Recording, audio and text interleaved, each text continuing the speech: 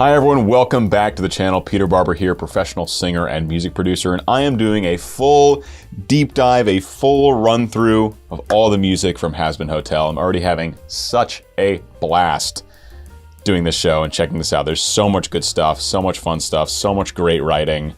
And I just did my first time reaction and analysis for Happy Day in Hell. This is from season 1, episode 1, really featuring Charlie here as our lead singer. Really enjoyed it, guys. So please sit back, relax, and enjoy my first time reaction and vocal and musical analysis of this awesome song. And I'll see you after.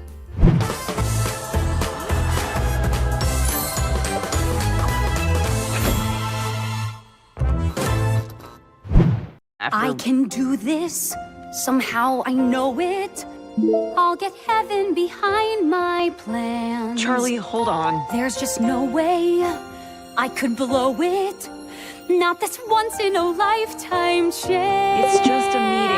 To change their minds and touch their hearts, or whatever angels have. This could be bad. Cheer up, Maggie.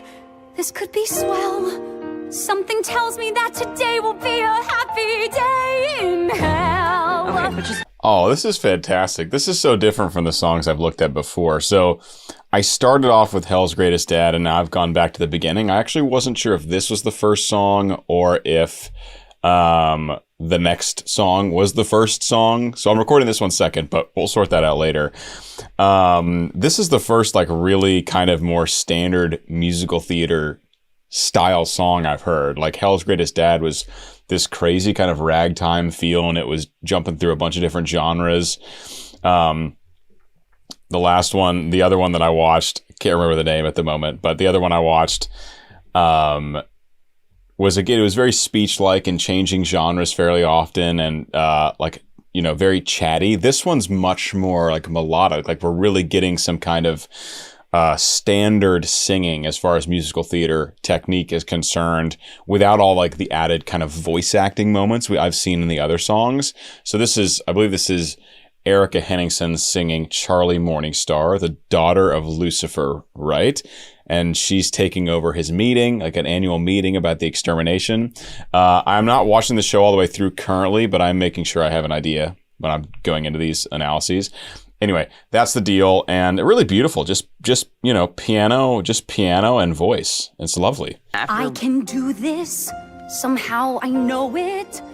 I'll get heaven behind my plans. Charlie, hold on. There's just no way I could blow it. Not this once in a lifetime chance. It's just a meeting. Also some lovely chimes that come in and some really high violins playing like con leña, which is just like a softer, lighter mechanism of playing for stringed instruments. Gorgeous and just like very shimmery. It's very shimmery and it's hopeful. Like you can tell, you know, if you were just listening to this, the character would have a big, hopeful smile on their face for whatever they're singing about, and we totally get that here. I also love I don't know who our secondary character is, but I love the kind of interjection she's doing. She's like, "Oh God, this is gonna be bad. Please stop."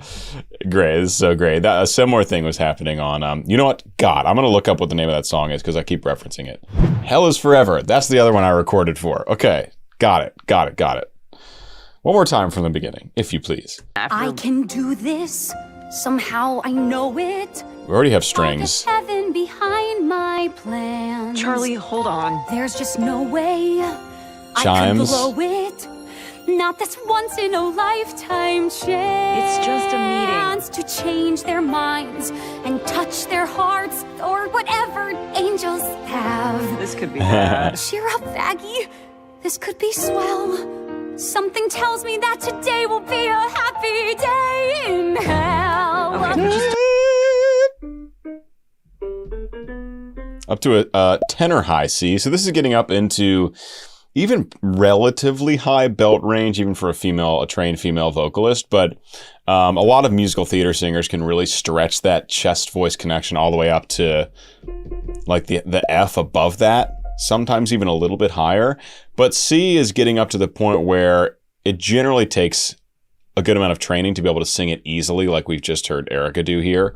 And I know a lot of the singers in this show are like Broadway stars, so they're all wicked talented singers and actors and dancers probably too, although we don't get to see that in this animation, of course. But just a nice, beautiful, actually it's really short. She just kind of touched on that high C before coming back down, but that's the first moment we're getting any kind of like, high note in this song so far.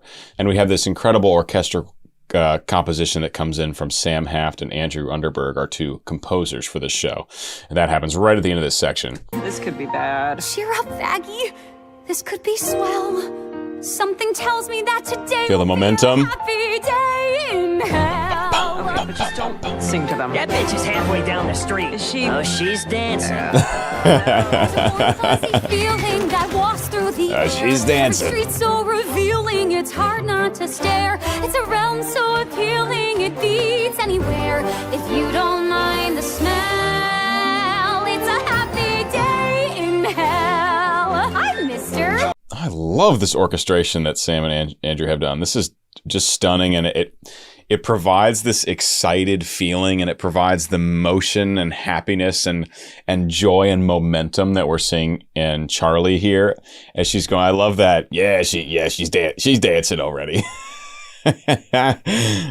Fantastic. But yeah, just a great, just like wonderful orchestration. And now we are getting more into like again, this song feels much more kind of classic musical theater, as opposed to the other two songs, which are a little less traditional and a little kind of crazy and wonky. This one's much more kind of on the nose, and it's absolutely wonderful. It's just really, really excellent. In hell. Okay, but just don't sing to them. That bitch is halfway down the street. Is she? Oh, she's dancing. Oh, she's dancing. It's a warm, fuzzy feeling that walks through the air. Every street so revealing, it's hard not to stare. It's a I love that we have bum bum bum bum bum bum bum bum ba-da, yum, bum bum bum bum bum. Great compositional tool to kind of re-engage the excitement at the end of a phrase going into the next phrase, providing that momentum going from one phrase to the next. through the air. Every street so revealing, it's hard not to stare. It's a realm so appealing, it beats anywhere. If you don't mind the smell, it's a happy day in hell. Hi, mister. Go fuck yourself! There's an endless trash fire that's burning my soul. Hello. A ton of barbed wire to shove in his hole. Excuse me. What is required? We all have our role. Roll. Nice low D from our big hell guy. Roll. This reminds me so much of like the comedic hell version of Belle going through the town in Beauty and the Beast. Forever imprinted on my mind as one of my favorites since I've been a little kid. I used to sing all the parts. I'd sing the baker, sing Belle, sing Gaston, sing LeFou. So fun. And this reminds me a lot of that, where she's actually going through a town and the orchestration is even pretty simple. Like the vibe of the song is similar, similar. And you're getting all this input from all these other townsfolk or demons in this case. It's great stuff. Anywhere, if you don't mind the smell, it's a happy day in hell. Hi, mister. Go fuck yourself! Go There's an fuck endless yourself. trash fire that's burning my soul. Hello. A ton of barbed wire to shove in his hole. Excuse me. What is required? We all have our role. Roll. Not doing well. Another shitty day in hell. Day in hell. Nice low D and then a low F from our big our guy here with the spiked bracelet and nipple piercings of some kind of nipple piercing going on there. This is very family friendly, obviously. Yes, very absolutely family friendly show. This is great stuff. Well, another shitty day in hell. Literally, remember in Belle, she's going through and then the townsfolk all sing a bit together and then it goes into the next section where it's just Belle singing. I know that Hell's Greatest Dad was inspired a lot by Friend Like Me, which made all the sense. And when I was watching, I was like, this seems like so much like Friend Like Me. And then someone else was like, yep, that was actually the inspiration for it. Let me know in the comments, was this one inspired by Belle, where she's going through the town square and Beauty and the Beast? I'll be darned if it's not. I can show them the my dreams that any soul can change. Those angels' minds are hard We'll to know change. everyone can be redeemed from the evil to the strange. They're bloodthirsty and deranged. I can hear This is so like triumphant and powerful and uplifting. She also absolutely glorious up through that high D. So that's, again, the C is already getting towards that upper belt range for a trained female vocalist. D, now we're getting into really the top section, the top third or so of most strong trained female singers, if they know how to belt, like for musical theater. And she just sounds excellent. Great vocal fold closure, which just means it's a really efficient tone. It's not breathy. It's not gritty. It's a very clean, efficient tone.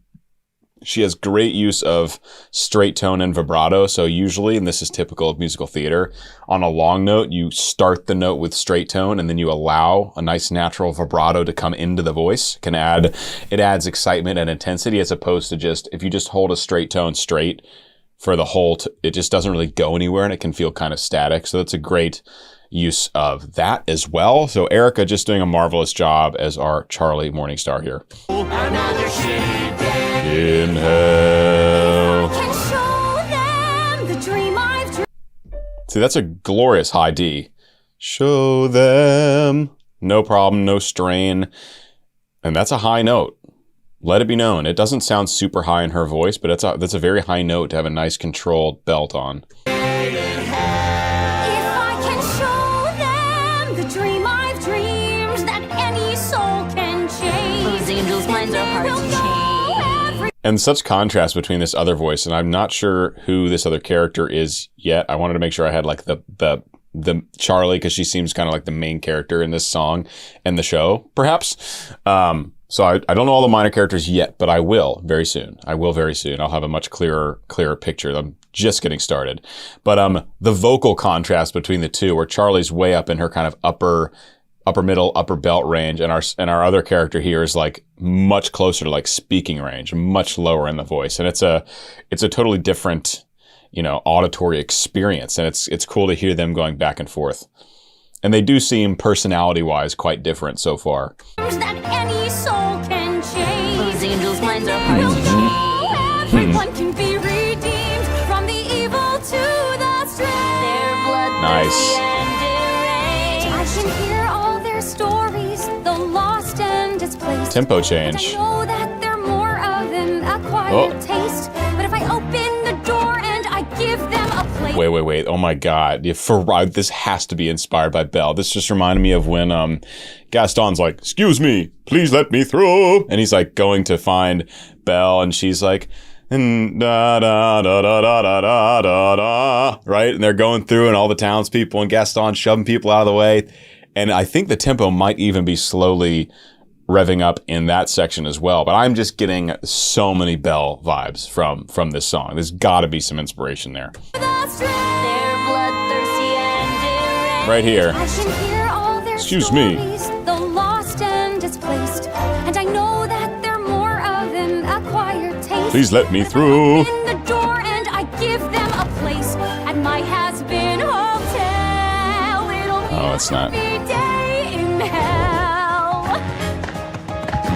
Wow. From the porn to Total vibe shift musically. It almost feels like a separate song. I don't think it is. I know when I was on YouTube, it was like Happy Day in Hell on Prime Video, and it was like 90 seconds. So maybe that one stops here. And then it was like Hazbin Hotel full version, which someone else has uploaded. So I guess the song continues, but it feels like a different song. It's just like genre just switched. I'm gonna get that transition actually.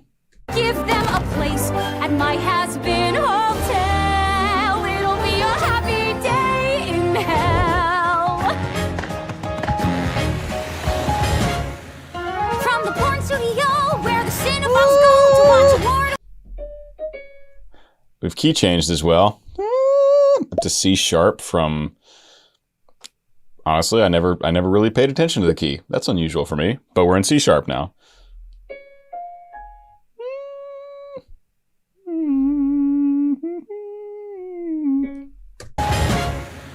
From the porn studio where the cinephiles go to watch award-winning TV. Just checking myself. Yes, C sharp. Major. From the Major. porn studio, where the cinephiles go to watch award-winning David Bukkake shows, to the cannibal.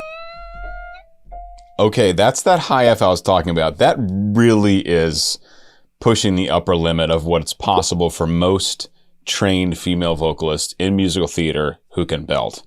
Which is, as you can tell, that's already a pretty small, specific number of singers that can pull that off. But that was up to that F5. I mean, that is crazy high. Where the cinephiles go to watch award-winning David Bukkake shows. Oh, to the yeah. cannibal town, where they don't wear a frown. Cause holy shit, oh my gosh, why? And I don't give a crow. She's like the most positive person, like doesn't care about the smells, doesn't care about any of these things that's happening. She sees them eating someone and she's like, oh God, completely interrupts her flow. Award-winning David Bukkake shows, to the cannibal town, where they don't wear a frown. Cause holy shit, oh my gosh, why? Oh, the Cannibal Town. Oh, did it get in her eye? Maybe that's why she freaked out. Yeah, Cannibal Town. Okay. Where they don't wear a frown. Cause holy shit. Oh, yeah, it did. Ew. And I don't give a crow that his brains got in my eye. Cause There's that another high F, and you can tell in her voice that that's really getting towards the limit. You can tell that she's really having to stretch her vocal folds to produce that sound up there and keep it really connected. She could easily just flip up and do it in like a much lighter mechanism, but to keep the weight in it, that really, you're really threading the needle when you get up that high. oh, that his brains got in my eye. There it is. Cause I know I can spare them from heaven's genocide. There's an endless trash fire that's burning my soul. I'll get heaven behind my plans. There's just no like the way barbed wire I that's can blow it. Not this once in a lifetime chance. I also love the singers that jump in. It's more like voice acting. Like Charlie's singing these big, beautiful vocal lines, right? These stunning melodies with this big orchestration, really like singing well and thinking about technique and you know, good vocal closure and all these things. Whereas the people that are jumping in is more like normal people, just like kind of saying a line. It's much less melodic. It's much less like calculated in a way. Heaven behind my plans. There's just no like the barbed way wire I can blow I kind of like the barbed wire. It's like, that is not a beautifully sung phrase, you know? It's much more layman. heaven behind my plans. There's just no like the barbed way wire I can that's blow showing me it. Not this once in a lifetime chance. Even the harmonies are like, duh. Like they're singing perfectly in tune, sounds totally fine, but just like the actual production of it is just like, it's like if a normal person can sing in tune. Now, it's probably great singers that are doing voices, of course, doing character voices and putting some of that voice acting into it. But just like how it comes off is really funny. I can blow it. Not this once in a lifetime chance. Change their minds. And touch my parts. No, thank you. I'm just gonna fulfill my destiny. You're lost, bitch. I can already. Oh my God. Is that a high D again from her? I love that just like tiny little break in the motion. Just for a second, just so this guy can come up and be a voyeur in front of her. And touch my parts. No, thank you. I'm just gonna. It's like 3 seconds. I can already E flat. tell. Today is gonna be a fucking happy day.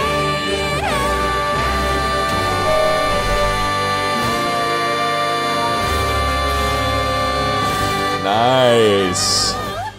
I love that sustained belt on that high D while the chords underneath continue to change. So there's dissonance between the note she's holding and the chord and the chordal structure underneath. And it's dissonance and it's dissonance and it's dissonance. And then it finally resolves without her changing pitch. It resolves to her on that high D. Absolutely glorious writing. And so uplifting and motivational and powerful. Also, I just want to flag this high E flat she sings on an E vowel. It's not a great vowel to sing up there, and she really smashes it. And touch my parts. No, thank you. I'm just gonna fulfill my destiny. You're I mean, that's textbook. I can already tell. Today is gonna be a fucking happy day.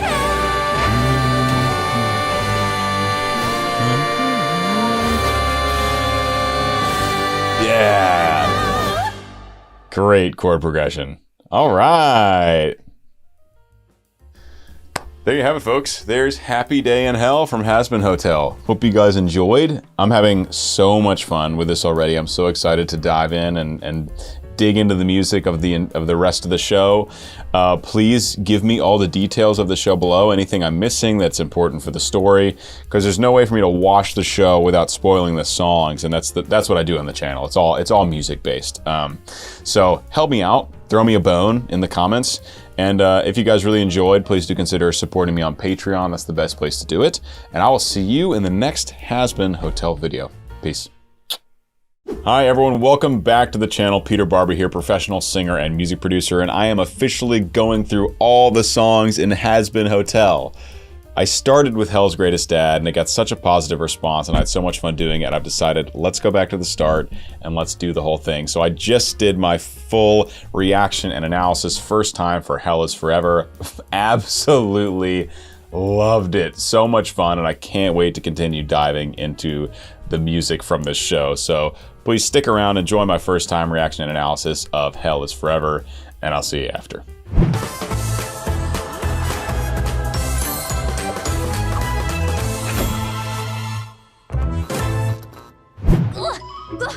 Oh, I've got a lot to get through and not a lot of time, and I feel like you weren't hearing me before, so here goes. I know Hell's population is out of control. It's a bad situation, it's taking a toll. If we rehab these sinners and cleanse all their souls at my Hazbin Hotel. Wait, I'm getting ahead of myself. Right, exterminate.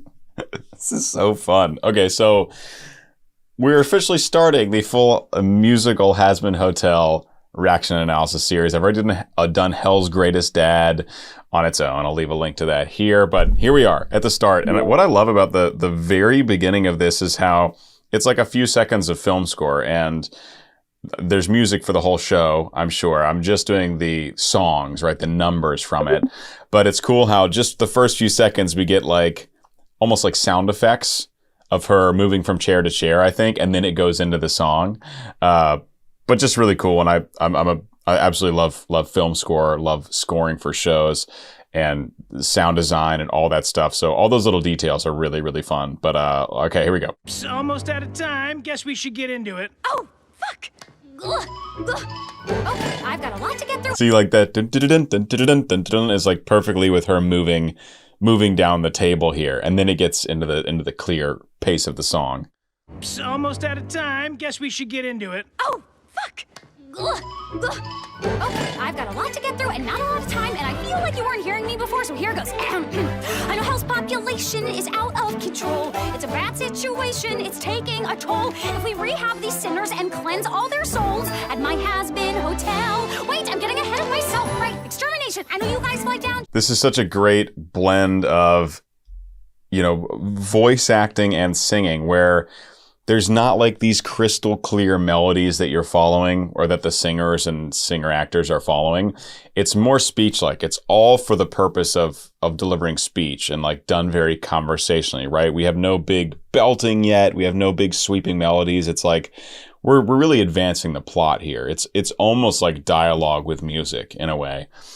This is Erica Henningsen, I believe, is doing this role, and then we have Alex Brightman doing the other role in this, which I'm very excited to hear them both. I believe both big-time Broadway singers, and I believe a lot of the cast is big-time Broadway singers. So the singing and the acting they put into their voices is fantastic. And of course, we're so blessed to have this wonderful animatic to go along with that and to help tell the story. But anyway, very conversational in how she is delivering all this text here. And I do like having the text. That's very helpful because I'm going to need context to get the story while I'm just doing the songs, right? Because I'm not watching the whole show, at least not for my YouTube channel. Maybe on my own. It's taking a toll. If we rehab these sinners and cleanse all their souls at my Hazbin Hotel. Wait, I'm getting ahead of myself. Right, We do get a nice moment there where the orchestration in the background ba, ba, ba, ba, ba, lines up with her vocal melody, which we don't really get otherwise because the melody's not super clear in what she's singing intentionally. But we get this moment, this kind of climax of this phrase, Hazbin Hotel, and everything in the background instrumentation follows that. If we rehab these sinners and cleanse all their souls at my Hazbin Hotel. Wait, I'm getting ahead of myself, right? Just for a second. I know you guys fly down just to kill once a year, and it must be annoying to schlep all the way here. If they join you in heaven, that trip disappears. You can wave at your farewell. It'll be a happy day. Let me stop you right there. The tempo gets even faster in this second section. Like, it was already fast and chaotic in the first section. And then after that, and then it gets even faster. Wait, I'm getting ahead of myself, right? Extermination. I know you guys fly down just to kill once a year, and it must be annoying to schlep all the way here. If they join you in heaven, that trip disappears. You can wave at your farewell. It'll be a happy day. Let me stop you right there. Save us all precious time. Okay. If what you're suggesting is letting them climb up the ladder, oh, they'd rather cross the pearly gates. Well, Sorry, sweetie, but there's no defying their fates. Cause hell is forever, whether you like it or not. Had their chance to behave better, now they boil in the pot. Cause the rules are black and white, there's no use in trying to fight it. They're burning for their lives until we kill them again. Hell yeah. So it goes completely away from the kind of like, you know, orchestral symphonic version of musical theater into like rock musical theater as we have Alex Brightman taking over. A really cool transition. Of course, the tempo pulls way back. It's so frantic for the first like 30, 40 seconds of the song. And then it pulls back and it gets much more into like a groove. And then Alex Brightman's vocals are awesome. So I'm going to talk about that next, probably. Let's give it a listen. farewell. It'll be a happy day. Let me stop you right there, save us all precious time. If what you're suggesting is letting them climb up the ladder, oh, they'd rather cross the pearly gates. Well, Sorry, sweetie, but there's no defying their fates. Cause hell is forever, whether you like it or not. Had their chance to behave better. E minor, I believe we're in now. Hell. Super easy for Alex, so he must be a tenor voice if his voice is sounding that easy up that high already. And already with him as well, he's doing a little more singing for sure, like singing than we heard from the first singer here, but there's still a lot of voice acting elements to it, which is so important in an animatic like this, and especially when dialogue is so critical and you know, we're trying to tell the story here, right? So dialogue helps advance a story much faster. Usually when you're singing, it's like the dialogue is slowed down and spread out over a lot of phrases as opposed to being natural. Like, no one sings words this fast in most contexts unless it's rap or like patter in opera is a part where there's a lot of words happening very fast. But for the most part, it's a bit slowed down. Things are a bit stretched out, especially the big moments. You have like a big belt, right? So there's a really cool blend of kind of balancing those worlds here. Stop you right there, save us all precious time. If what you're suggesting is letting them climb up the ladder, oh, they'd rather cross the pearly gates. well, Cross the pearly gates! Like, that's a total voice acting moment. Like, there's no specific pitch that he's aiming for. It's just voice acting. It's just like, you know, the kind of doing like a, you think that's how it is? No. Sting is letting them climb up the ladder, oh, they'd rather cross the pearly gates. Sorry, sweetie, but there's no defying their fates. Cause hell is forever, whether you like it or not. Had their chance to behave better, now they boil in the pot. Cause the rules are black and white, there's no use in trying to fight it. They're burning for their lives until we kill them again.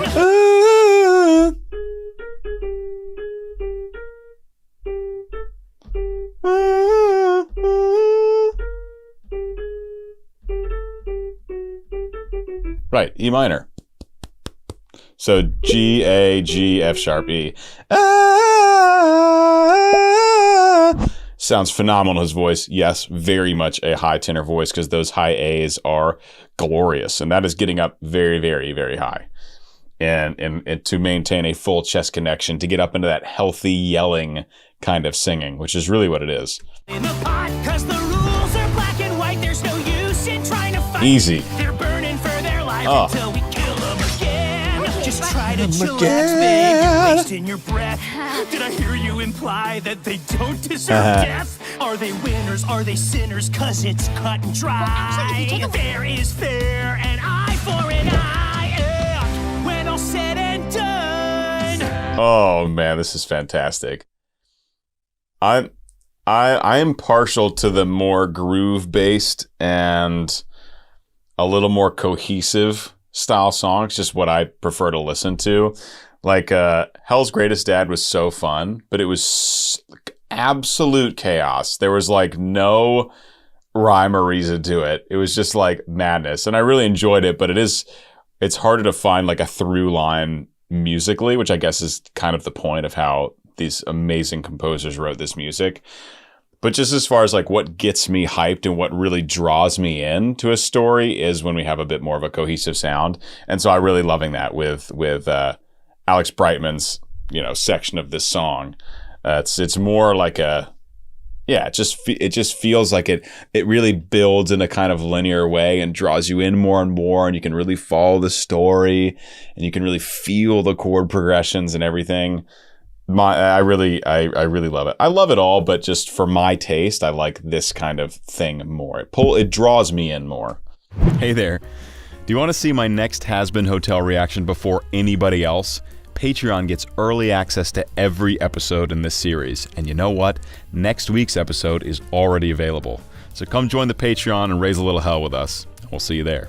Boil in the pot, 'cause the rules are black and white. There's no use in trying to fight it. They're burning for their lives until we kill them again. Just try to chillax, babe. You're wasting your breath.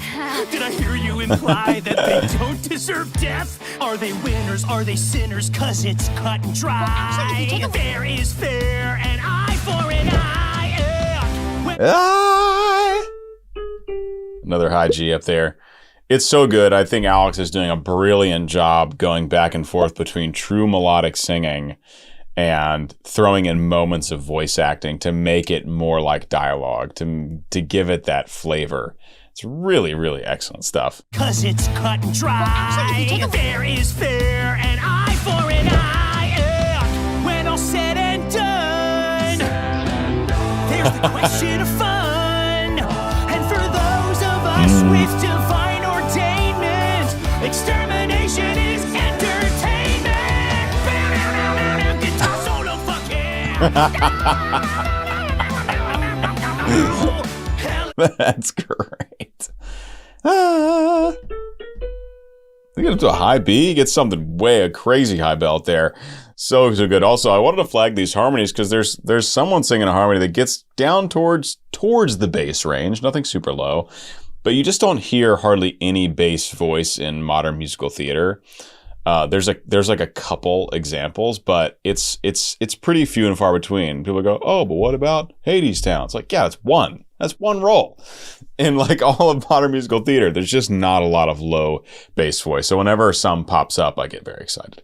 And it wasn't low bass, but I just want to flag there's some low harmonies in the chorus here. There's the question of fun, and for those of us with divine ordainment. At least we're down to a G2. That's totally getting towards bass range. There's the question of fun, and for those of us with divine ordainment, extermination is entertainment.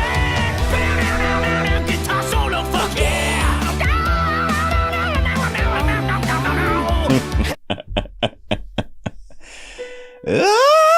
So he gets up to that B and then goes even higher during his guitar solo. I also love the they have these little added jump-ins from our other character. I'm sorry, I don't know all the characters' names yet. I'll get them. From our Erica is singing this character. She'll like earlier she had a laugh and then she had a, but if you just pay attention to the, and then she just had like a groan when he went to do the guitar solo. I love that. Just like she's still part of it. Like she's still like, this character here on screen is talking to somebody. You could forget that if the camera's only focused on them and you're just paying attention to the music, but I like the little responses from the other characters so that it is still a dialogue, sort of. It's very one-sided, but it's a really nice touch. For those of us with divine ordainment, extermination is entertainment. Guitar solo, fuck yeah! High E, E5, and that like mixed, growly mixed belt. Entertainment. Guitar solo, fuck yeah! Hell is forever, whether you like it or not. Have their chance to behave better, now they boil in the pot. Cause the rules are black and white, there's no use in trying to fight it. They're burning for their lives until we kill them again. Fucking hell. So everything we like chorus lyrics, right? Chorus melody, but instead we have kind of like a stomp clap chorus, and then we have like all backing singers, right? So it's a different kind of setup, a different arrangement from the first time we heard the chorus, but same lyrics. So chorus lyrics with a different sort of arrangement, and that serves as like a nice breakdown section, right? Pull the energy down some so that you can build it back up for the final chorus. Hell is forever, whether you like it or not. Had their chance to behave better, now they boil in the pot. Cause the rules are black and white, there's no use in trying to fight it. They're burning for their lives until we kill them again. Fucking hell is forever, and it's meant to suck a lot. So give up your dumb endeavor, cause you don't have a shot. Long as I got your attention, I guess I should probably mention that we've made the determination to move up the next extermination. Oh. Can't wait a whole year. Oh no. Back plan backfired. Forever, and it's meant to suck a lot. Hell is forever and it's meant to suck. Is that what he said? Rules are black and white, there's no use in trying to fight it. They're burning for their lives until we kill them again. Fucking hell's forever, and it's meant to suck a lot. Yeah. dumb endeavor, cause you don't have a shot. Long as I got your attention, I guess Yeah, it's a nice up one half step from before. So instead of G, A flat, G, it's A flat, B flat, A flat. Sounds incredible. What a voice on Alex. Guess I should probably mention that we've made the determination to move up the next extermination. They extended that chorus to add that plot line there, and instead of the chorus ending, they added some bars so they could change the plot here. Instead of extermination or whatever, we moved up the thing 6 months. But just notice how the chorus, you feel like the chorus is going to end, but then it's extended slightly to get this message across. Suck a lot, so give up your dumb endeavor, cause you don't have a shot. Long as I got your attention, I guess I should probably End here. Nope. Keeps going. Keeps going again. to move up the next extermination. Nice. Can't wait a whole year to slaughter those little I know it's just been a week, but we'll be back in 6 months. Oh no. And then he actually has a guitar solo. Oh, this is great. This is really great. I was kind of worried after watching, like I liked Hell's Greatest Dad and I had fun analyzing it, but I was like, is all the music going to be this chaotic? Because I'm not sure I want to do like 16 songs that are this chaotic. I feel like my brain would explode. But this is it, baby. Really, really, really enjoyed this. So I hope you guys enjoyed as well. I'm going through Hazbin Hotel now. So if you enjoyed this analysis, if you want to see me nerd out about music and react to this fun stuff, then stick around, subscribe, all that good stuff. If you really want to support me, join the Patreon community. That's the best way to do it. And I will see you guys in the next Hazbin Hotel video. Peace. Guys, I have great news. I am now also watching the show Hazbin Hotel. So what I'm doing, this is my new method, and I think it's working really well. I'll watch the episode up to right when the song starts, and then I'll do the full analysis for the song, so I have all the context. Then I'll go back to the show, watch a little more, and do analysis for the second song in each episode. So that's what we're doing. This is the first video where I've done that, so I think you guys are really going to like the changes. And of course, this is Stayed Gone, and it starts with Sorry. First time reaction analysis with full context for the show, which I'm really enjoying so far. So please sit back, relax, enjoy, and I'll see you after.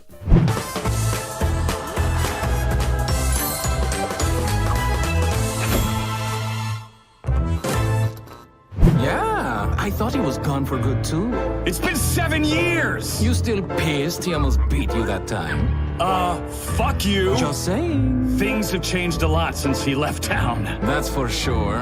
I gotta send a message of who's really in charge of things now. Well, I love this intro. We've got this just bum, bum, bum, bum. It's like classic, like evil guy music. And also you'll notice it's just dialogue in the beginning. It's not actually singing. There's no actual melody. So it's really like a proper introduction to the song, an introduction to the music, and really an introduction to this character Vox, who we've just met a little bit ago. I am actually watching the show now. What I'm doing is I'm watching the show right up until the song starts, and then I leave my TV and I come up here and I record my musical analysis, and then I go back downstairs, more second musical analysis. So I will be, from here on out, I'll be fully up to date in the show as well for when I do these musical analysis. So I've got a scope of the plot now. We've got Vox here, who obviously doesn't like Alistair. We got the TV and radio. It's great stuff. It's great stuff. Walker's back! Yeah, I thought he was gone for good too. It's been 7 years! You still pissed he almost beat you that time? Fuck you! Just saying. Things have changed a lot since he left town. That's for sure. I gotta send a message of who's really in charge of things now. Welcome home. I'm gonna make you wish that you'd stayed gone. Say hello to a new status quo.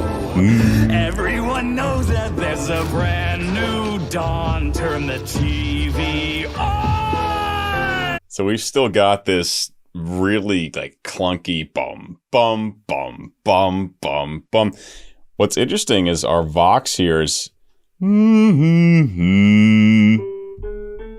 that low A that he's singing, he touches down on it twice, is very clearly almost the very bottom of the singer's range. So the singer must be naturally a tenor voice for that note to be super, super low. That's just an A2. And otherwise, again, we're getting this kind of combination of voice acting and singing where there is obviously very clear melody, there's very clear singing and very clear pitch and all that stuff, but like the colors of the voice and the rhythms being used are much more natural sounding as opposed to like trying to sing the most beautiful line. And that's great because this is, we're getting a lot of text here, we're getting plot development, we're, I think, about to find out what happened between Vox and Alistair, because we actually don't know that yet in the show. We just know that they have beef and something happened 7 years ago. So it makes sense to like use that more text-driven, speech-driven kind of singing to advance the plot. Welcome home. Welcome home. I mean, it's barely there in his voice. Welcome home. Right? So there's must be, yeah, like I said a minute ago, just a natural tenor voice, all barely getting down to that low A. Things now. Welcome home. I'm gonna make you wish that you'd stayed gone. Say hello to a Let's say hello. That chromatic movement. What is it? D sharp E or D E flat E? You'd stayed gone. Say hello to a new status quo. Whoa. Everyone knows that there's a brand new dawn. Turn the TV on. Camera speeds rolling in. I like that. No, like clear pitch on. He just yells it, just fully yells it. Which is cool. I like that. And he's obviously our Vox is super revved up. He's super angry right now finding out that Alistair's back. So it's kind of like the first verse feels like he's like trying to almost like stay calm, like that kind of quiet intensity thing. And then he just unleashes it on the word on. The TV on. Camera speeds rolling in.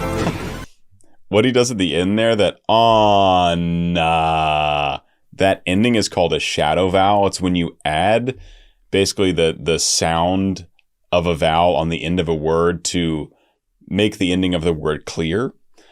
We do it all the time in opera. and I sing opera professionally, because when you're in a big space singing without a microphone, you have to make the syllables very clear, or the people way in the back of the big theater are not going to be able to hear you. And so you'll do what's called a shadow vowel, which would be like what he just did on. Now, usually it's not that accented. It'd be like Hazbin Hotel, gone, high quality. I'm just reading what's at the top left corner of this screen right now. But you add a little vowel in between to make a clearer separation between words. And he did an absolutely monstrous one. I don't know of anyone who does shadow vowels that big in the opera world, but it's a good effect here. TV on! Rolling in 3, 2. Top of the hour, and we're discussing a certain has-been who has been spotted cavorting around town after a 7-year absence. Did anybody miss him? Did anybody notice? More on tonight's program. So the radio demon is back in town. Why is he hanging around? What does that mean for your family? Well, Handley, I've got good news. He's a loser, a fossil, and I don't mean to sound hostile, but the demon is a coward. You can take... This is great. This is like big band jazz. It sounds like the kind of section of big band jazz performance where the instrumentalists will be taking solos. And it's all very, very speech driven, right? There's really no melody at all happening vocally. It's just our Vox basically telling the world about Alistair. Has been, which that's a nice touch there. Pretty chaotic. Pretty chaotic sounding so far. So I need to kind of pay attention so I can actually hear what's going on in the story. And I'll probably rewatch it when I go back to my TV. Top of the hour, and we're discussing a certain has-been who has been spotted cavorting around town after a 7-year absence. Did anybody miss him? Did anybody notice? Unremarkable loser back from fucking off. Important person, but fuck it. News is slow today, I guess. I'm totally not worried about this guy, and neither should you be. Good stuff. Nice artist rendering. That's good stuff. Top of the hour, and we're discussing a certain has-been who has been spotted cavorting around town after a 7-year absence. Did anybody miss him? Did anybody notice? More on tonight's program. So the radio demon is back in town. Why is he hanging around? What does that mean for your family? Well, Handley, I've got good news. He's a loser, a fossil, and I don't mean to sound hostile, but the demon is a coward. I love the text though. There's so much alliteration and like rhymes within the larger rhyme scheme. Program. So the radio demon is back in town. Why is he hanging around? Radio Demon's back in town. Why is he hanging around? What does that mean for your family? Well, Handley, I've got... What does that mean for your family? Well, handily, right? So that's an inner rhyme. The radio demon is back in town. Why is he hanging around? What does that mean for your family? Well, Handley, I've got good news. He's a loser, a fossil, and I don't mean to sound hostile, but the demon is a fossil coward. hostile. You can take that as gospel. Pulling my viewers impossible. I'm visual. He's barely audible. Stop giving him the time of day. Don't listen to a word he'd say. I hope he had a nice vacay, but he should have stayed away. Just like, I guess Vox, he controls all the TVs. We just got a clip in the show of everyone like basically being hypnotized by him. He has like a hypnotizing power. And so he is just openly on essentially national hell television, absolutely putting Alistair on blast. I'm interested to see what happened between them. Handley, I've got good news. He's a loser, a fossil, and I don't mean to sound hostile, but the demon is a coward. You can take that as gospel. Pulling my viewers impossible. I'm visual. He's barely audible. Stop giving him the time of day. Don't listen to a word he'd say. I hope he had a nice vacay, but he should have stayed away. While he hid in radio, we pivoted to video. Now his medium is getting bloody rare. I don't fully know what's going on with the deer thing yet, but I know Alistair had a cup that said "Oh dear," spelled like the animal deer. And when he scared the serpent guy away, the shadow of him turned into like a big antlered deer figure of some kind. So I don't think we've gotten the backstory in the show from what's going on there. And if we did, I just somehow missed it. But I'll find out soon. And hold on. Okay, we'll just go back. I had one more thing, but I forgot. Time of day. Don't listen to a word he'd say. I hope he had a nice vacay, but he should have stayed away. While he hid in radio, we pivoted to video. Now it's me. That's right. So now we're back into like fully melodic singing from our Vox here. We were in that like just riddling off speech, putting Alistair on blast. And now still putting Alistair on blast, but now we have a very clear melody. He's actually getting to show off the pipes, and he actually really does have a nice voice. No word he'd say. I hope he had a nice vacay, but he should have stayed away. While he hid in radio, we pivoted to video. Now his medium is getting bloody rare. So that's nice. That's really good. When he gets up into that belt range, then the vocal fold efficiency gets really high, so the tone gets very pure, and it's just like really solid. That, you know, this is not super high for this singer yet. This is up to high E. This would be a high E for me. For a tenor voice, which it sounds like our Vox is, it's like upper middle. You wouldn't really call it upper range yet. It's very high. An E4 is very comfortable for a natural tenor voice, especially a trained singer like all these folks are, great singers. But just there's so much ease in the sound. And even at the start of that phrase, before he ascends upward, you can already tell even that's getting towards the bottom of his range. And that's just E3, D3, E3. That's not even down to like, it's not basically not low at all, but you can tell. And we heard it earlier when he went down to the A2, the lower A, that was like almost the very bottom. Anyway, sounds great. It's really nice to hear him really singing, and the voice is really, really solid, especially as he gets up into that upper range. Stayed away while he hid in radio. We pivoted to video. Now his medium is getting bloody rare. Hell's been better since he split. Where's he been? So he sounds solid on those. He sounds really solid down to that C3. So the low A was really towards the bottom, but he's a da da da da da da da. He sounds really good all the way down into that range. Hell's been better since he split. Where's he been? Who gives a shit? Salutations! Good to be back on the air. Yes, I know it's been a while since Style treated Hell to a broadcast. Sinner for joy! What a dated voice! Instead of a cloud-chasing, mediocre video podcast, is Luke's insecure, pursuing a lure, living between this fat and that? Is nothing working? Ignore his chirping! Every day he's got a new format! You're looking at the future! He's the shit that comes before that! It's the shit that comes before the future.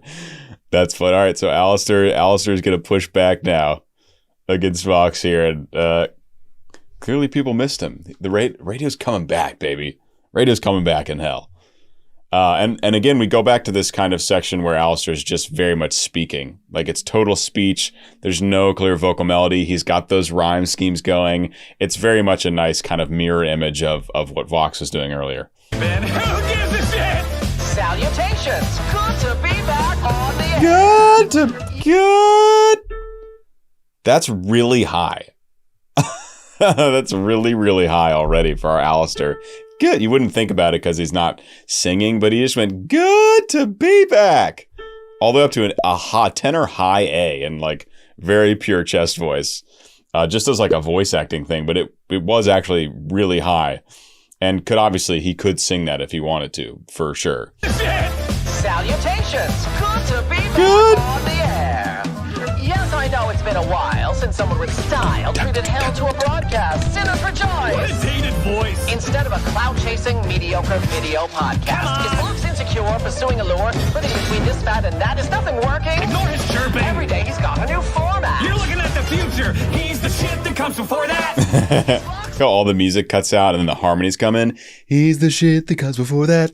Just for a second, all the instruments cut out and it's just these vocal harmonies. Got a new format! You're looking at the future! He's the shit that comes before that! Is Vox as strong as he purports, or is it based on his support? He'd be powerless without the other bees. Oh, please! And here's the sugar on the cream. He asked me to join his team. I said no, and now he's pissy. That's the team. You old! Oh, okay. So Vox wanted Alistair to join his video company, essentially. And Alistair's like, nah, dude. That ain't for me. Radio's for me, dog. And so now he's really upset because he knows Alistair is a valuable asset and clearly super, super powerful. And we're learning more about his powers as we go on. We still haven't seen, nearly the extent, I assume.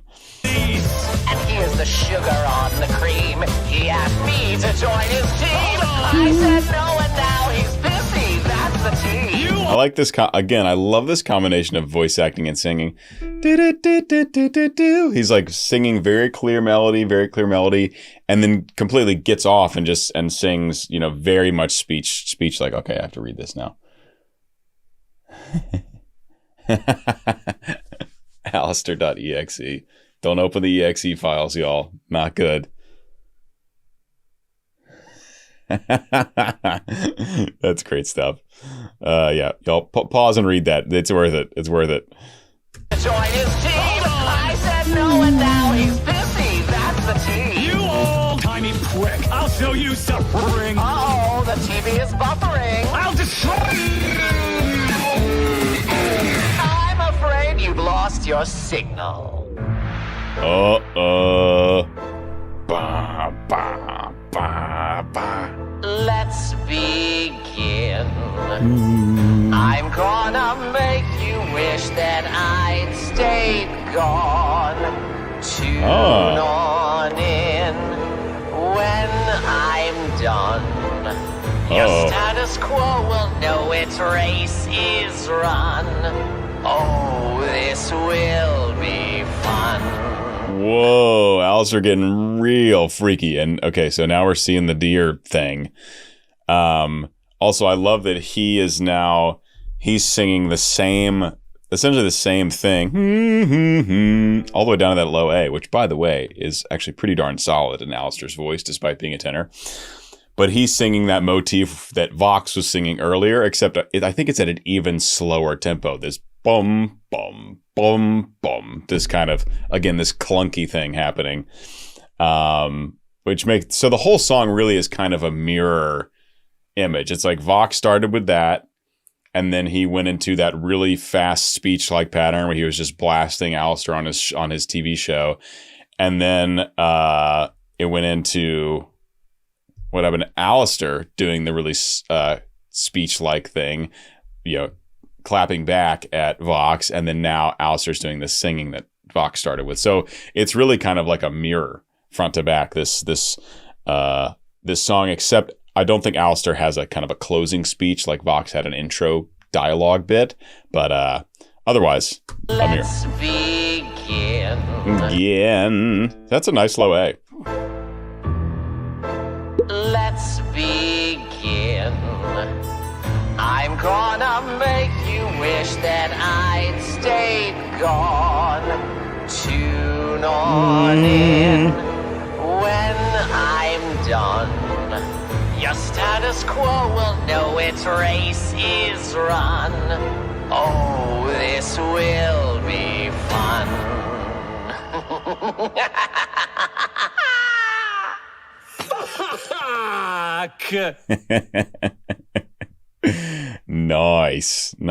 Nice. All right. Well, that was extremely fun. I'm really enjoying watching this and keeping up with the show. So I'm going to go watch a little bit more.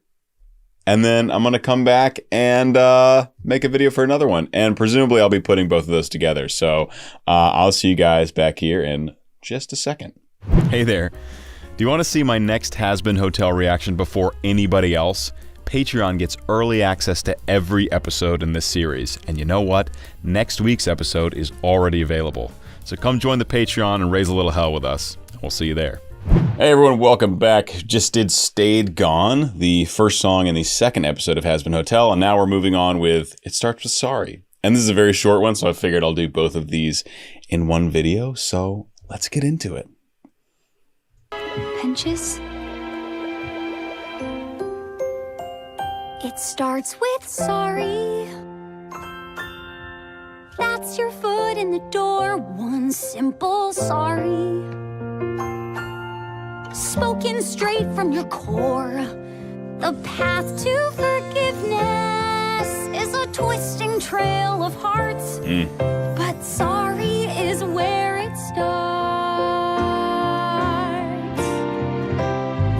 It's really beautiful. Our songwriters Sam and Andrew really love that chromatic that chromatic chord progression. It's really nice. Also, the moment right before this in the show, like this moment when he like gives up and is like, make it quick, is really sad. It's like, I was like, oh my gosh, help him out. Help our boy out. Anyway, and the music really fits this perfectly. Charlie's obviously just has just this beautiful soul and really, truly, deeply wants to help these demons rehab. And it's really, really sweet. And I think the music of this song, this atmosphere they've built is really perfectly embodying that. Pinches? It starts with sorry. That's your foot in the door. One simple sorry. So Charlie clearly she can put a lot of power into her voice. We heard this in Happy Day in Hell. And here it's so sweet and so soft, and there's so much breath and like intimacy in the voice. And it's nice. It shows how much contrast she can show in her voice as far as really just power is concerned. And obviously we're a long way from her upper belt range, but even so, there's a much softer, more careful approach to this singing. Spoken straight from your core. The path to forgiveness is a twisting trail of hearts. So that's all the way up to a high D, but see, notice how she put it in that much lighter mechanism, up in that head voice, as opposed to in Happy Day in Hell, she belted that high in full chest connection and higher. She has a great range. But in this moment, when it's a much softer, more intimate moment, flipping up into that head voice and taking that much lighter approach makes so much more sense. And you really feel that. Spoken straight from your core. The path to forgiveness is a twisting trail of hearts. But sorry is where it starts. I love that classical music of theater. Starts. So you start straight tone, and then you allow that vibrato to come in, and it allows the note to kind of grow and bloom as opposed to just starts. It gets kind of stale if you do that. So allowing that vibrato to kind of creep in is a really good way to kind of keep the note interesting and keep that motion going forward. Is a twisting trail of hearts, but sorry is where it starts. Who could forgive a dirtbag like me? I don't deserve your amnesty. Deserve it. I was trying to think of what his voice actor, what other character he sounds. Stewie. He sounds kind of like like Stewie Griffin from Family Guy. Stewie. That's it. That's got to be it. It's like the lisp with the lisp going sort of lisp with the British accent. Really, really funny and kind of maniacal sounding. That's great stuff. I also really like when there's like a super voice acty voice, like when Charlie Morningstar is speaking her dialogue or singing. It's very much like a natural voice. Like it's probably similar to what Erica sounds like when she's speaking. It's our voice actress for this character. But I don't think that Serpentia sounds like this all the time, right? So it's really funny to hear a great accent like that. And then to hear them singing in that as well, to hear them actually sing in that like accent that's probably so far from their natural voice. It's something I get a huge kick out of. Who could forgive a dirtbag like me? Yeah, Stewie.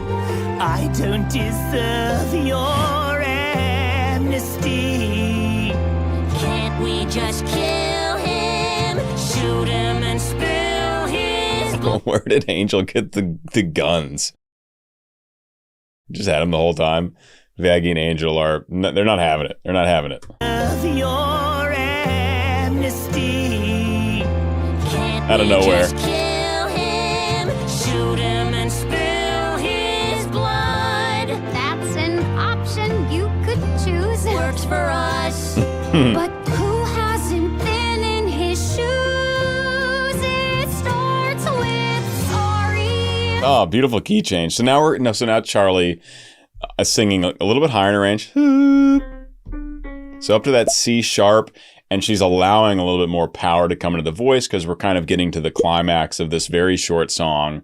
But already there's so much difference in how she's approaching the vocal lines compared to how this song started, was much softer and intimate and kind of breathy. And now it's more up towards that belting land and getting into that power zone. Shoes, it starts with sorry. Sorry. Dig down deeper and say one sincere sorry. I'm so sorry. The journey's underway. It'll take time to cover my vast Multitude of sins, but sorry is where it begins. Oh. It starts with sorry.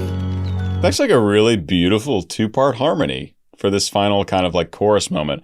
Also, Charlie got up to a high, that really high E flat, and that was in that very nicely chest connected voice. So that's higher than she sang earlier in that head voice, in that lighter head voice. So she's got a big range. I think I might have mentioned this in the last Hazbin analysis, but if you're a trained vocalist, ideally you have a big crossover section where you can sing in your pure chest voice, or you can sing in a lighter mechanism, so that you have options for colors and dynamics in a large part of your range.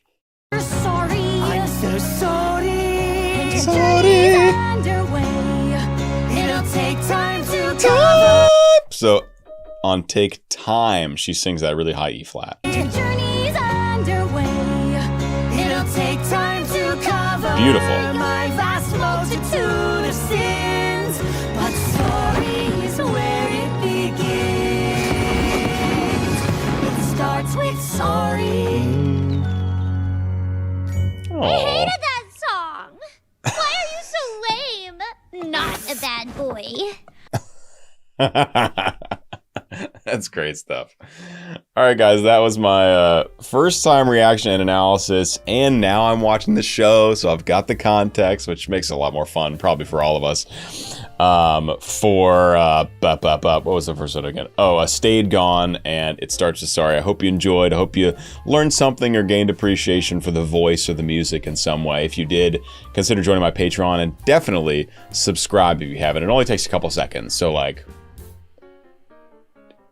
boom, there, you're subscribed. Guys, I'll see you in the next Hazbin Hotel music video very soon. Bye-bye. I'm absolutely loving Hazbin Hotel. Guys, as you know, I'm now watching the show right up to the point where the song starts, and then I do the analysis and go back to the show and come back. It's a great system. I'm really enjoying it. It's giving me the full kind of context for what's happening. I just did my first time reaction and analysis for Respectless and Whatever It Takes, Hazbin Hotel. Season 1, Episode 3, Scrambled Eggs, I believe is the title. Really enjoyed it. So guys, I hope you enjoy as well. I hope you'll learn something about the music. That's really the goal here. And I'll see you after. So enjoy my first time reaction and analysis for these two songs.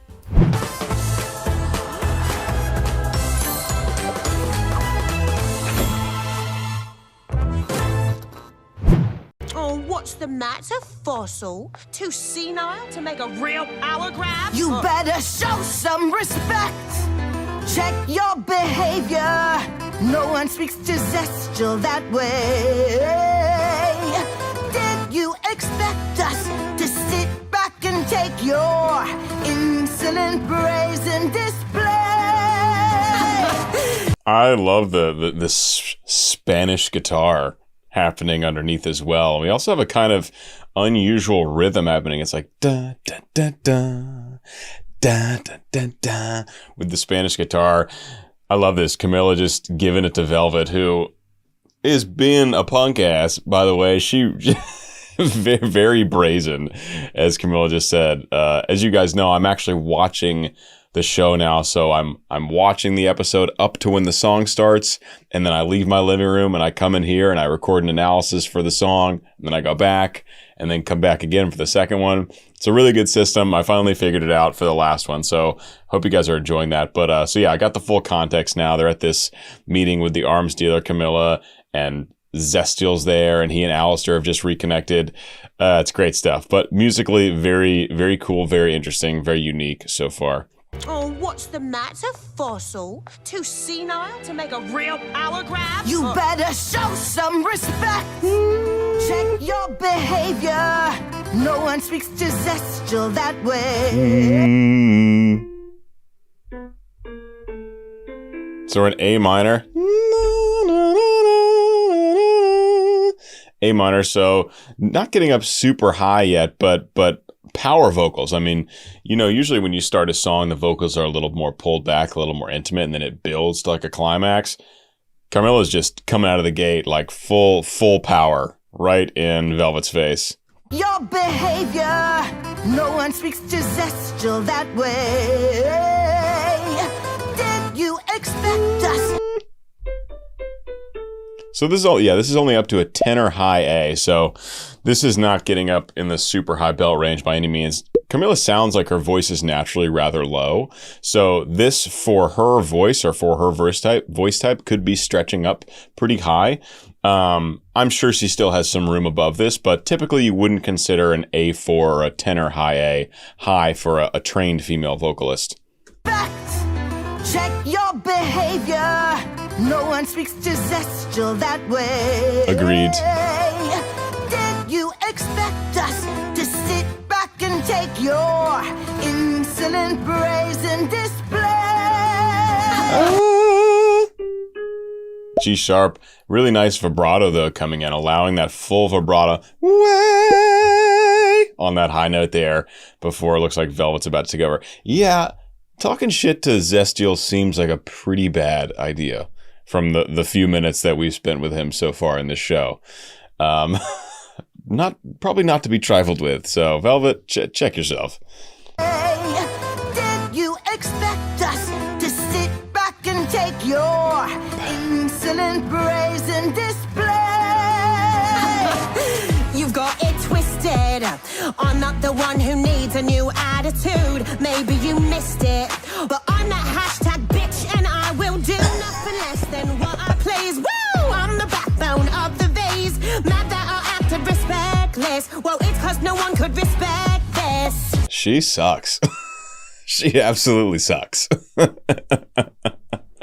I do like how it kind of they've turned it into kind of like a trashy trap pop song when she comes in, which really I think is perfect from the character and the vibe she's putting off, and that she works for like the really new tech company. So the music sounds much newer, much more modern age than when Carmella was singing with the kind of older school Spanish guitar happening. Yeah, what an attitude. What an attitude on Velvet. You've got it twisted. I'm not the one who needs a new. The beats almost like don't really line up. It sounds like kind of disjunct and jagged, and so I'm wondering. I would love to hear why they chose to do that. Like, it doesn't really line up with how the words are lining. Usually, if you're gonna have a beat that's not just like consistent and going forward, you're gonna line it up with other elements of the song so that it really hits hard or hits consistently rather. But this one, it just sounds kind of like disjunct. But I mean, the composers for this, Andrew and Sam, are brilliant. So I'm sure there's always a method to the madness and a method to the chaos. You've got it twisted. Like that first ba ba ba ba is like just sounds completely off from the rhythms of what the vocal is doing. You've got it twisted.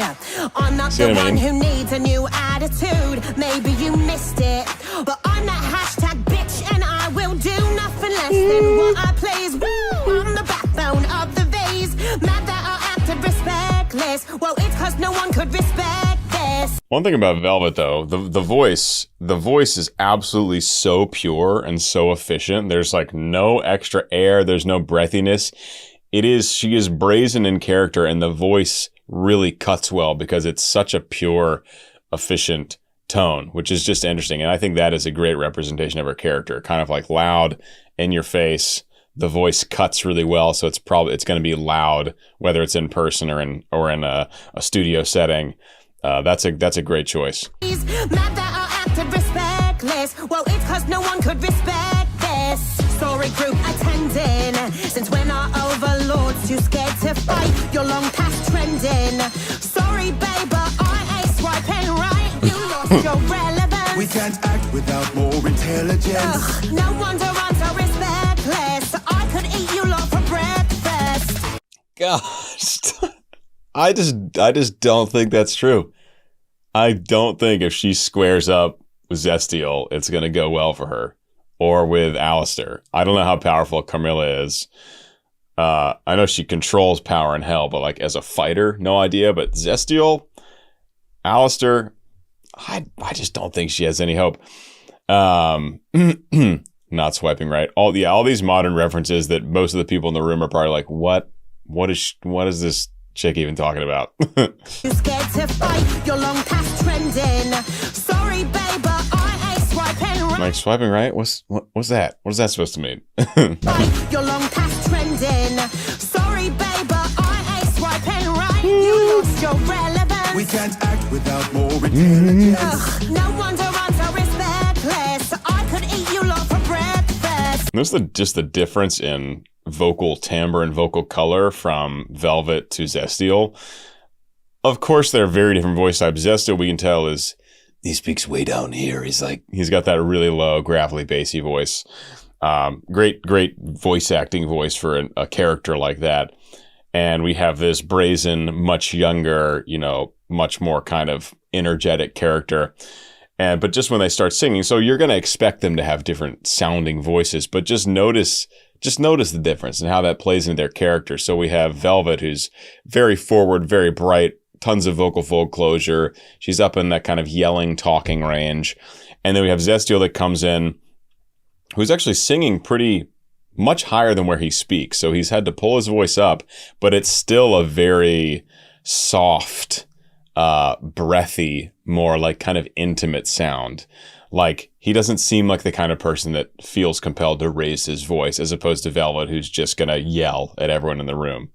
Swiping right, you lost your relevance. We can't act without more intelligence. We can't act without more intelligence. So there's all this breath and softness to the sound for his character. Right, you lost your relevance. We can't act without more intelligence. Ugh, no wonder I'm so respectless. I could eat you lot for breakfast.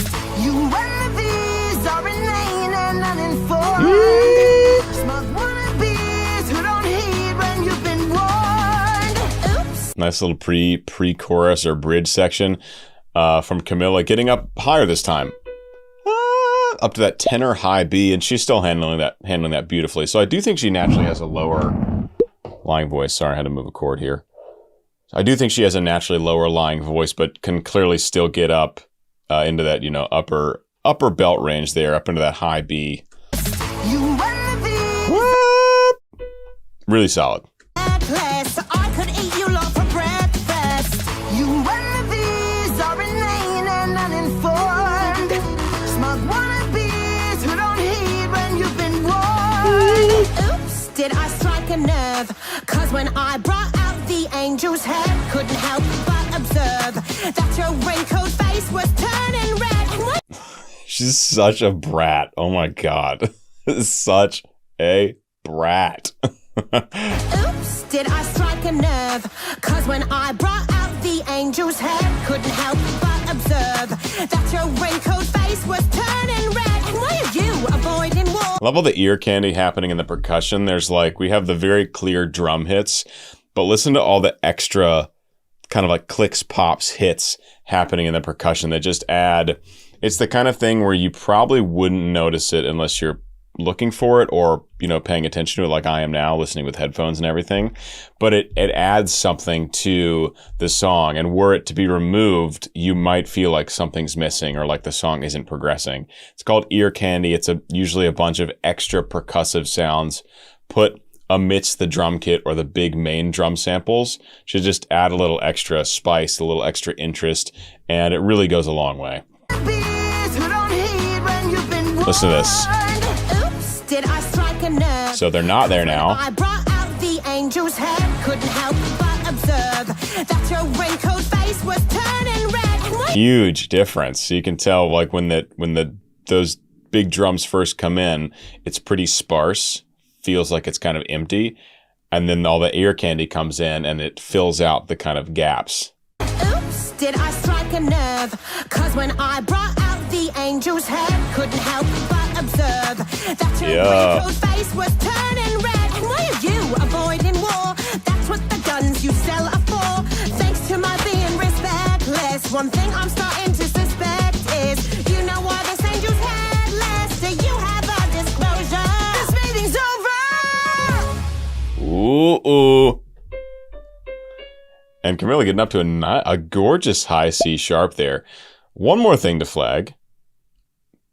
I love how there's this one line. I think this is a repeating thing. And you hear it in other things too. I just did an analysis for The Wizard and I from Wicked. And there was like one line by Elphaba that was just spoken. And everything else in the whole song was sung with melody, with clear pitch. But there's like one line that's taken out and just spoken. And the same thing happens here with Velvet too. Let me flag it. Might be before this. I brought out the angel's head, couldn't help but observe that your wrinkled face was turning red. No, not yet. Why are you avoiding war? And why are you avoiding war? And then right back into the melody. But just that one line, and why are you, is truly spoken. Truly no clear pitch, no clear melody. But then it goes right back into the melody. That your wrinkled face was turning red. And why are you avoiding war? That's what the guns you sell are for. Thanks to my being respectless, one thing I'm starting to suspect is... Also, this beat and everything, it is lining up better. It started lining up better after that first bit. When Velvet first came in, it felt really kind of disjunct. The lyrical rhythms versus the percussive rhythms and all of it just wasn't really landing. But now it still sounds a little disjunct, but it's everything's kind of lining up much better now. Thanks to my being respectless, one thing I'm starting to suspect is, you know why this angel's headless? Do you have a disclosure? This meeting's over! That was a productive meeting. That was a productive meeting. Lovely. All right, guys. Hope you enjoyed. This is my first time seeing Respectless, and I'm about to hop back downstairs to the living room, watch another 10 minutes of the episode, and come back for the next analysis. And I'll figure out later if I'm going to put it in this video or in another video. So we'll see. But either way, guys, thanks for coming. Hope you enjoyed, and I'll see you in the next Hazbin Hotel video. Hey there. Do you want to see my next Hazbin Hotel reaction before anybody else? Patreon gets early access to every episode in this series. And you know what? Next week's episode is already available. So come join the Patreon and raise a little hell with us. We'll see you there. What weighs on your soul, old friend? I implore you to share the load. If it was thou who slew the angel, why not let your strength be known? What a cool voice on Zestial here. He's got this smoky quality to his voice where there's a lot of extra air coming through the voice. Kind of a smoky, I think smoky's the best way to describe it. But he also, typically when you hear a smoky voice, you don't expect it to be agile. And he does some nice little riffing in there.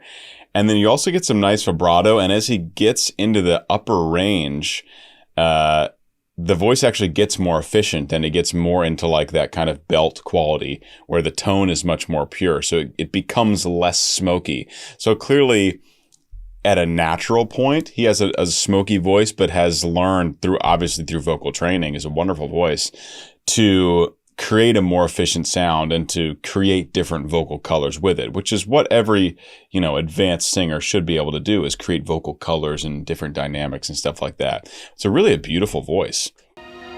What weighs on your soul, old friend? I implore you to share the load. Share the load. Share the load.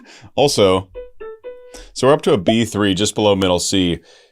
if the voice actor for this character is also singing, that's remarkable because the voice actor's voice is super, super low and gravelly. And so to hear it sounding really nice, like lovely and pure and soft in his upper range is really, that shows a lot of range. And I implore you to share the load. Like, that's just beautiful. If it was thou who slew the angel, why not let your strength be known?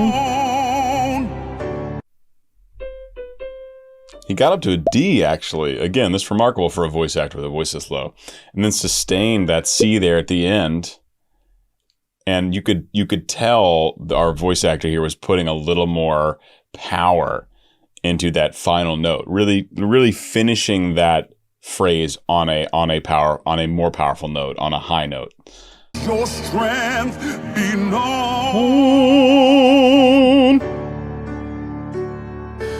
I always thought that I would keep blood off my face, but when that thing attacked, I had to act to cross that line and keep them safe. It's really interesting, like the biggest arms dealer in hell, but doesn't really deal with it, right? It's almost like Tony Stark Industries, right? He creates all these weapons of mass destruction and then doesn't have the change of heart until he basically becomes a victim of his own weapons. That's interesting. Like you make these things, but you don't really see how they affect people directly. You just make a lot of money from it, essentially. And so we come back to Camilla, and she's obviously keeping it her voice very low and again, soft and intimate to start, which is, completely opposite of how she started the last piece going against Velvet, where she came out of the gate swinging. This piece is much more introspective and thoughtful so far.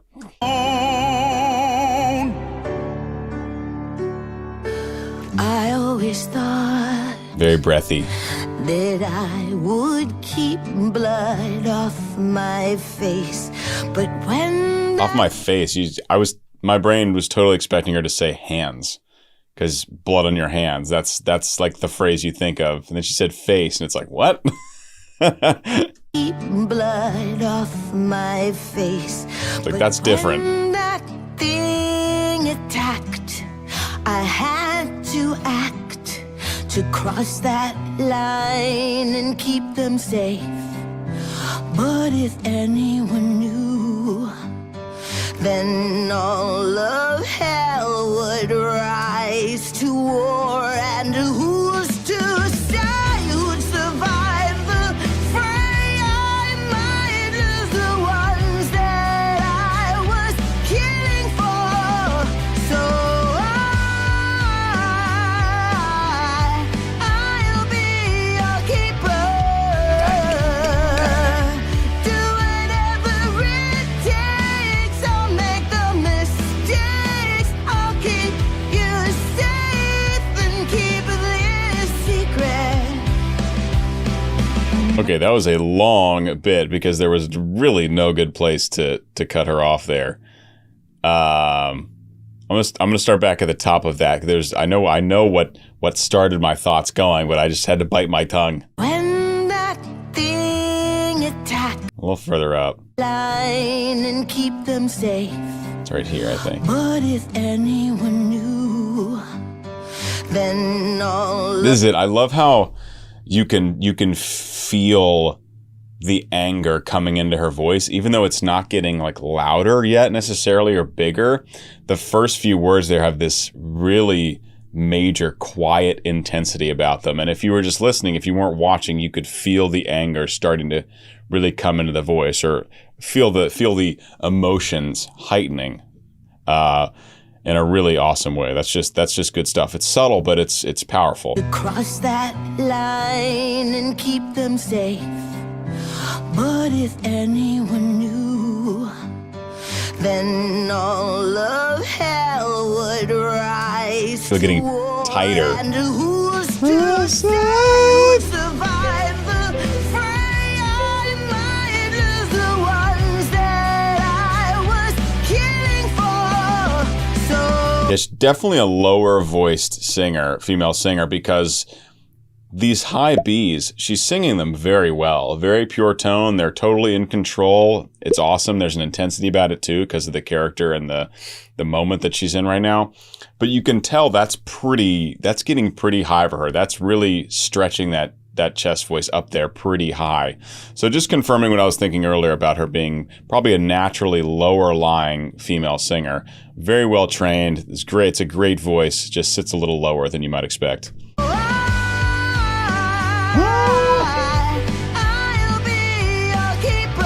Like the level of effort you can tell that requires for her to stay in that high B is typically what you might hear on like a high D for a trained musical theater singer. So it's just something to notice, and noticing the nuance and intensity and effort in a voice takes a while. So if you're like, I don't really know, just sounds good, don't worry about it. That's probably most people watching, but I'm here to be a big nerd. So thanks for sticking with me.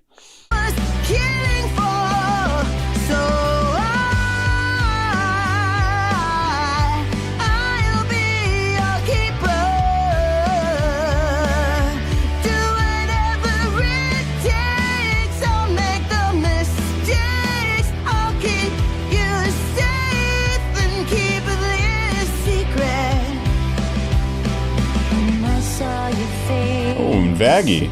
You made me feel like a stranger in a brand new place, and it felt so good to be understood. But there's so much I wish that I could say. It's really lovely.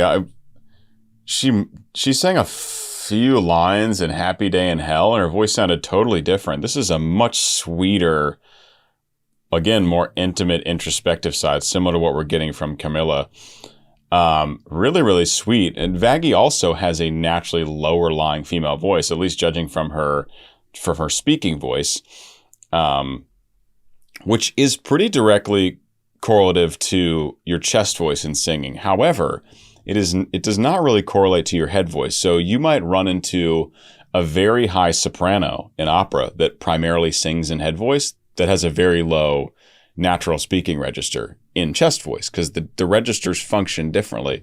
There was a singer in my master's program who this was the case. She's a very high soprano but had a low speaking voice, which is just an interesting thing.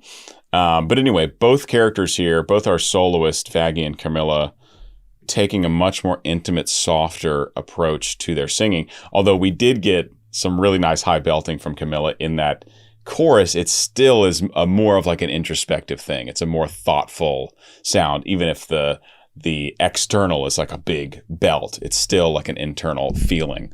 And then Vaggie very much so, and she's singing very softly so far. Keep this secret. When I saw your face, you made me feel like a stranger in a brand This is like, new place, and it felt so good. what is this like? I'm feeling like 90s, 2000s alternative rock ballad for Vaggie's part especially. Yeah, that's it. A brand new place, and it felt so good to be understood. But there's so much I wish that I could say. So What's that flip from chest voice? Obviously mine's already flipped, but notice that flip from Vaggie's chest voice up to her head voice for that high note. That's only up to that B that Camilla was belting. So I think my hallucination is that Vaggie is also a lower lying female voice, judging both from speaking voice and now singing voice. there's so much I wish that I could say. So I'll be your Now, unless maybe this is the case for some of the characters, are any of the singing parts done by people that are not the voice actors? I would think they're all the same, but I I mean, that is occasionally done. You'll have voice actors that do a part, and then you'll have a singer. Like maybe not all voice actors can sing. Now I know a lot of these are specifically chosen to be great singers because it's part musical, right? It's a musical show. But for many voice actors, they don't sing. So you can guys let me know if there's anything like that happening in the show. That'd be interesting to hear. Because Vaggie's singing voice so far does sound pretty radically different from her speaking voice. I'll be your armor. Do whatever it takes. I'll make the mistakes. I'll spend my life being your partner. And Listen to that's a perfect transition actually into Camilla coming back, because listen, Vaggie just sang that high C, that C5 to B4 belt, and in such a soft way, and then Camilla comes in and there's so much more weight and power in the voice, just clear, like two singing the same exact pitches with completely different vocal color and dynamic and power. So it just shows the voice types are radically different. You can even have a very similar range as someone with a very different voice type. Range really only determines voice type in a choral setting, because in choral music, it's really all about it's being able to sight read really well. It's being able to blend really well with other voices. So you might have this wonderful big solo voice that doesn't blend well, and you might not be a good fit for a choir. And then you have vocal range. And so it's where can you sight read, where can you sing comfortably, but it has very little to do with your vocal color or how loud you can sing, how dramatic your voice is. It has very much more to do with how well your voice can blend and the range of your voice. So it's a much more simple classification system in choir as opposed to opera that has like 30, 40 plus very specific different voice types, ranging from, the bass voice types, of which there are like 6, all the way up to soprano, of which there are probably 10. Anyway, I could go down a rabbit hole about voice type, but I'll leave that there. I'll make the mistakes. I'll spend my life being your partner. And I don't know what we might face, but I know I can't replace you, so I'll do anything to save you. And I will try to make your dreams come true. Whatever we go through, I know Vaggie just takes the upper harmony. It's amazing actually how different their voices are singing the same pitch. Vaggie's voice is so soft up there. It sounds like she's just operating in a head voice, which is a much lighter mechanism. It doesn't even sound like she's carrying her chest voice all the way up there. It's just so light. It's so light compared to the weight and power we're getting from Camilla. Radically different sounds. It's really awesome. Try to make your dreams come true. whatever we go through. She's got to be in head voice. I'll be your keeper. Whatever it takes. Yeah, there's just I think Vaggie's operating in head voice because there's she's up to a high E above tenor high C. That's a high note to be belting, even as a very highly trained female vocalist. And it will have that yell quality. If you think about some of like the big high notes from Wicked, for example, they're up around that high E. Like I think the really high note in Defying Gravity is like a half step higher than that. And it's big and it's yelly, and there's no way to sing that in chest voice lightly. The only way to sing it lightly is to be in your head voice. So I think that's what's going on here. And because we're in a studio setting, studio recordings, volume's not an issue because you can change all those parameters after the recording, after the vocalists have recorded. If this were, for example, an unamplified live performance, aka an acoustic performance, Vaggie's voice would probably be getting completely drowned out by Camilla because of the different way that they're approaching these high notes. Big nerdy stuff, guys. Let's go. Whatever it takes, I'll make the mistakes.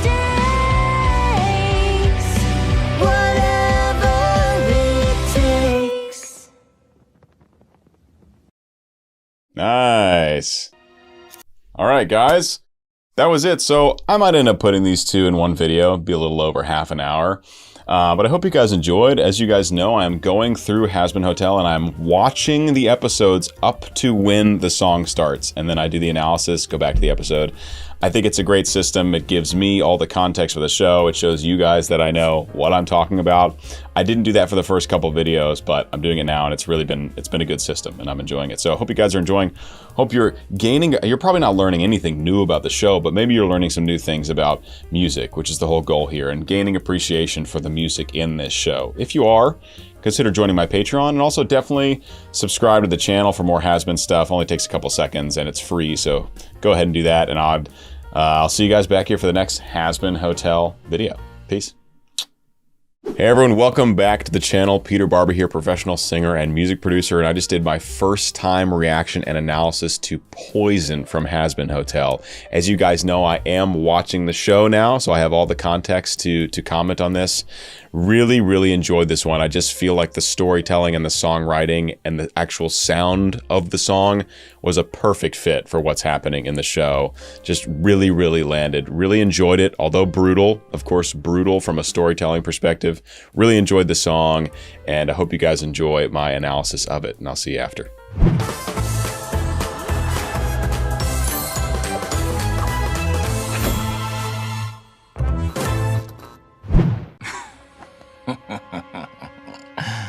Good boy. And action.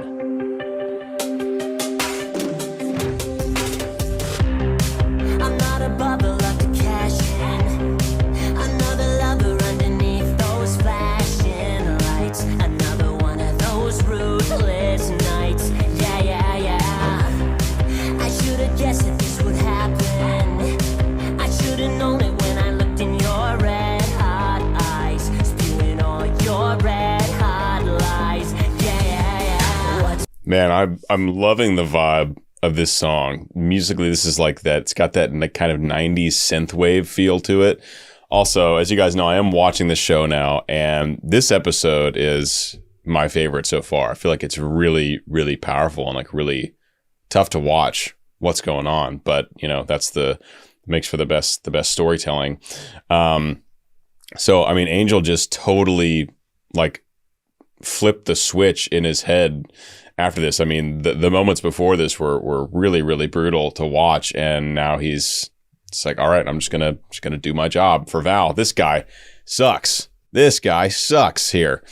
But musically, pretty baller. It's got that 90s synthwave feel, which is what I don't know if it's one of my favorite genres. It's hard to say. I really love so much music, but I really enjoy a 90s synthwave vibe. And we've got this. It's very, very electronic based and drum sampled and all that. Yeah, so pretty cool vibe so far. Good boy. You suck. And action.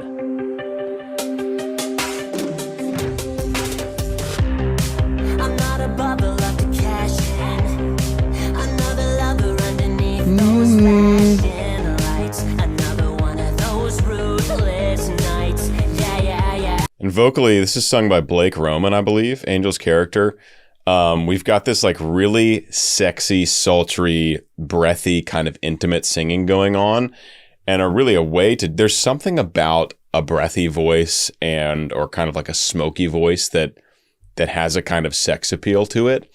And I think it's perfect for this particular character, and especially in this scene here.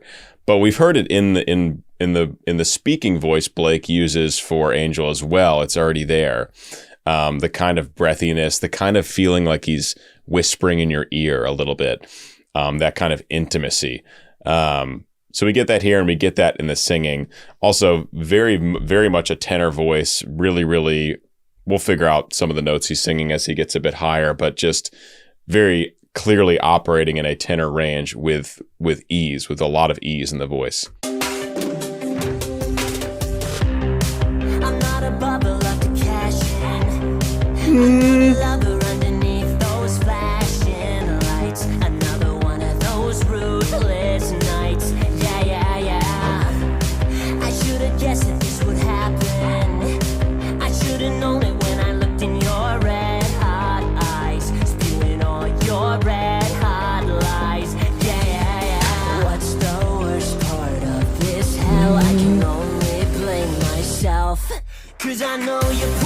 before we get into the chorus, we have just a really, really short pre-chorus section where Blake goes even lower in his voice and it gets even more of that breathy, intimate kind of singing.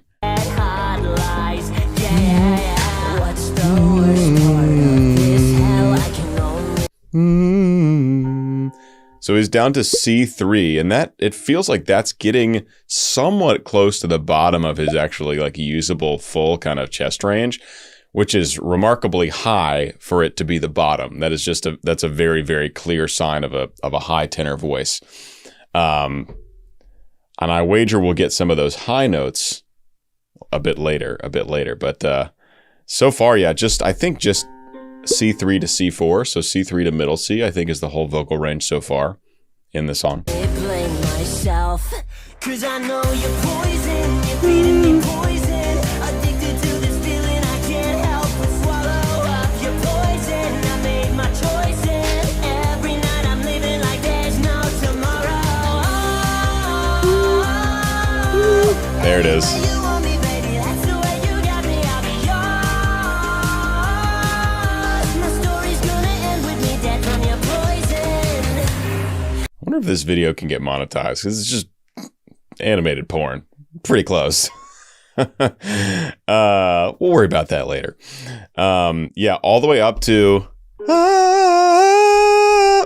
A flat 4, tenor high A flat. Absolutely gorgeous, no problem in Blake's voice, really getting up there with ease and mostly operating in that E flat, that C to E flat 4 range.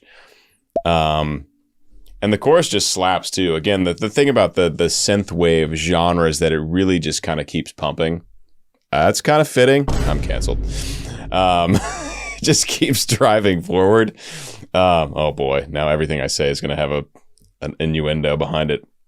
Anyway, let's go back and I'll talk some more about music. I can only blame myself, 'cause I know you're poison, you're feeding me poison, addicted to this feeling I can't help but swallow up your poison. I made my There's a little bit more action in the drums than we got, just a little more percussion happening, like per beat, more things happening. We have also some more action in like these high synth backing parts, which goes a long way to just kind of like fill out the soundscape, which is really a great tool to use in a chorus as a songwriter. So you have a relatively full sound in a verse, then the pre-chorus pulls back, and then you've got your full sound in the chorus, and it creates this nice musical landscape, this musical journey to go on. Hey there. Do you want to see my next Hazbin Hotel reaction before anybody else? Patreon gets early access to every episode in this series. And you know what? Next week's episode is already available. So come join the Patreon and raise a little hell with us. We'll see you there. 'Cause I know you're poison, you're feeding me poison, addicted to this feeling I can't help but swallow up your poison. I made my choices, every night I'm living like there's no tomorrow. They say addicted to the poison I can't help but swallow. Addicted to this feeling I can't help but swallow. Yeah, this is really good. This is just a solid song. Just like production wise, beat wise, the vibe they're capturing and how that fits the story and how it fits the kind of mood, and like lyrically, I think this is a really strong, one. Maybe the strongest I've heard so far on the show.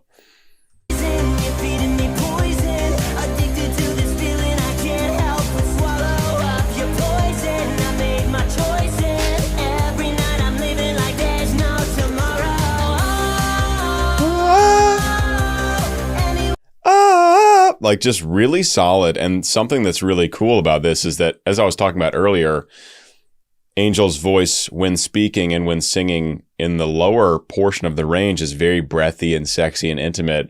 And then as it ascends to the top of that chest range, it gets into like that healthy yelling position. That breathiness completely goes away, which really is the sign of like a trained voice or a trained singer.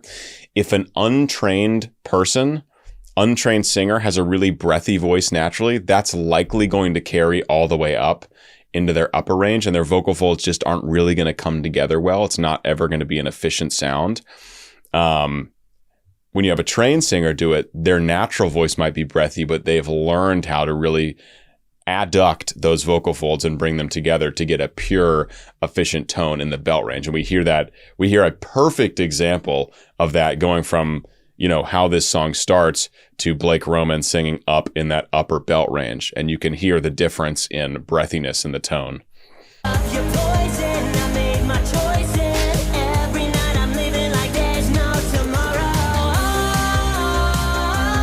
That's solid.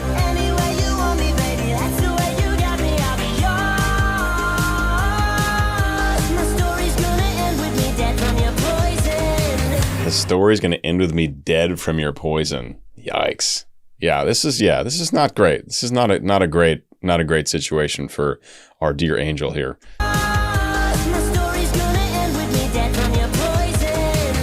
That was kind of the one moment where he looks like a little defeated. Just that one moment where he's staring at Val coming at him.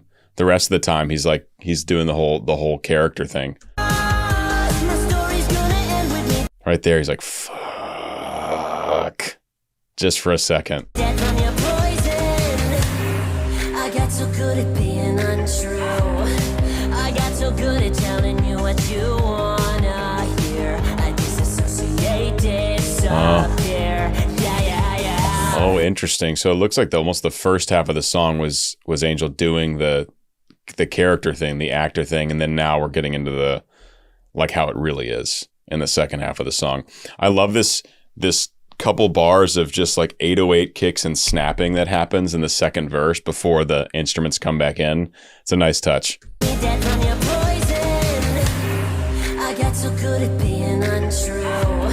Then back into it.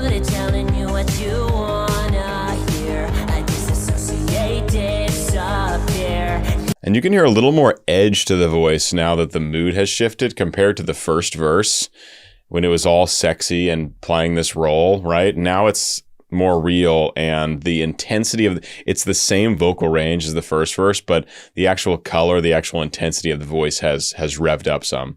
Good at being untrue. I got so good at telling you what you wanna hear. I disassociate, disappear.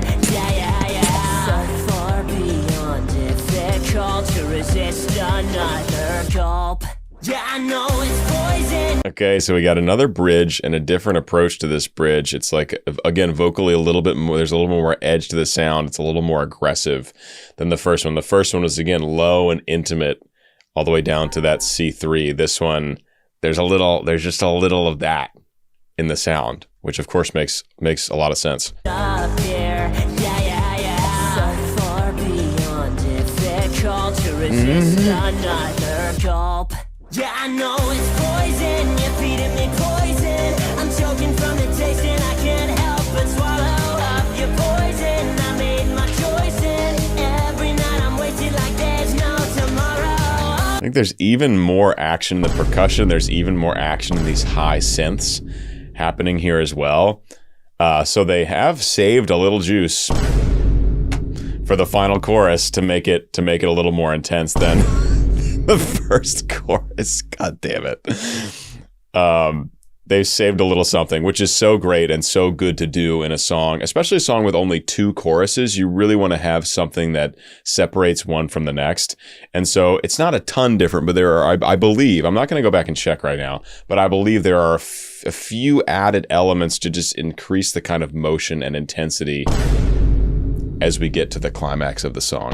Thank you very much. I'm choking from the taste and I can't help but swallow up your poison. I made my choice and every night I'm wasted like there's no tomorrow. Yeah, there's a movement in one of those leading synths in the background that I don't think was there in the first chorus. I think it was all kind of just chords. I made my choice and every night I'm wasted like there's no tomorrow. Any way you want me, baby, that's the way you got me. I'll be yours. My story's gonna end with me dead from your poison. Notice how the word is yours, but because Blake is going up into that high belt register, you really want to opt for a big open mouth. So instead of yours, colors, which would be more true to the actual vowel. He goes, ya, and it turns into almost an ah, and that just allows for a better sound on that high note. And at the end of the day, that's really what's most important. In academia, and this is a big thing in the opera world, just a very quick tangent because it's interesting. In academia, a lot of the teachers and coaches are like, you have to have absolutely perfect pronunciation. You have to have the true Italian oo vowel and the Italian e vowel, and it's got to be perfect all the time, no matter where you are in your range. And I get on some level why they teach it that way, but then you start working in actual opera houses and you start singing in big opera houses and working with coaches that work with major opera singers. And it's like, you can absolutely always modify the vowel a little bit if it's going to get you a better sound. Because if someone can't hear you in the back doing the perfect vowel, no one gives a shit. So you have to sing the vowel that they can hear, because that is what's most important. In opera, we don't use microphones. You've got to be able to project like a mofo all the way to the back of the house. Okay, quick tangent. Anyway, he's doing a little bit of what we call vowel modification to make those belts sound all the more crisp.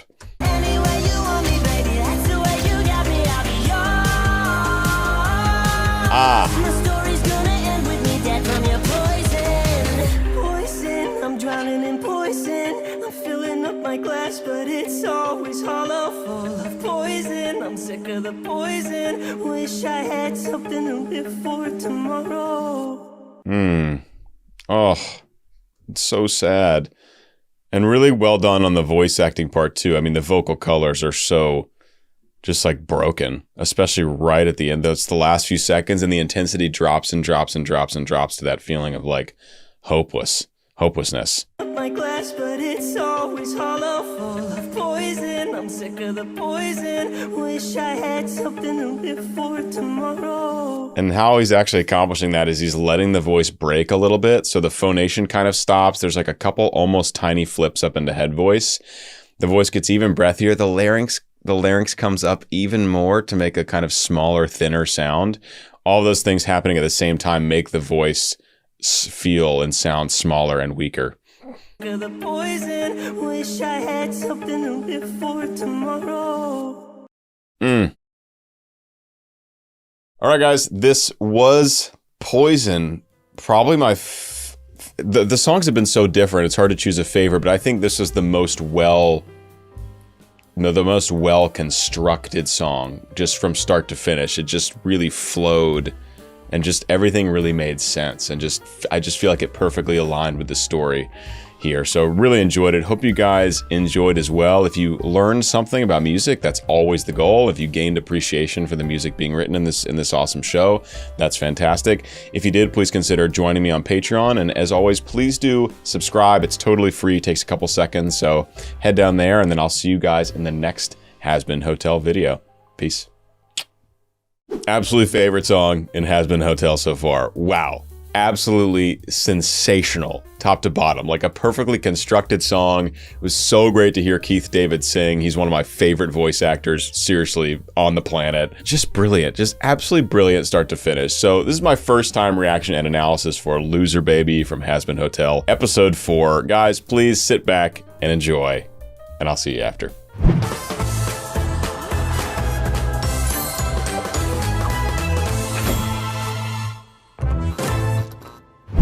So things look bad and your back's against the wall. Your whole existence seems fucking hopeless. You're feeling filthy as a dive bar bathroom stall. Can't face the world sober and dopeless. This is absolutely gorgeous. Just gorgeous musically. And Keith David, who is one of my favorite voice actors on the planet, I'm so stoked that he's a part of Hazbin Hotel, and I have never heard him sing, I don't think. So it's really cool to hear his voice, and it's really beautiful and sultry. And yes, he's a low bass voice. Naturally, you can tell that in his voice acting. But this is, I mean, he's floating some lovely notes here in the middle and upper middle.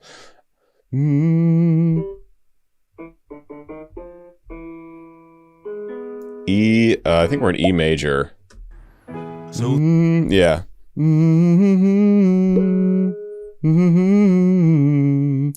So yeah, so proper middle voice. He's up, I think, only getting up to like a G sharp or so far, but it's just beautiful and smooth and lovely. And I love the chords that they've chosen. And also there's something really gorgeous about just piano and voice. There's an intimacy to that combination, a purity to that combination that's really, really powerful. Really, really powerful. Things look bad and your back's against the wall. Your whole existence seems fucking hopeless. You're feeling filthy as a dive bar bathroom stall. Bathroom. So that's actually all the way up to C sharp. So that's getting, believe it or not, guys, that is actually getting relatively high for a low bass voice, up to be able to sing reliably up to a C sharp. Now, most people can do it. Most basses can do it, and sing a bit higher too. But, you know, every half step you get closer to the top gets more and more extreme. And yeah, believe it or not, you get up around middle C, and for a low bass voice, that actually starts getting high, which is very hard to imagine for most people, especially most people who sing. And filthy as a dive bar bathroom stall. Can't face the world sober and dopeless. Nice little, even adding a little vibrato in there. Keith David. Dopeless. Right at the end of that phrase. Gorge. World sober and dopeless. You've lost your way. You think your life is wrecked. Well, let me just say you're correct. Wait, what? Nice little bridge, and I love how it's so sweet. You know, the music is so sweet. He's really being, it's a consolation, right? And then he's like, "You think you suck? You're right." It's a nice twist. You think your life is wrecked. I think your life is wrecked, yeah. Well, let me just say you're correct. Wait, what? You're a loser, baby, a loser, goddamn baby. You're a fucked up little whiny bitch. You're a loser just like me. Thanks, asshole. You're a screws loose loser, and only one-star reviewer. You're a power bottom at rock bottom, but you got company. This is supposed to make me feel... Wow, this is so good. Okay, I see why people love this song. Oh, the vibe, the dun dun dun dun dun dun dun. That very specific piano motif is fantastic for this kind of thing. The chords just feel so right. It's like the groove is there.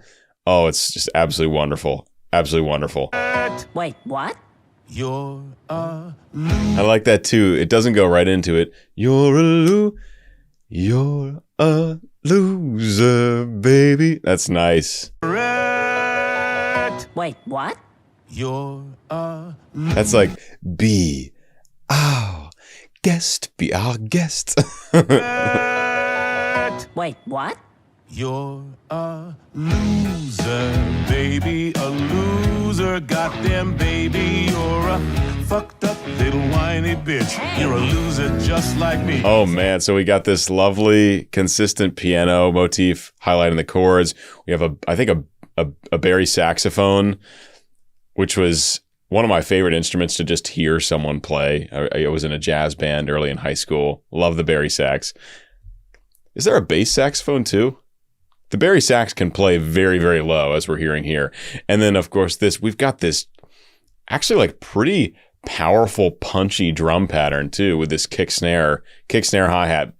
And those three elements come together for just a really nice groove. Correct. Wait, what? You're a loser, baby, a loser, goddamn baby. You're a fucked up little whiny bitch. You're a loser just like me. Little whiny bitch. Let's that note fall off.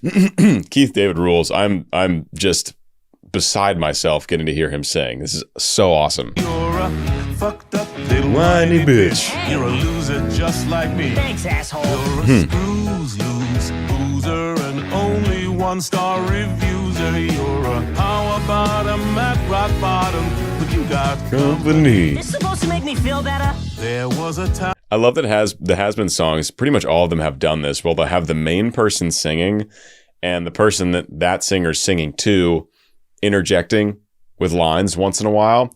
Happy Day in Hell had it. Hell is Forever had it.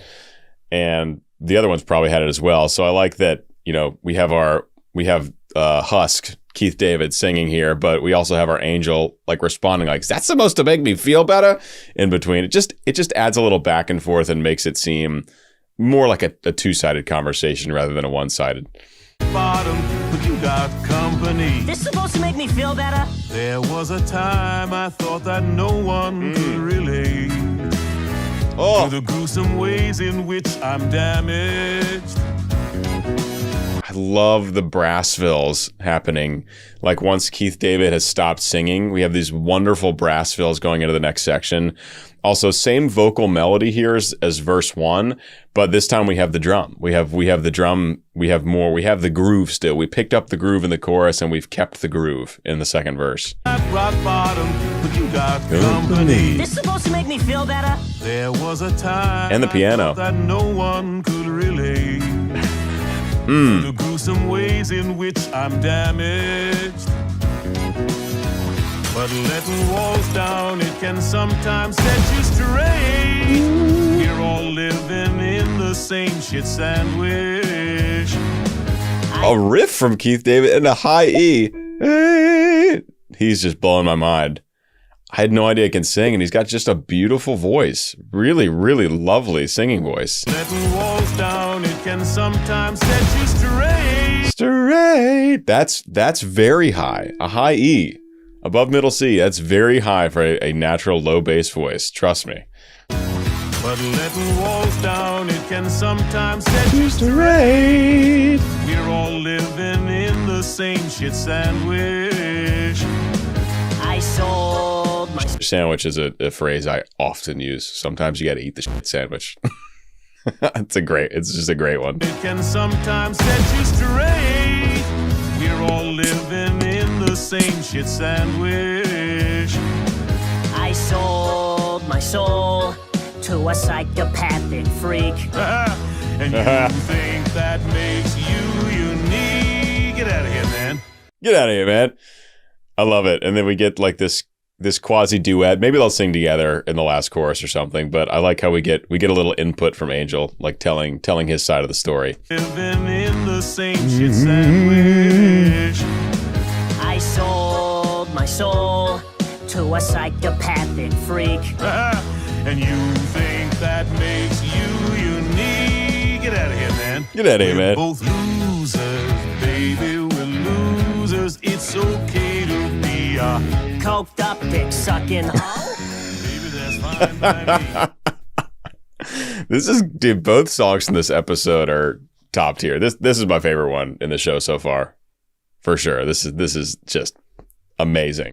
Hi everyone, I hope you're enjoying my series on Hazbin Hotel. Something very special.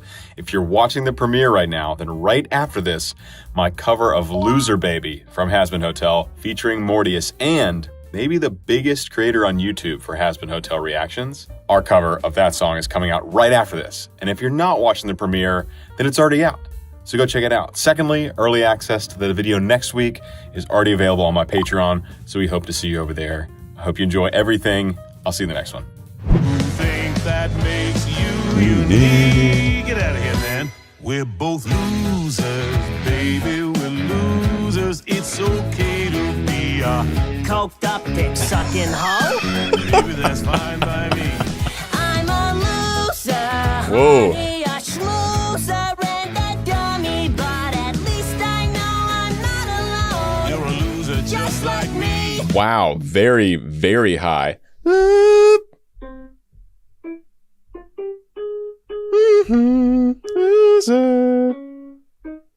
So that starts on the high A flat, which is the highest note that Blake sang in Poison as well. That was that really high belt note, and that's where he's starting this phrase. Loser, honey, a schmoozer and a dummy, but at least I know I'm not alone. high B, tenor high B, and no problem. I mean, really still sounds comfortable and reliable, and like this could be sung consistently. That's extremely high, guys. Half a step below tenor high C.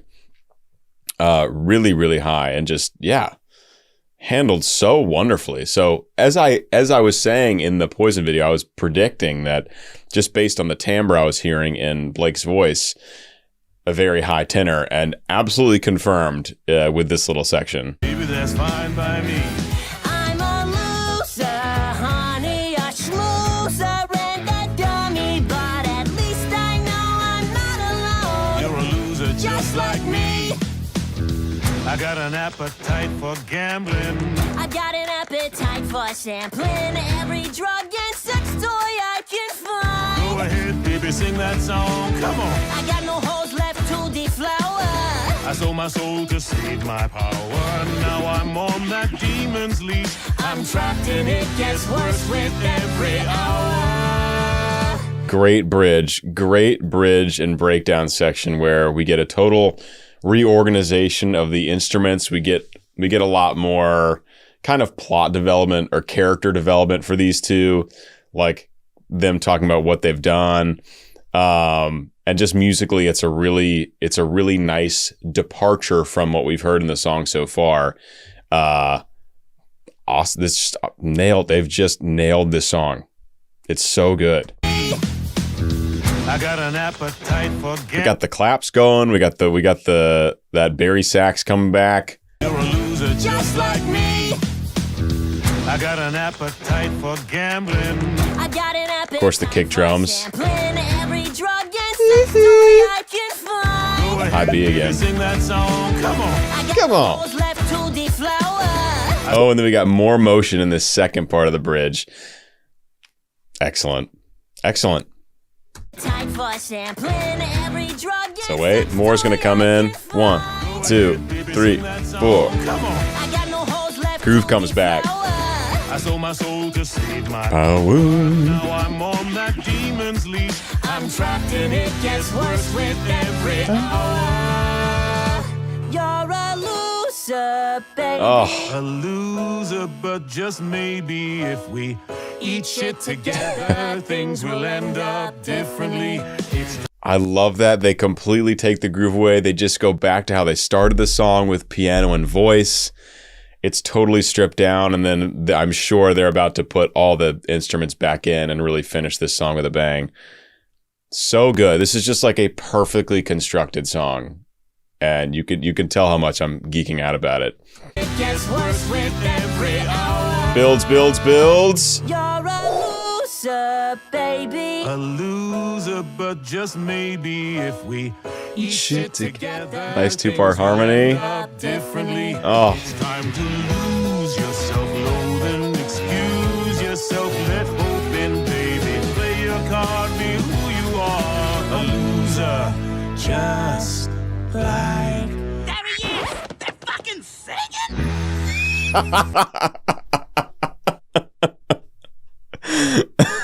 I didn't get to finish the song.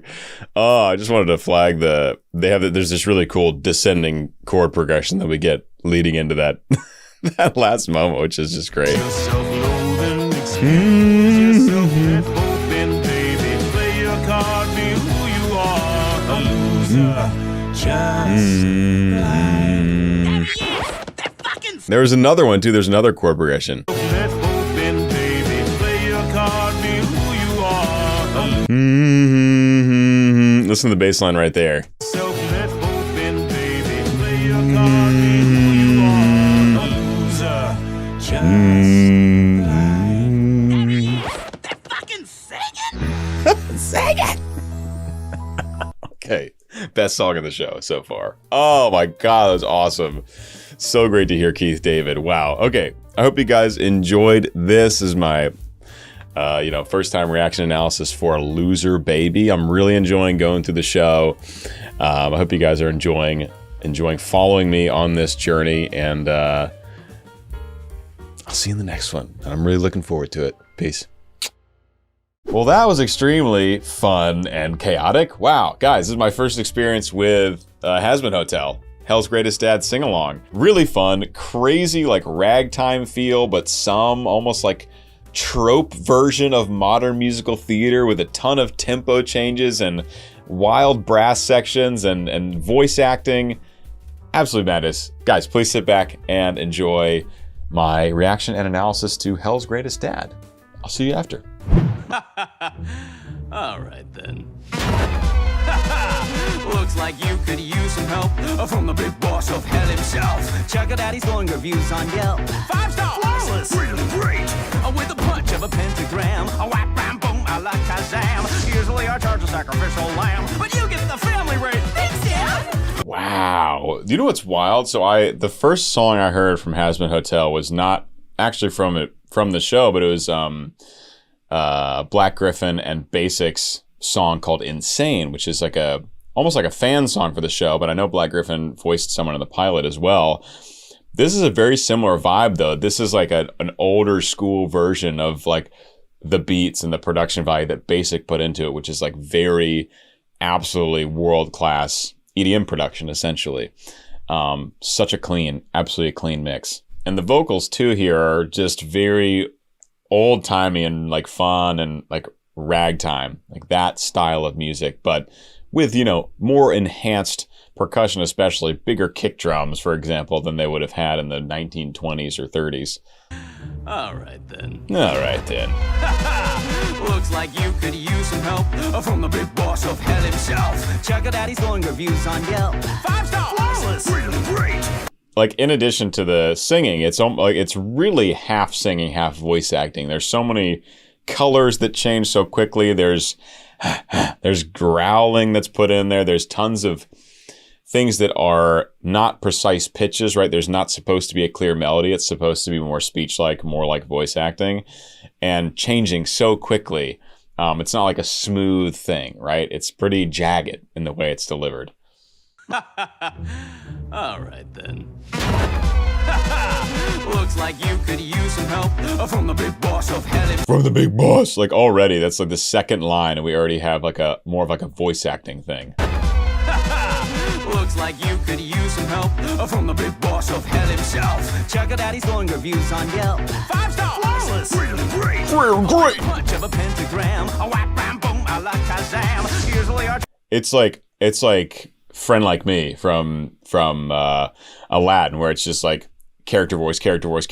Okay, one line of actual singing. Okay, another character voice, and just changing so fast.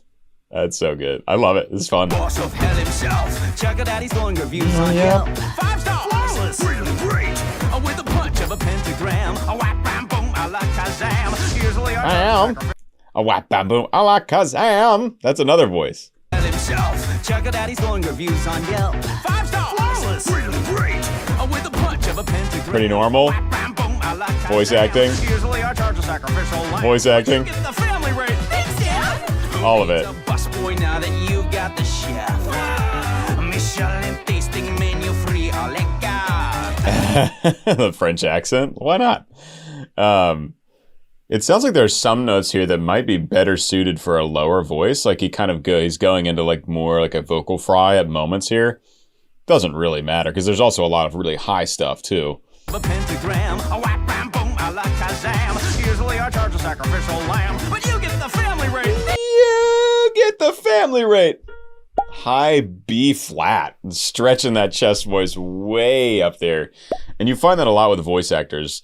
They have incredible vocal range because they don't think really as much about pitch. They try to get like the effect, right?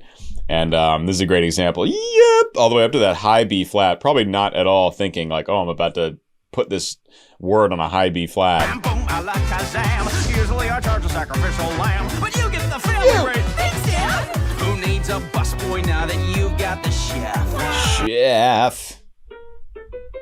Like it's kind of getting into vocal fry already by that B. And I know, guys, there's a lot of pauses. It's because there's a lot happening. So I'm glad if you're still here. Family rate. Thanks, Dad. Who needs a busboy now that you got the chef? Chef. Michelin tasting menu free. Yeah, look out. I'll rig the game for you because I'm the ref. Ref. Champagne fountains, caviar mountains, that's just a start. Who's been Star. This does remind me a lot of Friend Like Me, actually, like the genie, like making things appear, and here's this and here's that, and changing shape and changing voices and doing accents all the time.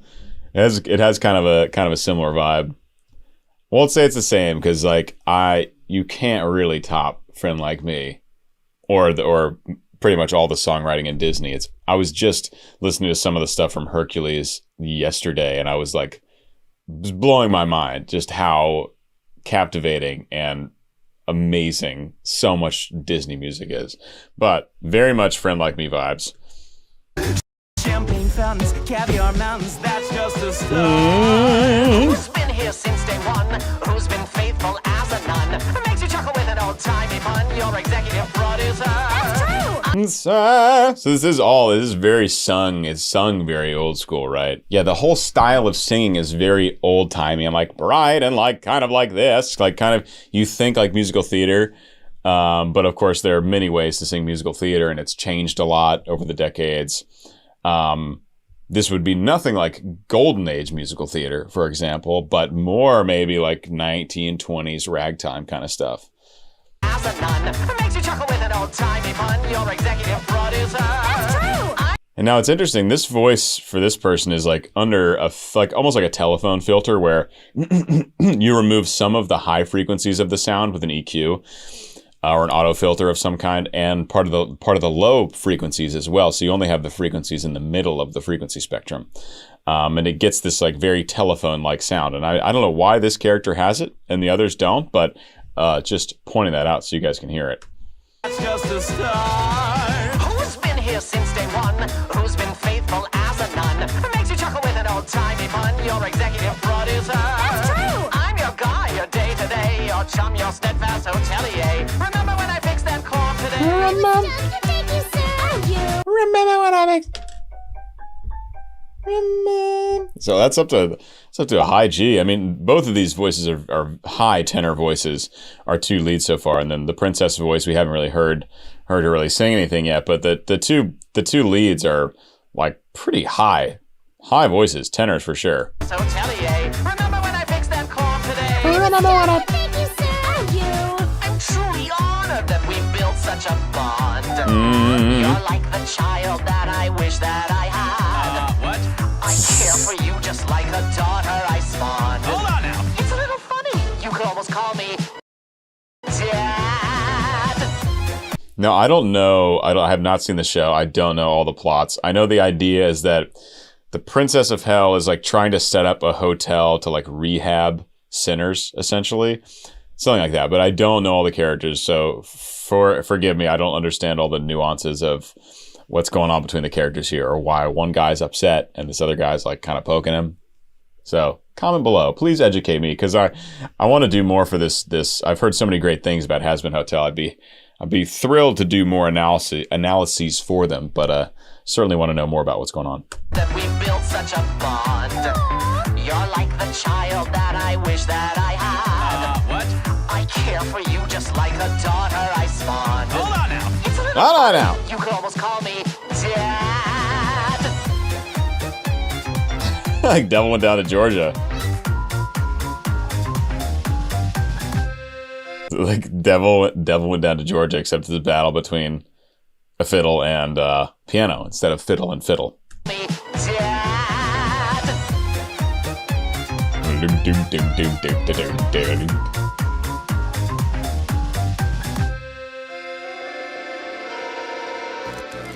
They say when you're looking for assistance, it's smart to pick the path of least resistance.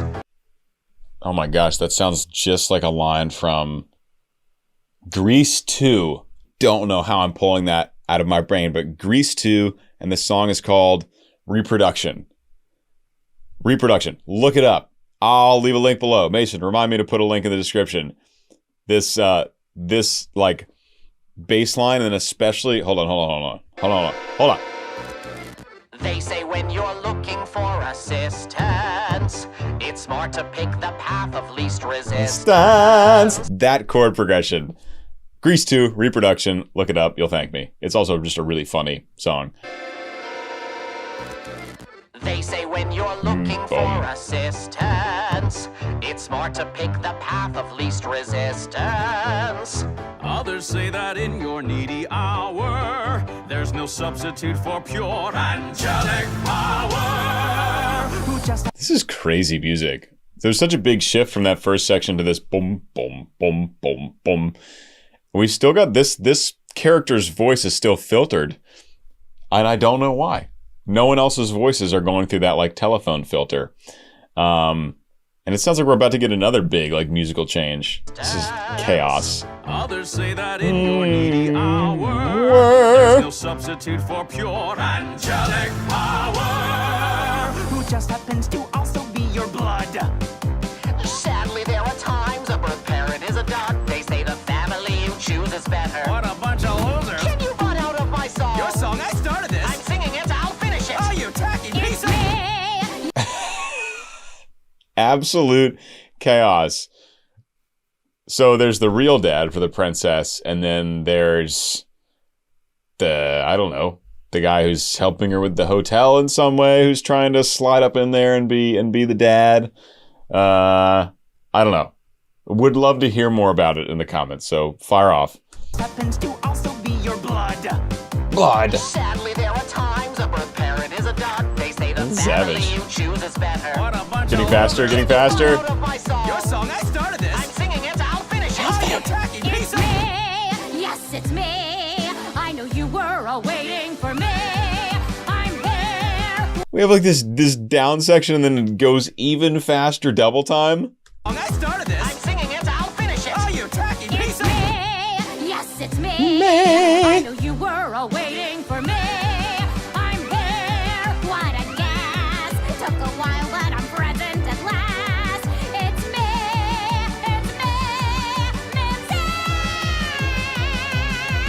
It's me. Hey, nice big belt though. Up to F5, and she's carrying and stretching this chest voice out all the way up into higher and higher belting. Really nice vibrato thrown in. This is sounding more like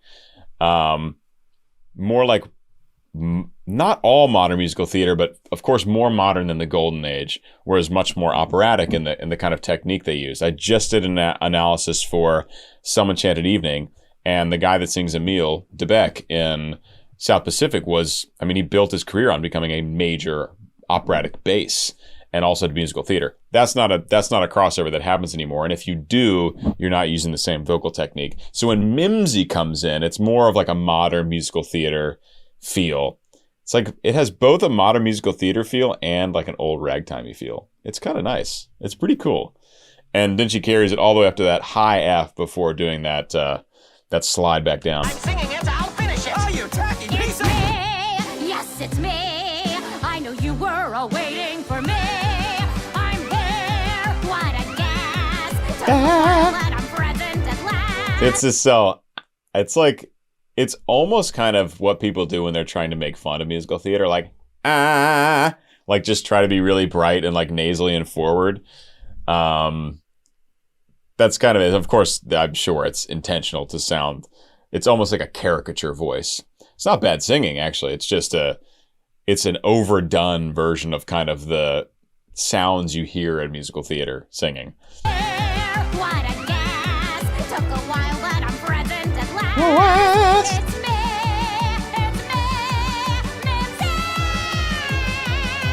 me. Nice, like, healthy yell and a little grit, and then slides down and then sustains vibrato. That's pretty awesome, actually. Like, vocally, that's pretty awesome. Yeah. Who? Because that beat right there sounds so much like what I remember from Black Griffin and Basics song Insane. Great groove. And then with the like modern like groovy dubstep thrown in, sounds a lot like, I think I mentioned this in the video, but a lot like Grizz or Boogie T, some of Kill the Noise's more funky stuff. So good. guys, thanks for coming along for this ride. This is kind of a crazy ride. I didn't know what I was getting into, and it was more chaotic than I expected. So hope you enjoyed my reaction and analysis and breakdown, of which there was less than usual, but I hope you enjoyed. If you did, please consider joining my Patreon family. It's the best way to support me, and I'll see you in the next video. Leave suggestions below. Peace. Wow, what an experience to re-experience Hell's Greatest Dad with all the context. So different from the first time watching it. So that was fun to kind of breeze through that. And of course, I just did my first time ever reaction and analysis for More Than Anything. Just a beautiful, like, acoustic pop duet between father and daughter. Absolutely loved it. Guys, I hope you enjoy it as much as I did, and I hope you'll learn something along the way. So enjoy this first time reaction and analysis, and I'll see you after.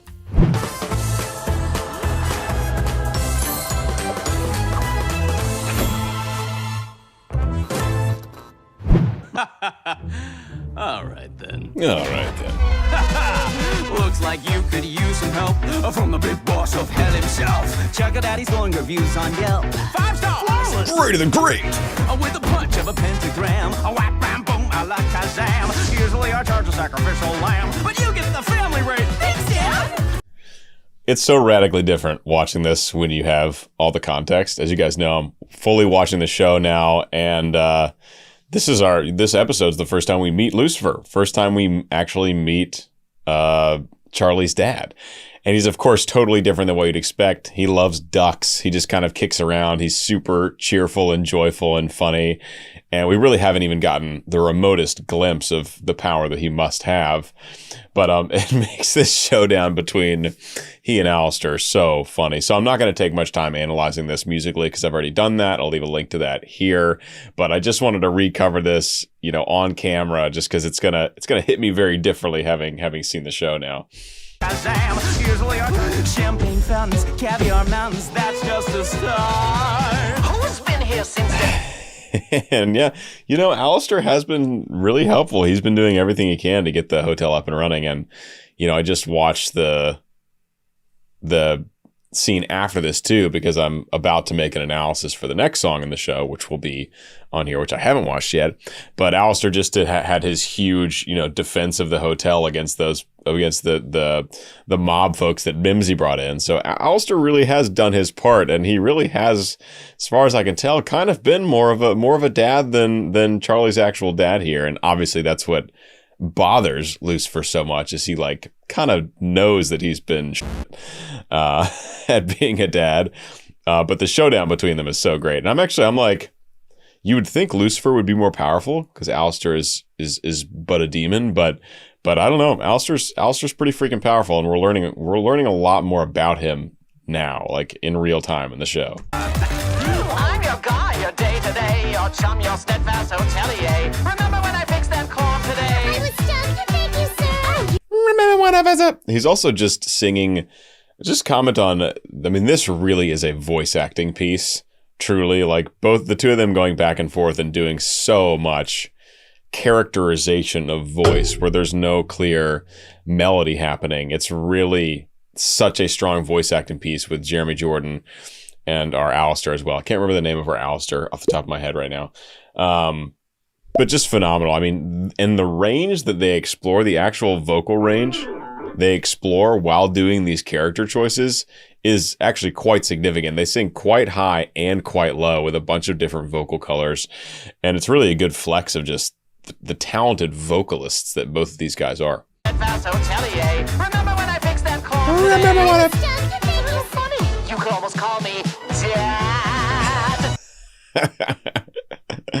Yeah, this is great. This is great with context. Alistair's been helpful to Charlie, but he's never been this openly sweet and complimentary to her as far as I can remember. So he's obviously just doing that to rile up Lucifer. And it's working. It's absolutely working. I wish that I had Dad. Yeah, our Devil Down to Georgia moment. Devil went down to Georgia. We learn after this, Mimsy says, what'd she say? Put on some jazz and give him a couple glasses of whiskey, and he turns into a kitty, basically. I've not seen that side of Alistair yet, that's for sure. He is menacing. They say when you're looking for assistance, Total vibe change. it's smart to pick the path of least resistance. Some nice vibrato. And again, I commented on this before, but kind of like making a mockery of musical theater singing almost. Like musical theater singing is rather forward and bright, but not to that point unless you're intentionally doing it. It's great stuff. This song still is extremely chaotic, but having the context for everything makes it less chaotic. Like it's just as musically chaotic, but at least I understand all the things that are happening now, which was a whole other level of chaos that I didn't have on the first watch through. Others say that in your needy hour, there's no substitute for pure angelic power. So we got some real singing in a kind of darker, almost more classical sounding tone from our Lucifer here. I mean, the whole first minute and a half was all this super voice acty, stuff. But then we actually got some real, like, proper singing there from Lucifer. Path of least resistance. Others say that in your needy hour, Right? there's no substitute Nice for tone. pure angelic power. Who just happens to I like Charlie's face there. substitute for pure angelic power. It's like, whoa, Dad. Who just happens to also be Pastor Timbo. I'm here. What? Yeah, it's still very chaotic. Still extremely chaotic. At last, it's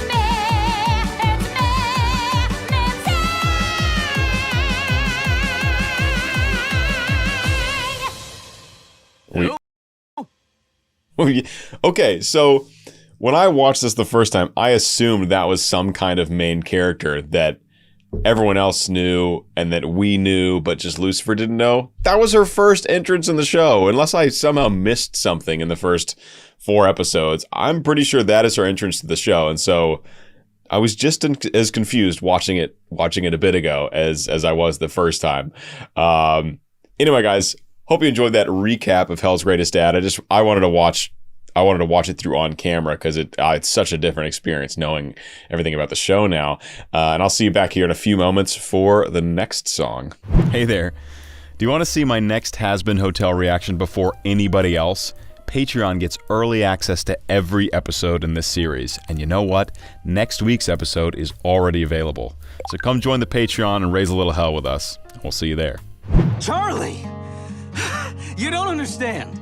Heaven never listens. They didn't listen to me. They won't listen to you. You don't know that. I do. You didn't know that when I tried this all before. My dreams were too hard to defend. And in the end, I won't lose it all again. Now you're the only thing worth fighting for. Wow, Jeremy Jordan, beautiful voice, absolutely beautiful. I really like the intro here, how we get, before the song proper starts with the singing, we get this acoustic guitar. And when I was watching the show before I paused to come do this, as soon as that acoustic guitar pattern came in, I was like, this is going to be the song. Because it goes from being more film score-like, where the music in the background is really serving what's happening on screen, to a very obvious boost of focus on a certain musical aspect. Usually that means a song's coming on. And so I like how we have this kind of intro here, where it's this beautiful acoustic guitar pattern happening with dialogue before it gets actually into the singing.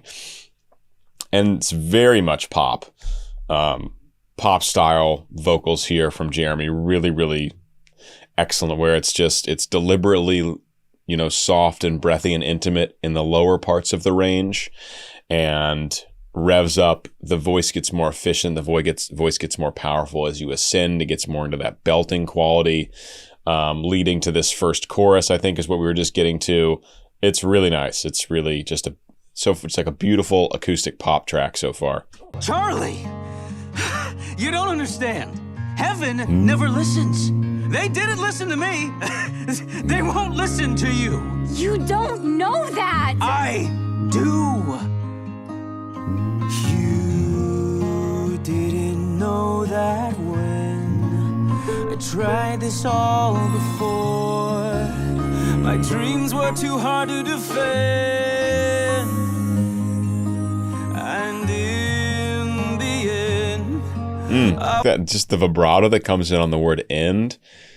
In the end, just for a second. But so if you can allow your vibrato to come in on a short note like that, just shows he has, nice mastery of his voice. and in the end, I won't lose it all again. So like the vocal fry, I won't lose it all again. And then, so the vocal fry to start and then allowing the voice to get really breathy and soft and intimate just for the last word, just the end. That's nice. It's just, we're getting, if you pay really close attention, we're getting, a lot of colors within each phrase, vocal colors. I won't lose it all again. Again, so he sings again, really, really soft compared to the previous few words. I won't lose it all again. Now you're the only thing worth fighting for. More than anything, more than anything. I'll shelter and adore you more than anything. It's really sweet. Up to high F, so F4, so clearly getting up into belt, stretching the voice land, but I'm wagering not near the very top of Jeremy's range. I'm guessing just given the ease and beauty he's singing these Fs, he can go a good bit higher. But really, really lovely. And not the song that I was expecting from him, given what we've seen so far. He seems like a kind of hand wave and let's not talk about anything too serious. And and we definitely haven't seen him get like super emotional. We saw him get really excited when Charlie invited him over to check out the hotel, but this is a very different side of Lucifer here. More than anything. So notice how he doesn't say thing. Anything, it's anything. That's called vowel modification. So he's actually opening the mouth, and obviously this is an animation, so they can do whatever they want with the mouth shape for the animation. But if you can literally hear him take a more open vowel approach on the word anything, instead of keeping that ing really pure, it's anything, and that just allows for a purer tone, probably a bigger tone, allows him to get a little more power behind the sound. And it's very clear. If you close your eyes and listen, you'll hear the adjustment. You'll hear that vowel be different than the true anything vowel if you were just speaking the word anything. More than anything. Bang, anything. More than anything. And there, big time. So it's F, F sharp, F. Anything instead of anything. It's much harder to sing E, the pure vowel, when you're up. Now I'm demonstrating an octave down because I would have to really holler as a bass voice to sing what he's singing. But this is just a tool. It's called vowel modification. It happens a lot in any kind of high level singing. You're going to be doing a lot of vowel modification intentionally. Some people don't do it intentionally, and it just kind of happens naturally in the voice. I'm guessing Jeremy Jordan has a finer understanding. Maybe not. You don't. It's certainly not a requirement to know exactly how it works, but he probably does. He probably does.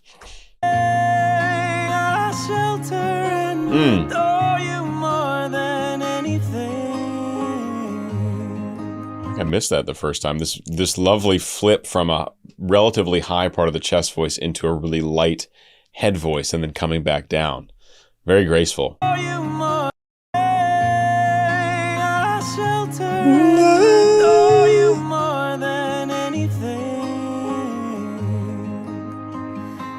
I don't need you to protect me from this. I just don't want you to be crushed by them like I was. Dad, when I was young, I didn't... So we got this another nice little pure dialogue interlude, similar to the introduction, but much shorter. And kind of a really cool, like, urban legends drum kick pattern happening that just started. It's one of my favorites, actually. Dad, I don't need you to protect me from this. I just don't want you to be crushed by them like I was. Dad, when I was young, I I love that. Know you at all. It sounds like the kick and the snare are like underwater somewhere. Really subdued and subtle, but awesome, and really adds to the atmosphere here. When I was young, I didn't really know you at all. Oh, little Charlie. Always felt so small, but I heard your stories and I was enthralled. The tales about your lofty dreams, I listened breathlessly, imagining it could be me. I love Charlie's voice. This is Erica Henningsen, I believe. Really lovely voice. And she's also keeping it very, very soft and intimate and sweet, because that's what this song really is. It's a very sweet message between father and daughter. But as she ascends, she has wonderful ability to stretch way up into a high, powerful belt style singing, very much musical theater. And she was just starting to get towards it at the end of that phrase. There's something really powerful about acoustic guitar and voice. It's one of my favorite combinations. It's so pure and honest and authentic, and great for storytelling.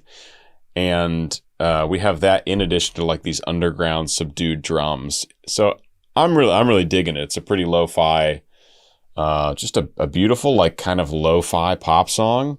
I'm really enjoying. Tales about your lofty dreams, I listened breathlessly, imagining it could be me. So she pulls off the voice. She has a little weightiness, then she pulls off the voice and it gets breathier, and at the same time she allows vibrato in. It's just a cool transition from a very pure straight tone to a breathy vibrato sound in the course of just a couple seconds. Imagining it could be me. Yeah. So in the end, it's the view I had of you that show me dreams can be worth fighting for. She sings a very a very pure ooh vowel on that high B, that B4. That's really impressive, actually, that she didn't open up at all to kind of vowel modify what I was talking about earlier. And then after that, shortly after that, goes up to just a lovely, beautifully managed high C sharp, which is starting to get actually pretty high, even for a trained female vocalist. But that pure ooh vowel on that high B, actually, you don't hear that very often in chest voice. Right there. It goes by, but it's impressive. In the end, it's the view I had of you View, totally pure vowel there. that show me dreams can be worth fighting for. More than anything,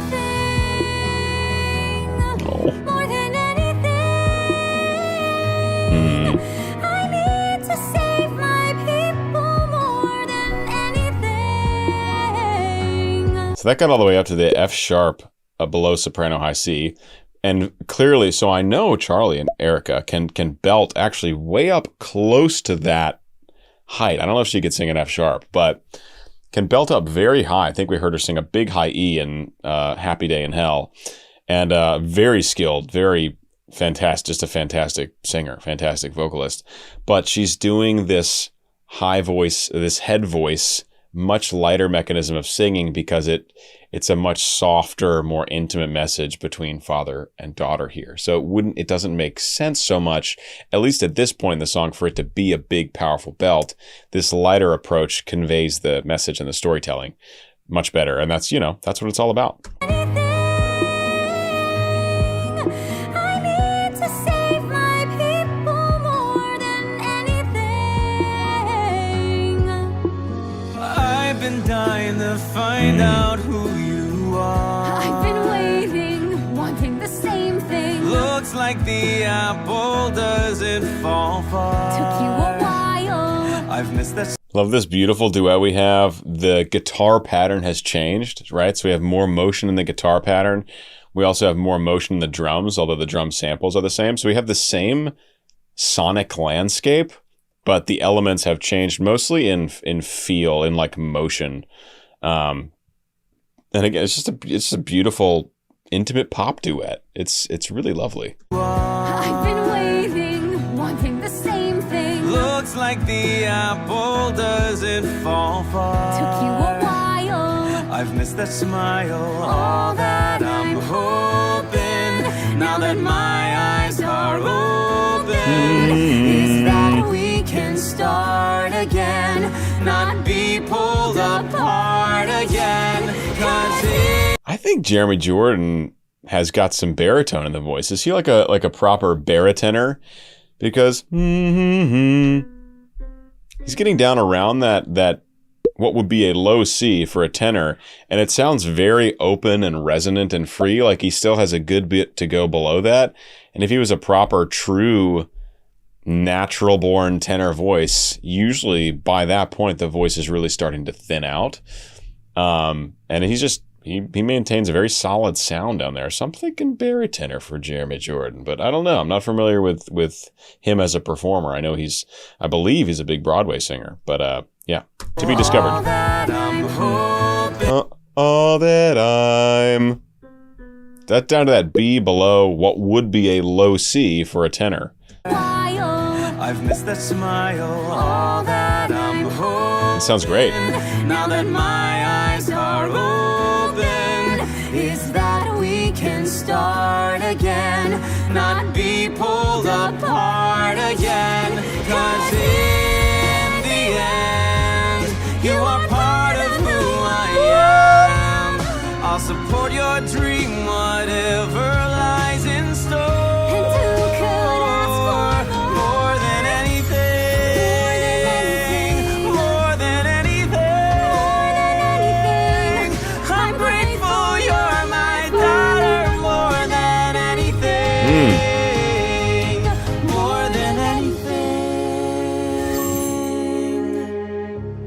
Okay, beautiful duet. And Charlie got up to a ridiculously high F, the one kind of I was talking about earlier, remember? That was really awesome. We're going to go back and check that again. And yeah, I think Jeremy Jordan, just the way this duet is sitting, and I think these writers probably had a really good idea about what his voice is like before, or the type of voice they wanted for this character before, tracking the song, obviously, and probably even writing the song. Maybe they changed some melodies around to fit his voice, but it's very much like a higher baritone duet is where his voice is sitting. Like it peaked at a high A flat, which of course is up in the tenor range, but plenty of high baritone or barytenor roles in musical theater or pop or wherever, in places where voice type doesn't even really matter so much, get up to a high A flat. That's a note that if you're a well-trained baritone, even a true baritone, you should be able to stretch up and touch on a note that high. Anyway, love it. Love how it revs up. Love how we don't get the big high notes until this final section. That's just good songwriting practice. And yeah, just a lovely duet. I mean, we just met Lucifer 15 minutes ago in the show, so we've made a lot of progress since then. You are part of who I am. I'll support your dream, whatever lies in store. More than anything, more than anything, I'm grateful you're my Nice. daughter. More than anything, more than anything.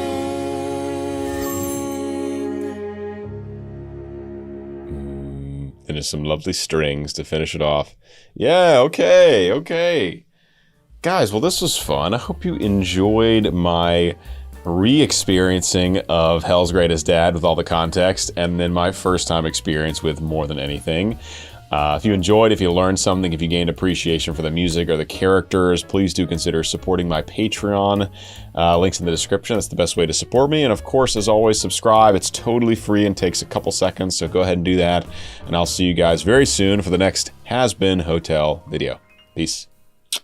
Hey everyone, Peter Barber here, professional singer and music producer. Welcome back to my first time reaction and analysis series for Hazbin Hotel. Today is a two-parter. We did Welcome to Heaven and You Didn't Know in the same video. Really enjoyed both of these. You know, Welcome to Heaven was just like a 1 minute, like, pop gospel with some Michael Jackson feel to it. Really, really fun. and you didn't know, the bomb drops here, right? Oh my gosh, Charlie finds out that Baggy was an angel. We find out that the angels don't even know how people get into heaven. Big one. A lot of drama in this one. Really enjoyed. And of course, I focus mostly on music. And so I hope you guys learned something about the singing and about the chords and other nerdy stuff I talk about. And I'll see you afterwards.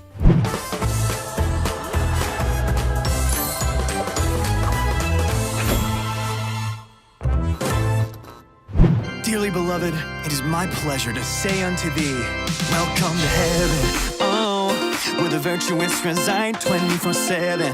Oh, people are happy that they died, cause here we got no worries, got no burglaries, no strife. It's the perfect afterlife. Welcome to heaven. It's like Christian pop, baby. I know this song's only a minute long, but I'm going to do an analysis for it anyway, and I'll combine it with the next song. So we got like this like E organ going on in the background. We got this kind of, come on, this kind of lift your spirit energy. And I believe this is St. Peter, is it not? I think that's what I saw. St. Peter breaking it down. He's got this super positive, like, hey man, kind of energy to him. It's good stuff. Dearly beloved, it is my pleasure to say unto thee, welcome to heaven. Little suspension there, little 4-3 suspension in that organ. Dearly beloved, it is my pleasure to say Nice resolution. welcome to heaven. Oh, This is like, virtuous reside 24/7. come on. Oh, people are happy that they died, cause here we got no worries, got no burglaries, no strife. It's the perfect afterlife. Got some like Michael Jackson feels to it, and he's doing some of those like some of similar sounds that Michael Jackson used to make. People are happy that they died, cause here we got no worries, got no burglaries, no strife. And the kind of like percussiveness to the vocal line too is often something Michael Jackson used to do with his music. That they died, cause here we got no worries, kind of slaps. no burglaries, no strife. It's the perfect afterlife. Welcome to heaven. Oh, check out our sick decor, the spirit's there. And oh, please keep your brimstone off the floor. Keep your brimstone off the floor, people. Then we get this absolutely massive 4-on-the-floor kick drum that comes in. The party's hyping up. St. Peter starts singing even higher, does even more. I like the little riff he does right at the end of the section before the kind of breakdown. And then he goes up at the end of it. No burglaries, no strife. It's the perfect afterlife. Welcome to heaven. Oh, check out our sick decor, the spirit's there. And oh, keep your brimstone off the floor. We got the best and brightest, the politest of the lot, and everyone is hot.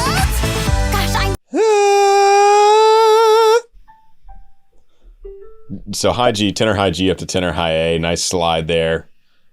Nice belting from our St. Peter. And everyone is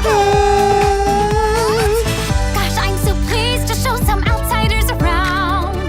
After you see around, you'll never want to go back down. Of course, it is just temporary. It's like we've gone into like a trap. We've gone to like the Michael Jackson pop gospel beat into like a kind of heaven version of a trap beat.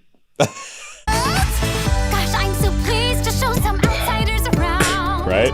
After you see around, you'll never want Even the hi-hats is very much like a trap. Listen, they're really, really quiet, but if you listen to the hi-hats, it's like, oh, that's like trap. It's like trap music. to show some outsiders around.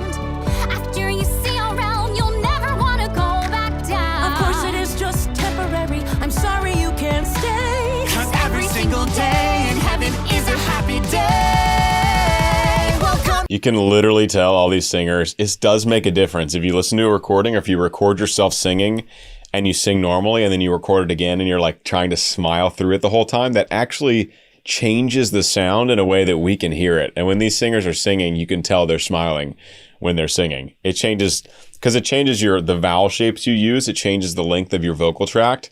And so that results in the kind of color. And because we're so accustomed to hearing people speak, it's a sound that it's just baked into our nature. You can tell when someone's smiling when they're singing as well. back down. Of course, it is just temporary.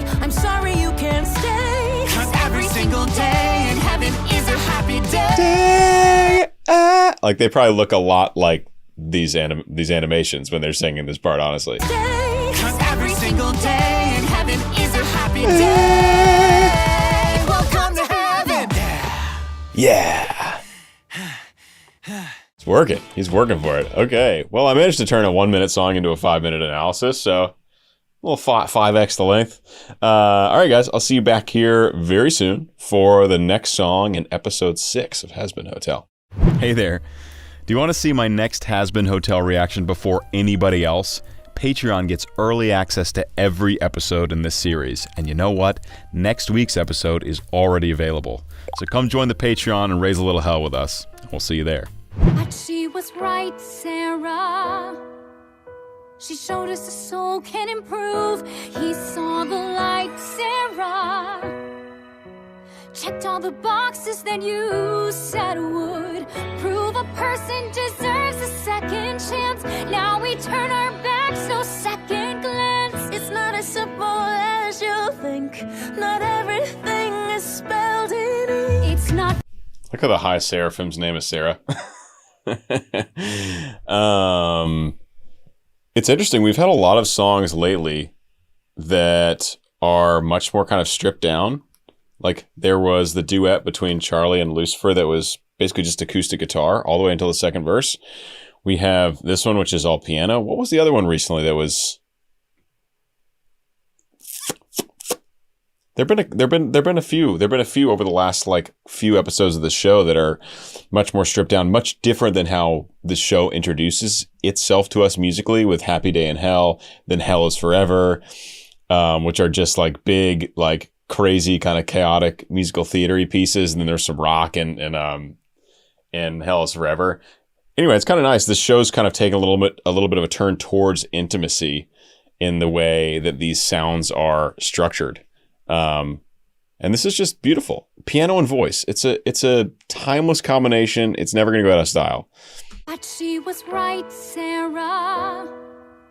She showed us the soul can improve. He saw the light, Sarah. Checked all the boxes that you said would prove a person deserves a second chance. Now we turn our backs, no second glance. It's not as simple as you think. Not everything is spelled in ink. It's not.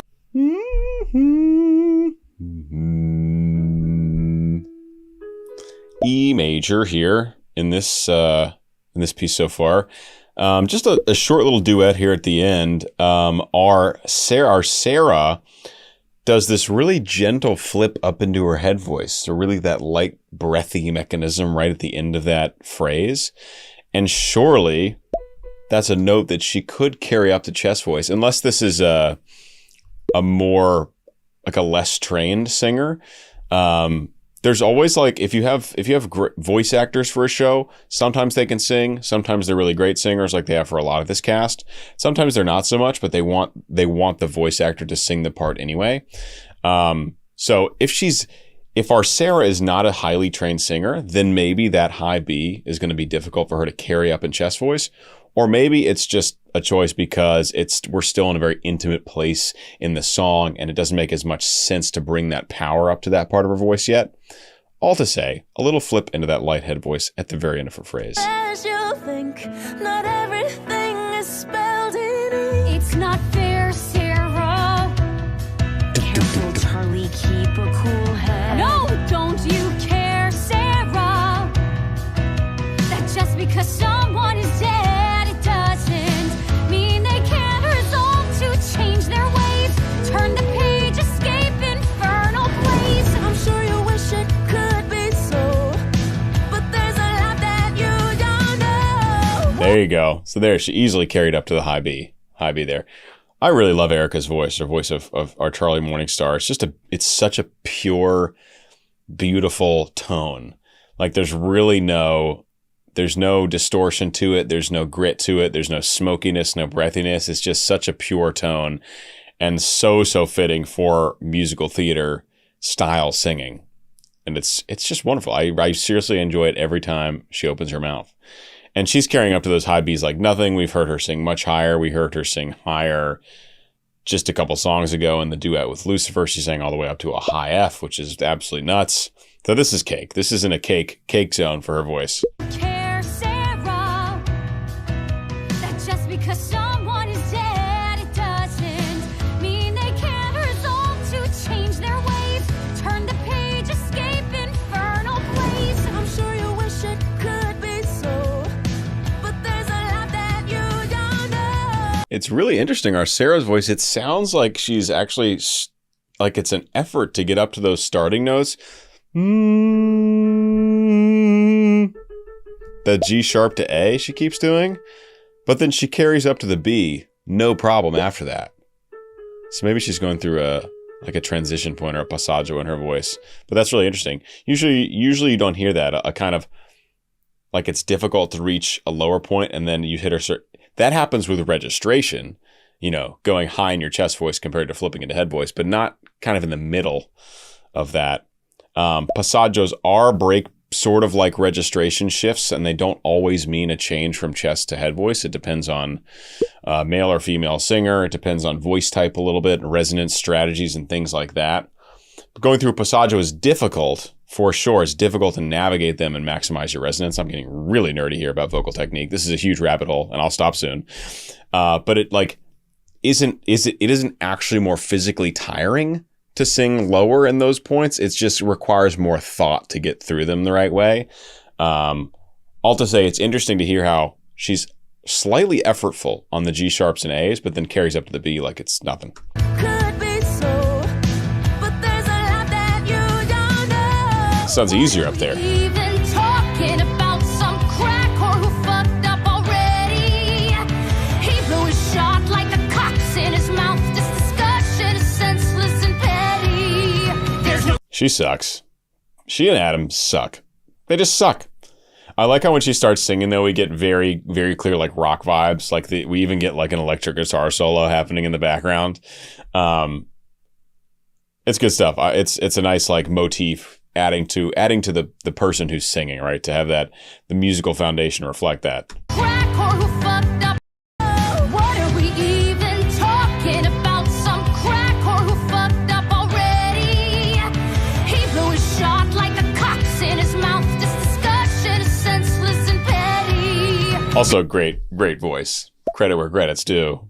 Character may suck, but great voice. And I love how it has, like, the purity of Charlie's musical theater style singing, but with an added edge, a little bit of an added edge. Not so much in the consistent singing. That's all pretty clean, actually. But she's adding edge and a little bit of, like, growly, yelly stuff on certain words, and that gives it a little bit of that rock quality to it. Some crack or who fucked up already. And it's a little less in control, like the way she says crack. It kind of gets out of the full control of her voice. Even talking about some crack or who fucked up already.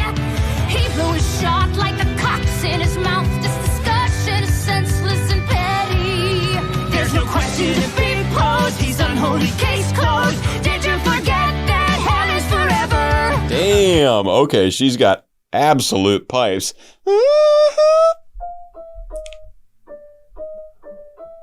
Up to high E. That's really, I noticed she was doing, like, remarkably high harmonies with Adam when they first came in. And then she carries that line all the way up through a very, very high part of her chest range. That was really excellent. Like, that was awesome. Ready.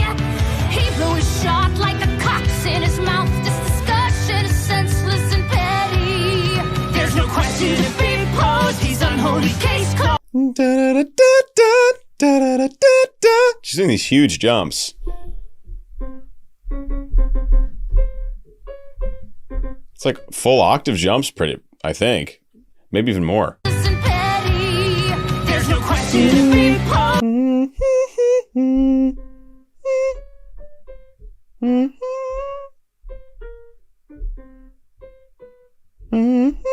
Yeah, I think it's a full octave jump, and then she goes the half step down to the major 7. Discussion is senseless and petty. There's no question to be posed. He's unholy, case closed. Did you forget that hell is forever? Did you forget that hell is forever?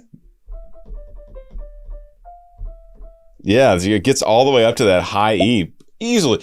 Usually when you're singing notes that high, you're not going to be doing text on it. That's like usually a big sustained belt note. Like you lock in the mouth position you need and you breath support it and you just hold it. It's pretty rare you hear someone actually singing consecutive notes and words up that high and have them still be intelligible. I'm very impressed. Pose, he's unholy case closed. Did you forget that hell is forever? Like, that's crazy. We'll see you in 1 month. Gotta say, I can't wait to come down and exterminate you. Oh, we got a repeat of the motif from Hell is Forever there from Adam. And he said 1 month. So it's been 5 months over the course of the show since she had that meeting with him.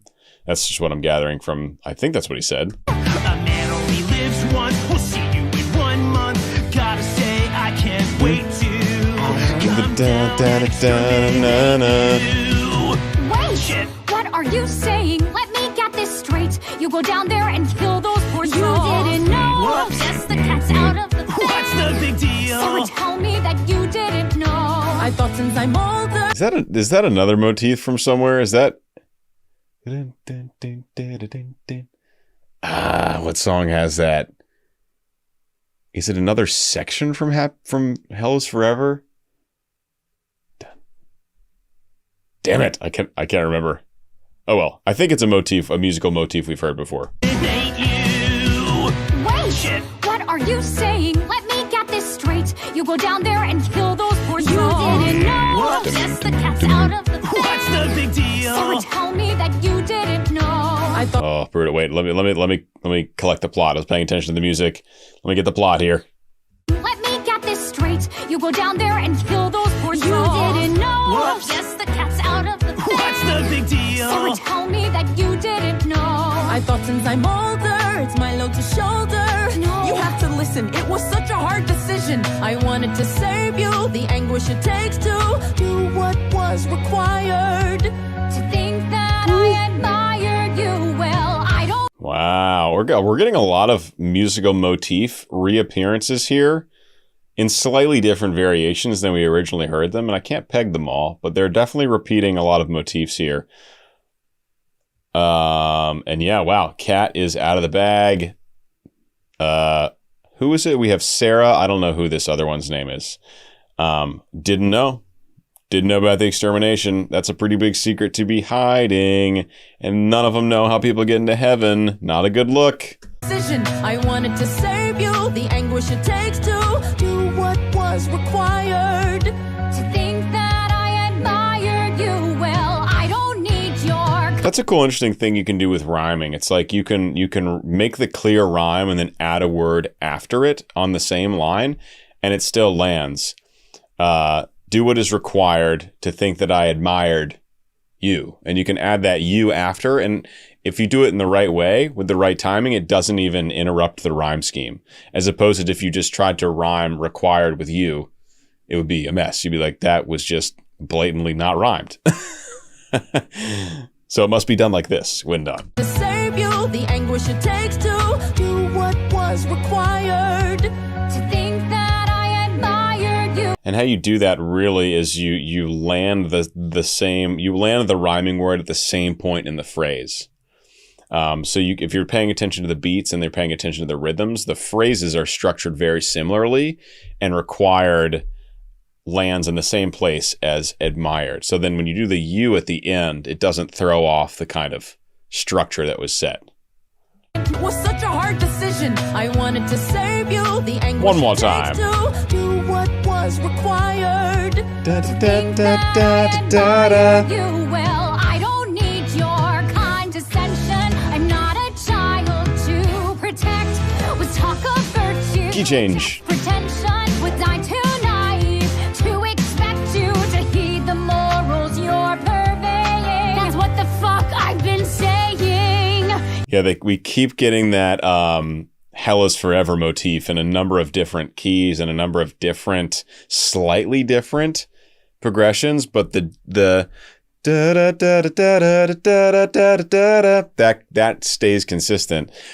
We're just getting a lot of jumping around genre-wise and feel-wise, and I know our writers, Andrew and Sam, like to do that. We've gotten that in a lot of songs where, heaven forbid, we stick to one style throughout.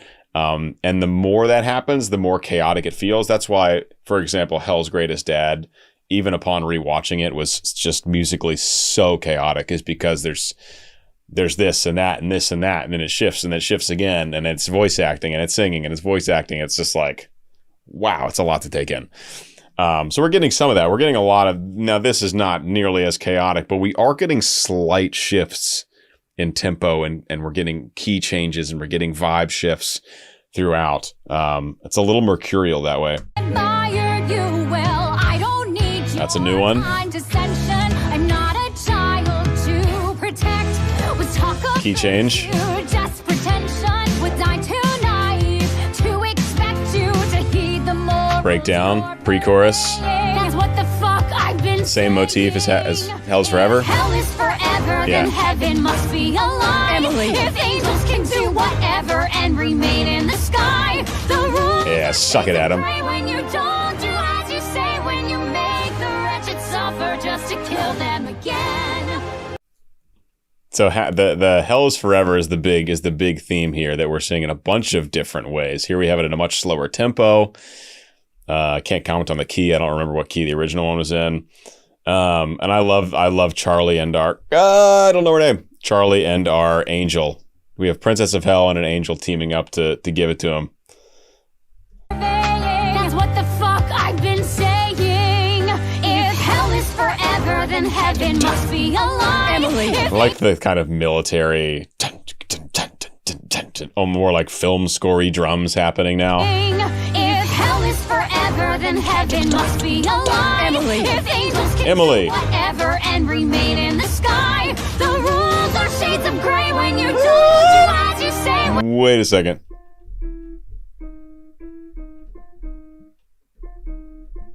High Fs. High F5s from Charlie, from our Erica here. Again, on text, you can clearly hear the text belting in full chest voice up to super high F. Guys, it's very impressive. It's very, very impressive. Take it from the big voice nerd right here.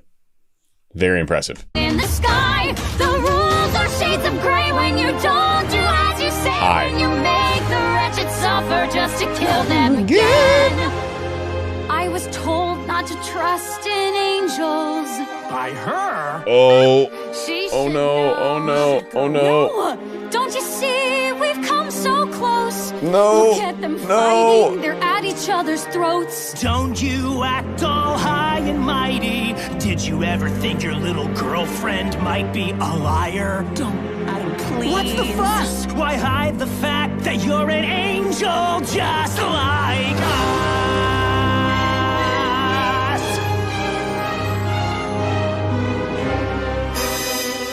Oh, it's absolutely brutal. Oh, and I'm about to go downstairs and finish the episode and watch the fallout from that.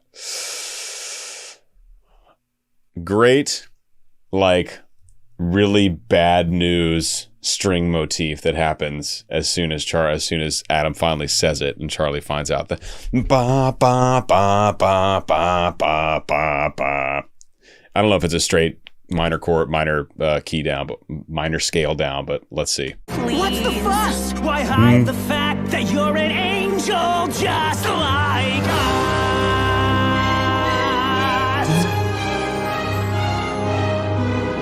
Yeah, not da da da da da da da da da. So it's going down and up, and then it's like 3 steps down, 1 step up. It's good. It's very menacing. And I like before that too, we get more film scory aspects where you just know, something bad's about to happen. And it does. And it does. And might be a liar. Don't, Adam, please. What's the fuss? Right? Why hide the fact that you're an angel just like us?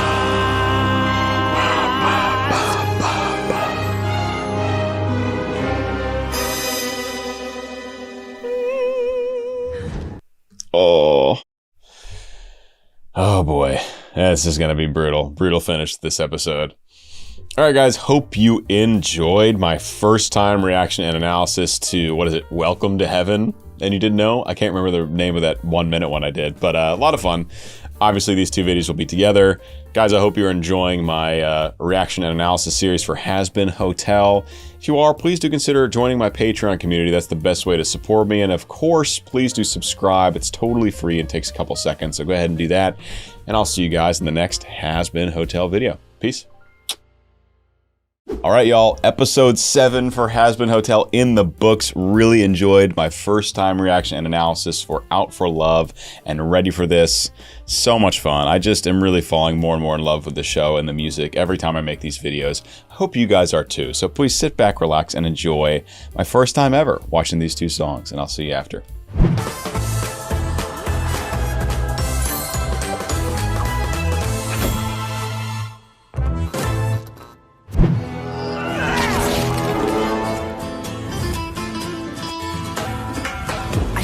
Driven by your detestation, your every step is stoked with animus. You need a different type of motivation, or there's no way that you can handle this. I know you're thirsty. I just love the like Spanish inspiration that comes with Camila. Now this song, we're getting a blend of like very modern kind of music production with these like heavy kicks. But with like the Spanish style guitar happening, and of course the voice actress and her voice as well is just perfect for this style. In her first song, it was like full on like Spanish feel, and there wasn't much modern stuff because it was being played against Velvet's like super modern trappy pop vibe, so they wanted to clearly distinct there. But now we have like a nice balance of kind of the old school and the new.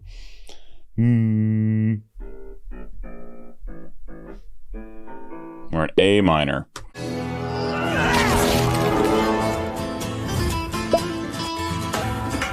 I see you're driven by your detestation. Your every step is stoked with animus. You need a different type of motivation, or there's no way that you can handle this. She gets down to E's. Not the E I just sang, obviously, in 1 octave higher, but E is extremely low for a female vocalist, extremely low. And she's still phonating down there. It's not just air. Sometimes you'll get that if there's like supposed to be a note. You might, say the word but not actually phonate, but you're still getting the message across. You're still storytelling. She's actually phonating all the way down that super low E. Again, a nice blend of not only these 2 genres I mentioned, or two different styles, we'll say, but this kind of very speech-like singing we get in a lot of musical theater where there's so much text and so much dialogue that it's very speech-driven, but there is also still clear melody happening as well. Motivation, or there's no way that you can all the way down to the female very low E. Different type of motivation, or there's no way that you can handle this. I know you're thirsting for vengeance, Baggy, you're out for blood, but you'll only stand a chance if you're out for love. Out for love, love. Think of who you care about, protect them and be out for love, love. You're gonna fight without gloves long as you're out for love. Okay. Do it for love, not for blood. I like it. Notice how much her vowel is changing on the or whatever those pitches are. There's a lot of vowel modification happening based on what's comfortable for our voice actress for Camila. And then, of course, we get like the full ensemble of, it's not really techno, but it's a very driving kind of electronic modern feel. Again, still maintaining the kind of Spanish guitar in the background. But, it's driving. It's really driving forward in, I guess, what we'll call a chorus at this point. But you'll only stand a chance if you're out for love. Out for love, love. Think of who you care about, protect them and be out for love, Love. There's like so much vowel shifting happening, and maybe that was also written or like intended by the songwriters, and it could be like, you know, part written that way and intended to be that way, and part, you know, the Camilla singer doing what's comfortable in her voice. Both are totally valid. Like, the singer should pretty, unless it's going to completely distort a word and make a word unintelligible. Aside from that, you should definitely always be open to changing the vowel to make the best sound, to make a good, whatever sound, whatever vocal color you want. That really is what's most important, as long as the audience still understands the word. Gonna fight without gloves, long as you're out for love. Fuel yourself with the fear of losing that somebody who's your reason to live. Listen to all that action in the Spanish guitar. It's really subtle. It's really far in the background, but there was like a like way in the background here coming into the second verse. Out for love. Fuel yourself with the fear of losing that somebody who's your reason to live. Yeah, speedy. And you can't help choosing to fight with all you can give. I know you're thirsting for vengeance, faggy, you're out for blood, but you'll only Love a stand heartbeat. a chance if you're out for love. Out for love. Oh, the key change after this little like heartbeat motif we get in this little down section. I like the second verse. The second verse really drives. It really picks up steam from the first chorus, keeps the momentum going, and it builds us to that moment where kind of everything drops out, and it's just like that kind of heartbeat motif in there. And then, of course, we get into this key change, final chorus, you know, full climactic moment. It's nice song structuring, which it's such a short song, but we still get like a full kind of song structure. You can't help choosing to fight with all you can give. I know you're thirsting for vengeance, faggy, you're out for blood, but you'll only stand a chance if you're out for love. Out for love, love. Think of who you care about, protect them and be out for love. Now we're in B flat minor, so just a half step up, which is the most traditional, kind of most standard version of a key change or a key modulation up. It's just up by a half step. So we get that here. And yeah, it elevates the intensity. It absolutely elevates the moment. You're out for love, out for love, love. Think of who you care about, protect them and be out for love, love. You're gonna fight without gloves, and when that push comes to shove, yeah, you just might rise above, long as you're out for love. Oh, did she just get her wings back? What? I was just going to say, I just love Camilla's character design. Like, she just looks so cool. But holy smokes, what? Did you get the wings back? That's crazy. That's huge. That's a huge plot point. Yeah, you just might rise above, long as you're out for love. That's absolutely wild. Because she's doing it for love. Love is the power to bring the wings back? I don't know. Wow. Okay, awesome. So this is obviously going to be the first video in 2. I'll do the next one as well. I don't remember the name yet because I haven't looked at it, haven't seen it, but I'll be back in just a minute for the second video, second song of the 7th episode of Hazbin Hotel. See you shortly. Hey there. Do you want to see my next Hazbin Hotel reaction before anybody else? Patreon gets early access to every episode in this series. And you know what? Next week's episode is already available. So come join the Patreon and raise a little hell with us. We'll see you there. Have you ever wanted something that was so clear in your mind that you could taste it? You mean like human flesh? Sort of. It's a feeling like a rumbling in your gut that you could finally be faced with a billion needy faces. I guess what I mean to say is, for the first time in my life, I might have to be ready for this. Ready to be the one who's leading from the front. Gotta come into my own. Gotta come into my throne. Gotta take charge and defend my only home. And although I really love how the background instruments build throughout this entire section. I believe we just get so a little orchestral intro. ever wanted something that was so clear. Con leña strings, so really light strings and piano chords. And then we start getting this moving piano pattern, a lot more motion in it. And then we start getting some pizzicato bass strings at some point comes in as well. And so everything kind of slowly stacks to go throughout this entire first section. Meanwhile, Charlie's in her speaking voice, essentially. Like she is singing pitches, but it's very much like dialogue where she's explaining the story to people. It's no big melodies, it's no big belting, it's nothing like that. It's really just like telling this group of cannibals what the deal is. I just love that line from Susan. You mean like human flesh? Sort of.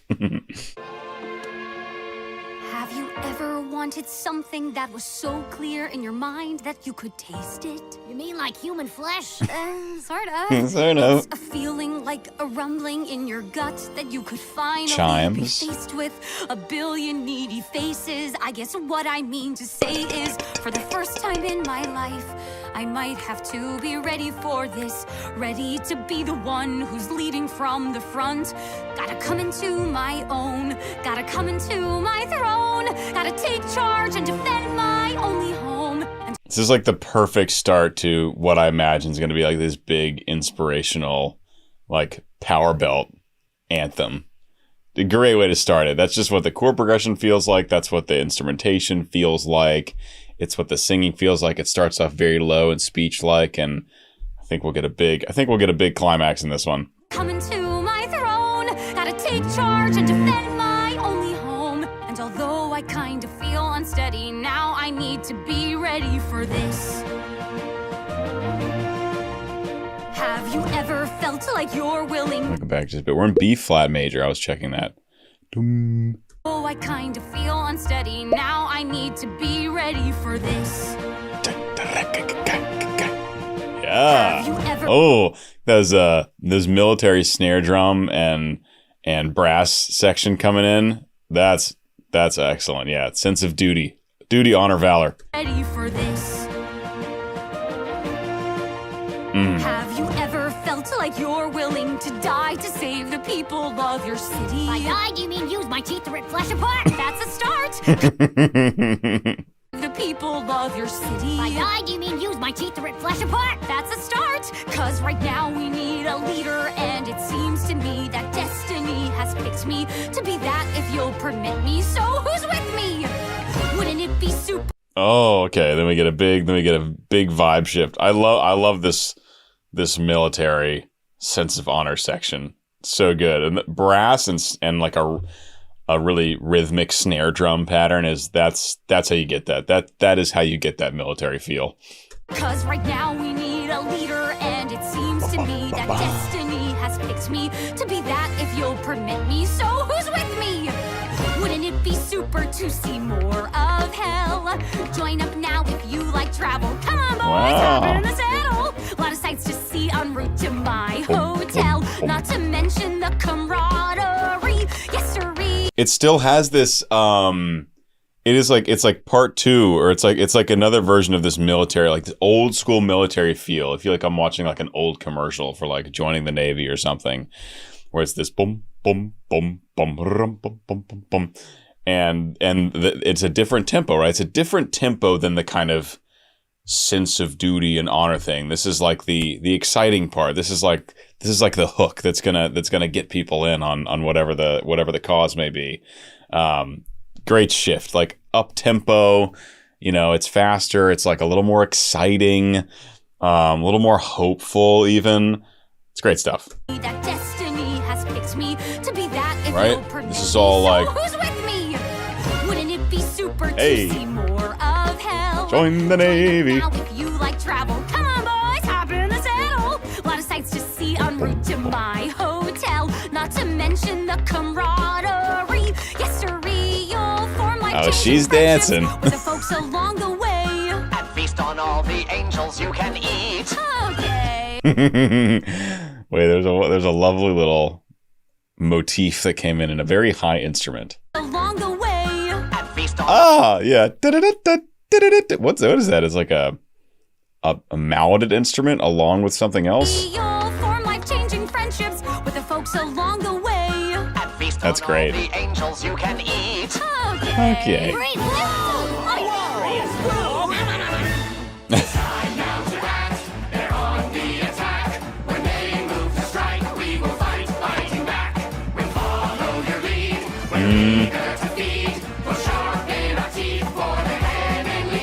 Oh, this is great. Now we can actually see some of our cannibals. Before they were all like completely shrouded in darkness. It was just like the eyes and mouth thing that Hazbin does for all like the most evil creatures and characters.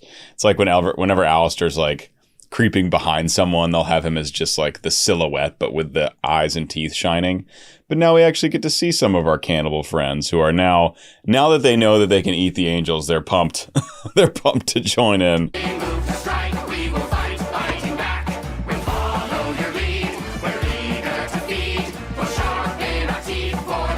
They look so nice.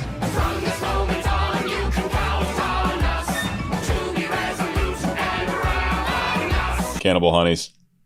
These are the hot cannibal women.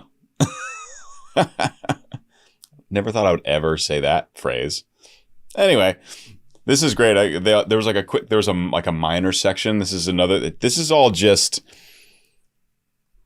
like, this must be where where Andrew and Sam got the inspiration. They must have like scoured the internet for like old like military promo videos from the US, because this is exactly the vibe.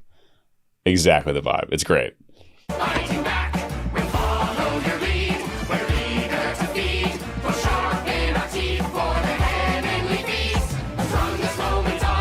It's minor. Back to major.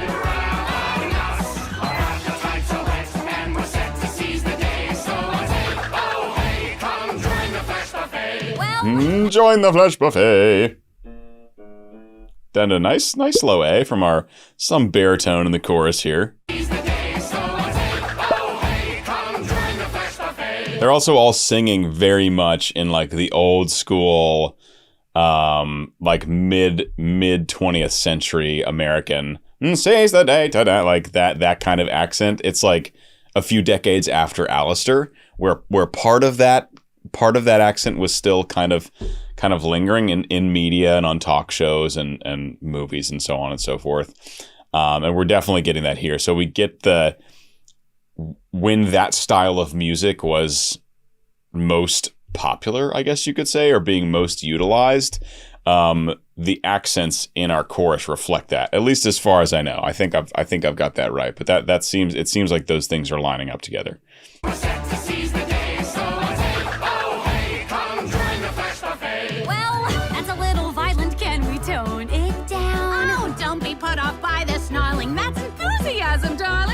Seem a little murdery right now. Don't worry. They just seem a little murdery right now. Enthusiasm, darling. They just seem a little murdery right now. Murdery.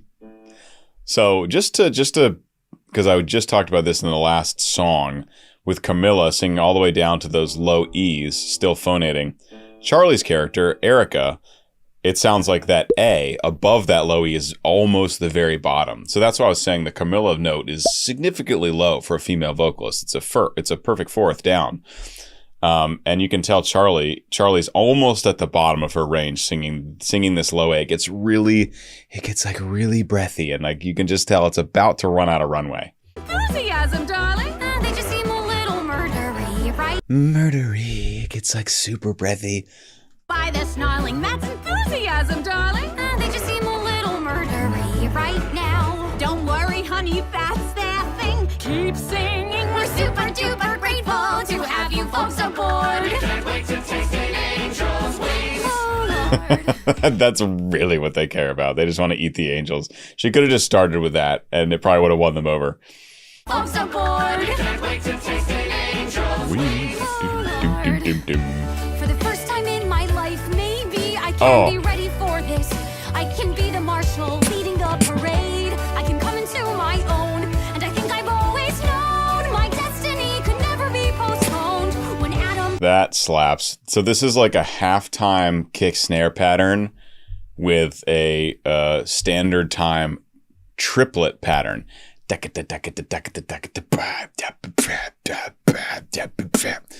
Absolutely slaps. That is a great songwriting technique for the drums to feel punchier in a slow tempo, but also to have a lot of motion in the sound. So you get these big punchy drums, and you get this great forward motion because the triplet writing in triple meter is a really great way to get forward motion and forward motion in a sound. If you listen to like the Game of Thrones opening theme song, it's one of the greatest opening themes ever written, and it's in triple, and it's bum bum ba da dun dun da da dun dun da da dun dun, and it just has this incredible drive forward. It's really the best use of triplet, especially in a context like this where you want it to be inspirational. It's awesome. To have you folks aboard. Like listen to the difference between this and the next thing. Oh, Lord. For the first time in my life, maybe I can be ready for this. I can be the marshal. Goes hard. Parade. I can come into my own. And I think I've always known my destiny could never be postponed. When Adam brings the battle here, I must appear like I'm ready for this. Yes. Dancing along. Big beautiful high D from Charlie there. Really nice, fully connected. And I like how we're getting all these we're getting the big brass in the background as well. So we've got this, everything I just explained, plus the brass, plus Charlie now finally getting up into that upper belt range. The song is really building in a beautiful way. And we're about 2/3 of the way through. The marshal leading the parade. I can come into my own. And I think I've always known my destiny could never be postponed. When Adam brings the battle here, I must appear like I'm ready for this. Nice suspension. Sing along, they're singing her song. Surprised why I knew she could do it all along. She's bound to pass the test as princess of hell. Like her daddy, she is badly powerful. So you can see how Alistair's voice sounds just a little bit more old-timey than Rosie and the rest of the cannibals. Alistair's like way like this, like way back. If you listen to like the radio announcer in Legend of Korra, it's like that. And then Rosie's like a little more subdued. It's like a little more almost like, I don't know, like Southern formal or something like that. But it's that like 1950s Americanized, at least on media. That's like how the accents were portrayed. I don't actually know what people really spoke like. I should look up some clips. Is why I knew she could do it all along. She's bound to pass the test as princess of hell. Like her daddy, she is badly powerful. She's filled with Wait, they just rhymed hell with powerful. Powerful. Like her daddy, she is badly powerful. That's She's funny. filled with potential that I could guide. I concur. Stick with her, you'll be on the winning side. For the first time in our lives, we know that we are ready for this. We'll show heaven a fight they won't forget. It's time to take a stand. It is time to lend a hand against the angels and their deadly threat. Yes. Okay, yeah, we've moved up yet again, and now we have like the full assortment of instruments. We have the chorus, we have Charlie singing the absolute highest in her range. So you can really track this song, how they add elements and then take elements away and then switch themes, and just very slowly the song builds and builds and builds till we get to this climactic moment where everything we've kind of heard in the song comes together. We get the biggest belting, the highest notes. We get the full ensemble. It's great stuff. This is really a well-structured song. For the first time in our lives, we know that we are ready for this. Also, someone is just absolutely blasting really high chest notes in this chorus. It sounds like Charlie's voice. I don't know if the main cast also sang in the chorus. That's certainly a thing. Sometimes you do ensemble and leads. You probably wouldn't do it in a live setting, but in a studio version, your voice has as much stamina as you need. Because it kind of sounds like Erica's voice belting that. But listen to the really high female belty part in the chorus. I mean, it's just like a bunch of high E's. I could guide. I concur. Stick with her, you'll be on the winning side. For the first time in our lives, we know that we are ready for this. We'll show heaven a fight they won't forget. It's time to take a stand. Just ease. Against the angels and their deadly threat. We cannot take it anymore. The time has come to go to war. Prepare to fight. Yes. We're ready for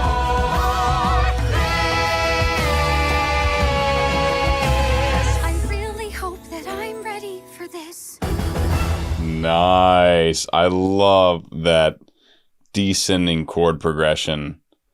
And it's still everyone singing, and then just the last line's just Charlie. That's lovely. That's a lovely ending. We get this ascending chord progression. Ba, ba, ba, ba, and then we get a descending chord progression, and then we end with just Charlie. It's really nice. Angels and their deadly threat. We cannot take it anymore. The time has come to go to war. Prepare to fight. We're ready for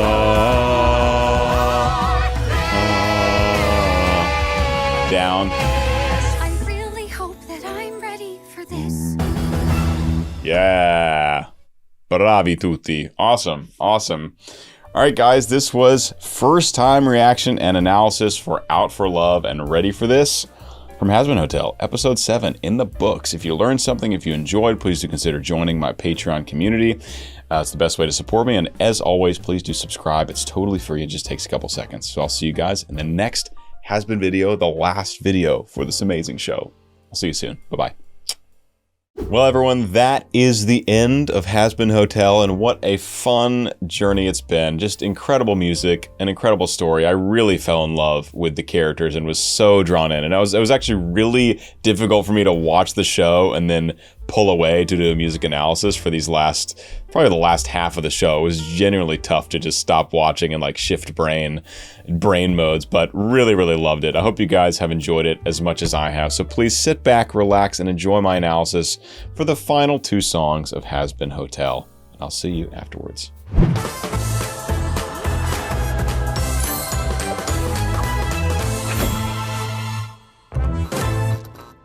You've already done so much.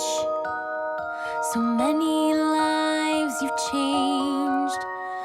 So many souls you've touched.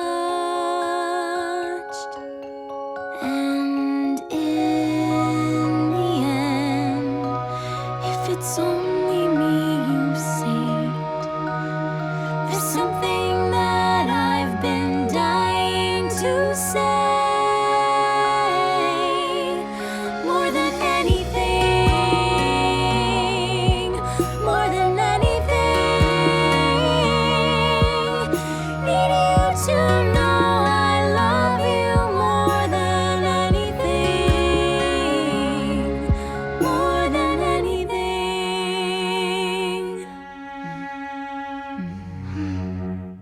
I feel like that one was short enough to watch all the way through. Let's go back, shall we?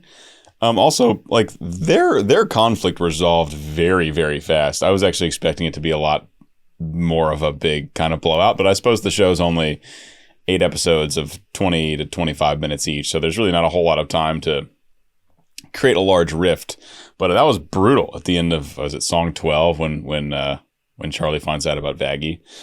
This is beautiful. So it starts off so simple and sweet, and then that kind of like underground kick snare comes back about halfway through, gets a little momentum as the actual duet part of this song starts. It's only 1 minute long, and you know it's called a reprise for a reason.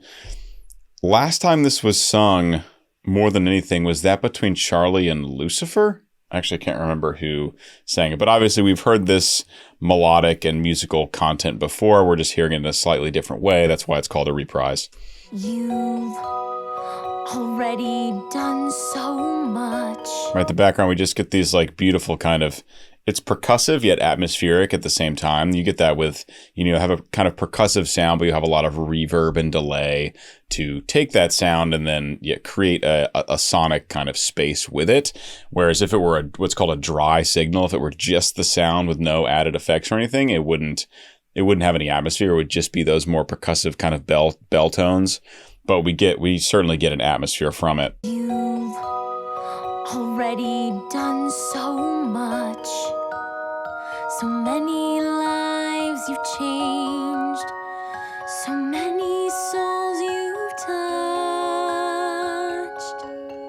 And in the end, if it's only me you saved, there's something that I've been dying to say. I like how that transitions into duet. Also, this moment when the strings come in, that is so wonderful. I actually love using this. I've done it a number of times myself in this big original piece I'm writing right now, where the first part of the first verse, like the first half of the first verse, is just one instrument and voice. So it might be acoustic guitar and voice, or it might be piano and voice. And then in the kind of repeat of that verse material to finish the verse, a really light string section comes in and just kind of fills out the sound, but adds so much to it. Right here, ready?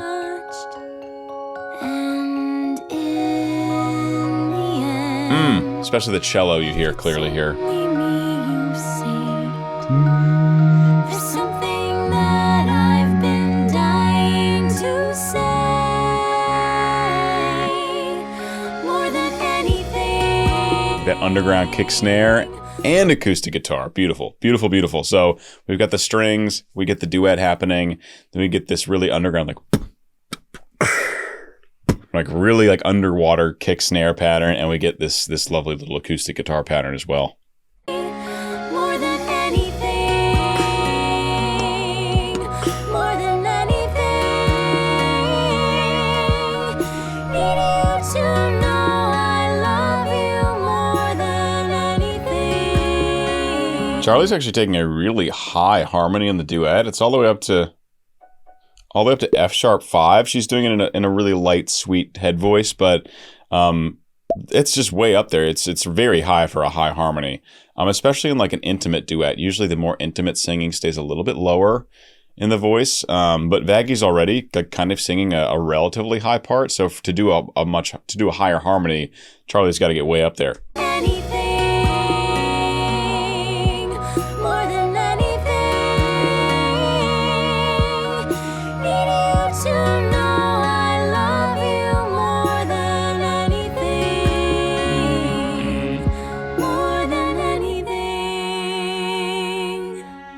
Have we seen them kiss in the show yet?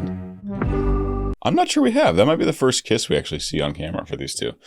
All right, lovely. I'll see you back very soon for the finale. The finale, or the last song. The finale song of Hazbin Hotel. Sorry, microphone. All right, see you in a second. Hey there. Do you want to see my next Hazbin Hotel reaction before anybody else? Patreon gets early access to every episode in this series. And you know what? Next week's episode is already available. So come join the Patreon and raise a little hell with us. We'll see you there. Oh, they're there. It's okay.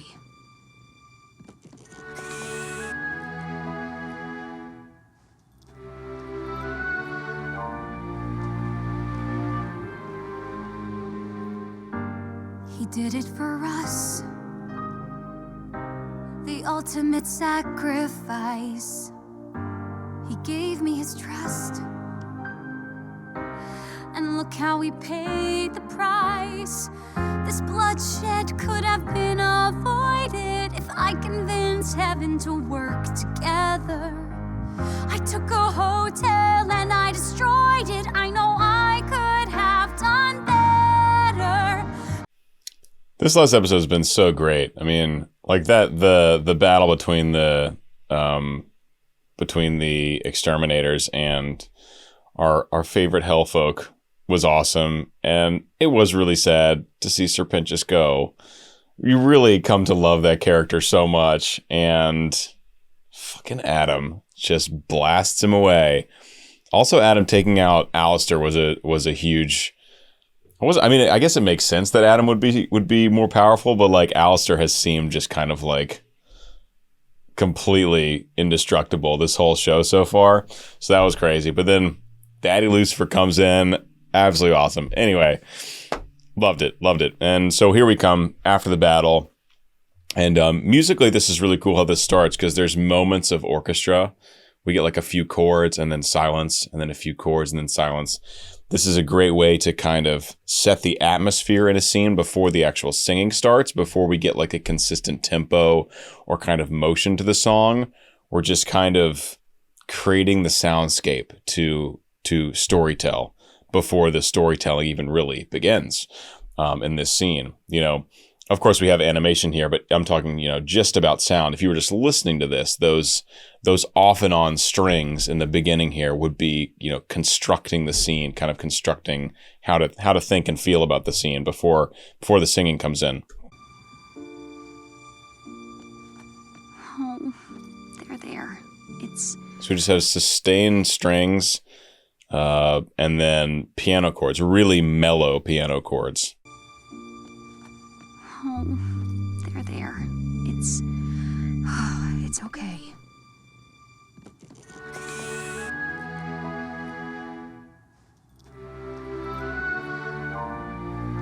See, just like a couple chords, silence, 3 more chords. It's really nice. We're just easing into this atmosphere. It really feels like a moment of discovery, and it really is, where the characters are finding out who's still left from the people that we're fighting. And so this really is like a discovery moment here, discovery scene to start us off. It's okay.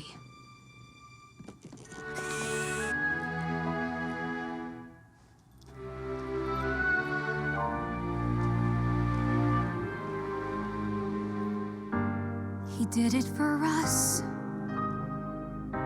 The ultimate sacrifice. He gave me his trust. And look how he paid the price. So the very first passage we just have, there's a synth, a really mellow synth that's sustaining chords, and then we have the piano that's playing the more percussive sound. The synth is more of like a foundation. And then when she says the second line, we do have a very subtle bass come in. So a bass to kind of lay the lower foundation beneath that synth and beneath that piano. The bass just kind of fills out the bottom a little bit more. He did it for us. Synth and piano. The ultimate sacrifice. Dum, He gave me his dum, trust. and the bass comes in. And look how he paid the price. This bloodshed could have been avoided if I convinced heaven to work together. I took a hotel and I destroyed it. I know I could have done better. For Charlie, putting all this pressure on herself when she literally has done everything she can, and like the folks up in heaven were such douchebags, especially Adam and his assistant, I can't remember her name. And yet still, even up against that, against all the odds, she's still like putting pressure on herself to have done even better when she saved all these people. I destroyed it. I know I could have done better, instead of letting you down. Come on, little lady, why the frown? In the last 10,000 years, you're the first one to change this town. You can. Yeah, exactly. Thank you, Dad, coming in here. And Lucifer's got a little bit of like an old school style technique as well. It's a little older school in the musical theater world than we get modern day, where a lot of this show is like very much a modern day kind of musical theater vocal technique. But we get a little bit more old-fashioned singing from Lucifer, which makes a lot more sense because he's like, one of the oldest beings around. In the last 10,000 years, you're the first one to change this town. You can do this. Now I know it. For your story has just begun. You can't quit now. Hell, you owe it. There's still damage to be undone. Oh, this is great. So this is like a Happy Day in Hell reprise, like how we started the show, except at the start of the show is Charlie saying, I can do this, and now it's her dad saying, I know you can do this, with this same melody, same like very, very much a reprise of all that musical material, how the show started musically. Story has just begun. You can't quit now. Hell, you owe it. There's still damage to be undone. You've changed my mind. You've touched their hearts, found the good in souls gone bad. The stage is wrecked.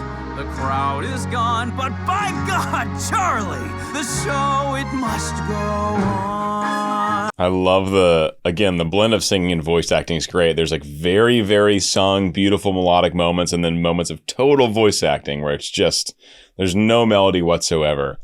And, yeah, great low notes from our Lucifer here. This is the singer that I was saying is like for sure some kind of baritone, like not a full on true tenor, because the low notes still have so much resonance.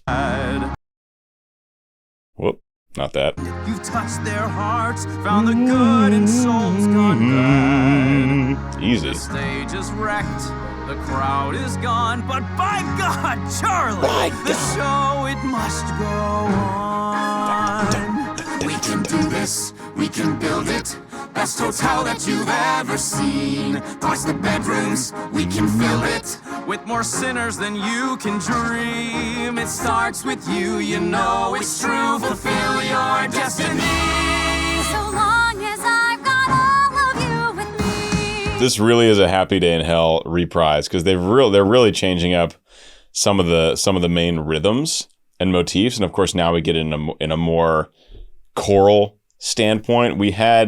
There is a big choral moment towards the end of Happy Day in Hell, I think, and there are a lot of other characters that kind of jump in, but just all the characters singing together, especially all the lead characters singing together, like in Happy Day in Hell was just Charlie taking the lead, but now we have the whole crew singing together. Happy Day in Hell reprise. It's great stuff.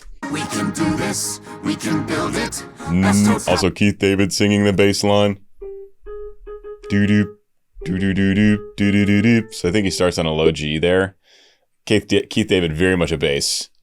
You don't really hear that even in Loser Baby, but you hear it in his voice acting. It's a crazy low voice. But by God, Charlie! That's our husk. That's our husk, by the way. We can do this. Doo-doo-doo-doo. Best hotel that you've ever seen. Twice the bedrooms, we can fill it. With more sinners than you can dream. It starts with you, you know it's true. Fulfill your destiny. So long as I've got all of you with me. I love all these lovely accents happening in the orchestra. Just like really, really good at creating motion and keeping it interesting, as opposed to just having a foundation. And there's so much of the music in the show is very, I've used this word, I think it's a good word to describe it, is very mercurial. And so it's kind of always on the edge of changing, especially these faster paced songs where there's a lot more kind of action and motion. You really never know when it's going to change. And those kind of like offbeat accents can kind of keep you on the edge. And you never really know what's coming next. And it's great. It really is enjoyable. And it follows the shift in moods and the shift in thinking and the shifts in plots that happen so quick, and especially in animation. Like in animation, there's so much freedom to shift things around quickly, because you're not constricted by reality and live action and what you can do in live action. It's like we can pretty much do whatever we want. Like we can write crazy music and we can create crazy animation to go along with that music. So there's a lot of freedom there. It starts with you, you know it's true. Fulfill your destiny. So long as I've got all of you with me. To build a hotel, I think we need some brick and lumber. Good thing we're in hell. Check out this little magic number. Start with foundation. Our remedial creation from me. It's as easy as can be. No time for crying. We got a lot of work to do, and we gotta try and make the best of what's in ruins. New coat of paint. New lights across the marquee. Hey. New lights across the marquee. Low E flat from Keith David. And he can probably go quite a bit lower. Yeah, I would think Lucifer would be a great help in any time where any power is needed. I feel like he's probably a good guy to have on your team, so you can just like shoot his wand and like create a building or whatever. I like the teamwork though. You gotta have the teamwork. Serpentius said it earlier, teamwork makes the dream work. We got Nifty starting off this new section, which is, we love when Nifty gets a solo moment. Love you with me. To build a hotel, I think we need some brick and lumber. Her voice is always like strained and like on edge, and she has all these weird, super dark, super aggressive lines throughout the show, which is so funny because she's this tiny little cycloptic character like looks so sweet, and then she's like maybe the darkest one out of all of them. To build a hotel, I think we need some brick and lumber. Good thing we're in hell. Check out this little magic number. Our remedial creation from me. It's as easy as can be. No time for crying, we got a lot of work to do, and we gotta try and make the best of what's in ruin. New coat of paint, New lights across the marquee with a little sorcery. New lights across the marquee. I'm glad we finally get a proper low note from Keith David. That's great. Bases like me always want to hear how low voice actors can sing. The voice actors who have really low voices. Keith David could certainly go lower than an E flat, but it's nice to get a proper bass note from him. We got a lot of work to do, and we gotta try and make the best of what's in ruin. New coat of paint, New lights across the marquee with a little sorcery. After the battle, masterless cattle, overlords hanging by a thread. With a bit of bravado, maybe tomorrow we'll be atop the heap. While the rest of hell's pissing, Alistair's missing, fled with his tail between his legs.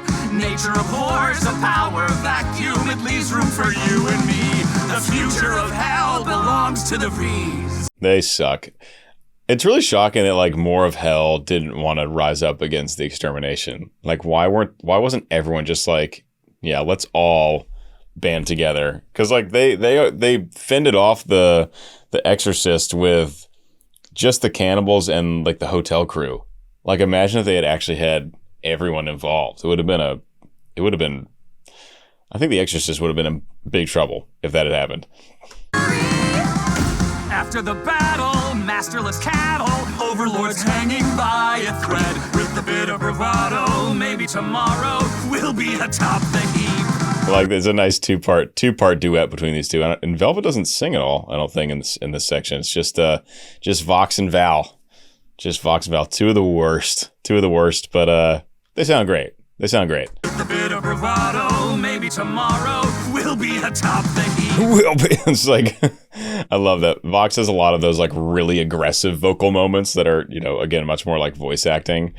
Was it at the end of the first phrase in Stayed Gone where he's like, turn the TV on. Nah. It's like all these super yelly moments. With a bit of bravado, maybe tomorrow we'll be atop the heap. While the rest of hell's pissing, Alistair's missing, fled with his tail between his legs. Nature abhors a power vacuum, it leaves room for you and me. The future of hell belongs to the V's. This place reeks of death. There's a chill in the air, and I barely escaped being killed by a hair. Great Alistair, altruist, died for his friends. Sorry to disappoint, that is not where this ends. I'm hungry for freedom like never before. The constraints of my deal surely have a back door.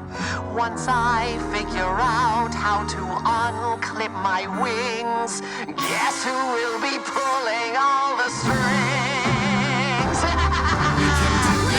Oh, I really love Alistair. Definitely one of my favorite characters. He's just always so fun and interesting to watch and listen to. Everything he does, it's great stuff. And I'm glad Adam. I'd have been pissed actually if Adam had finished Alistair off.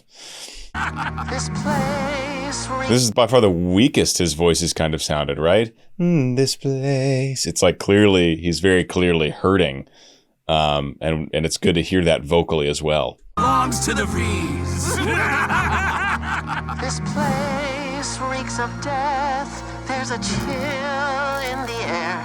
There's a lot of heavy minor and dissonance happening in the backing orchestration. This reeks of death. There's a chill in the air, and I barely escaped being killed by a hair. Great Alistair, altruist, died for his friends.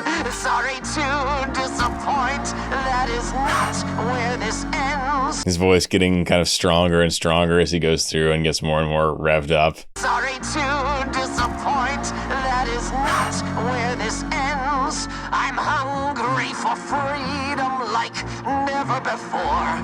The constraints of my deal surely have a back door. This sounds like a crazy person, like an absolutely crazy person singing to themselves.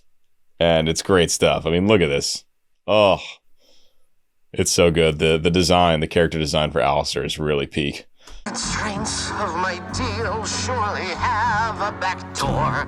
Once I figure out how to unclip my wings, guess who will be pulling all the strings? We can do this, we'll be better. Though redemption may take a while. Wayward sinners clear their ledger, And we're doing it with Yay. a smile. Difference, wait and see. We're gonna do this, you and me. And then tomorrow it will be a fucking happy day in hell. No! There is the Aeolian cadence. Anyone that watches this channel knows how much I love an Aeolian cadence, and especially in a major key, it makes it more powerful. So we're in G major, so we get E flat major, then F major, and then G major. Ah, there's nothing more powerful than that. It's so good. I love this final section, and I love this portrait of Sir Pinchus with the eggs. R.I.P. Pinchus and the eggies. What did the egg call Camilla? He's like, Camaro car knife or something. Oh, so it's like last episode, so I'm done. It was hilarious. Anyway, random memory from the show. This is all great. Going into this final section, we have the chorus back. We have Charlie getting her own solo moments within the chorus, because she really is the main character of the show. If you had to gun to your head, you had to pick a main character, it's got to be Charlie. And so she's still getting these solo moments, and then we get this lovely, huge choral Aeolian cadence, and it's just the most powerful way to end in the big epic song. So now Charlie's kind of like echoing what they're saying, right? We can do this, we'll be better.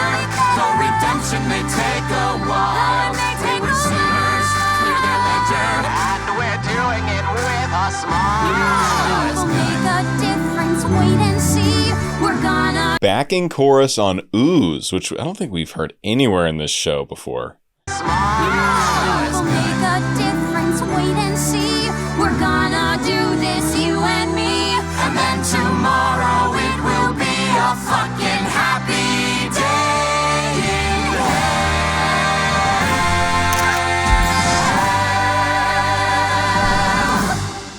hell.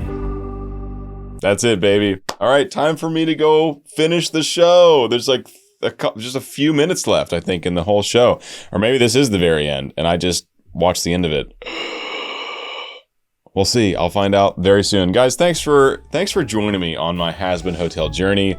I'm very glad that I decided to also watch the show in coordination with these analysis videos. It made it way more enjoyable for me and those who are big fans of the show. You can connect with me more because I'm not only nerding out about the music, still mostly nerding out about the music, but I also have all the context from the show, which adds a lot more juice to everything. So thanks for joining me. If you guys gained a lot from this journey, please do consider joining my Patreon community. That's the best way to support me. Just links in the description below. And as always, please do subscribe. It's very, very helpful for the channel. It only takes 2 seconds. It's totally free. So go ahead and hit that subscribe button. And I'll see you guys for the next musical theater style show I'm going to check out. It could be Hamilton. It could be Six. It could be Hadestown. There's so many I haven't seen, which is shocking. So leave your recommendations below. Thanks again for joining me, and I'll see you in the next one. Bye-bye.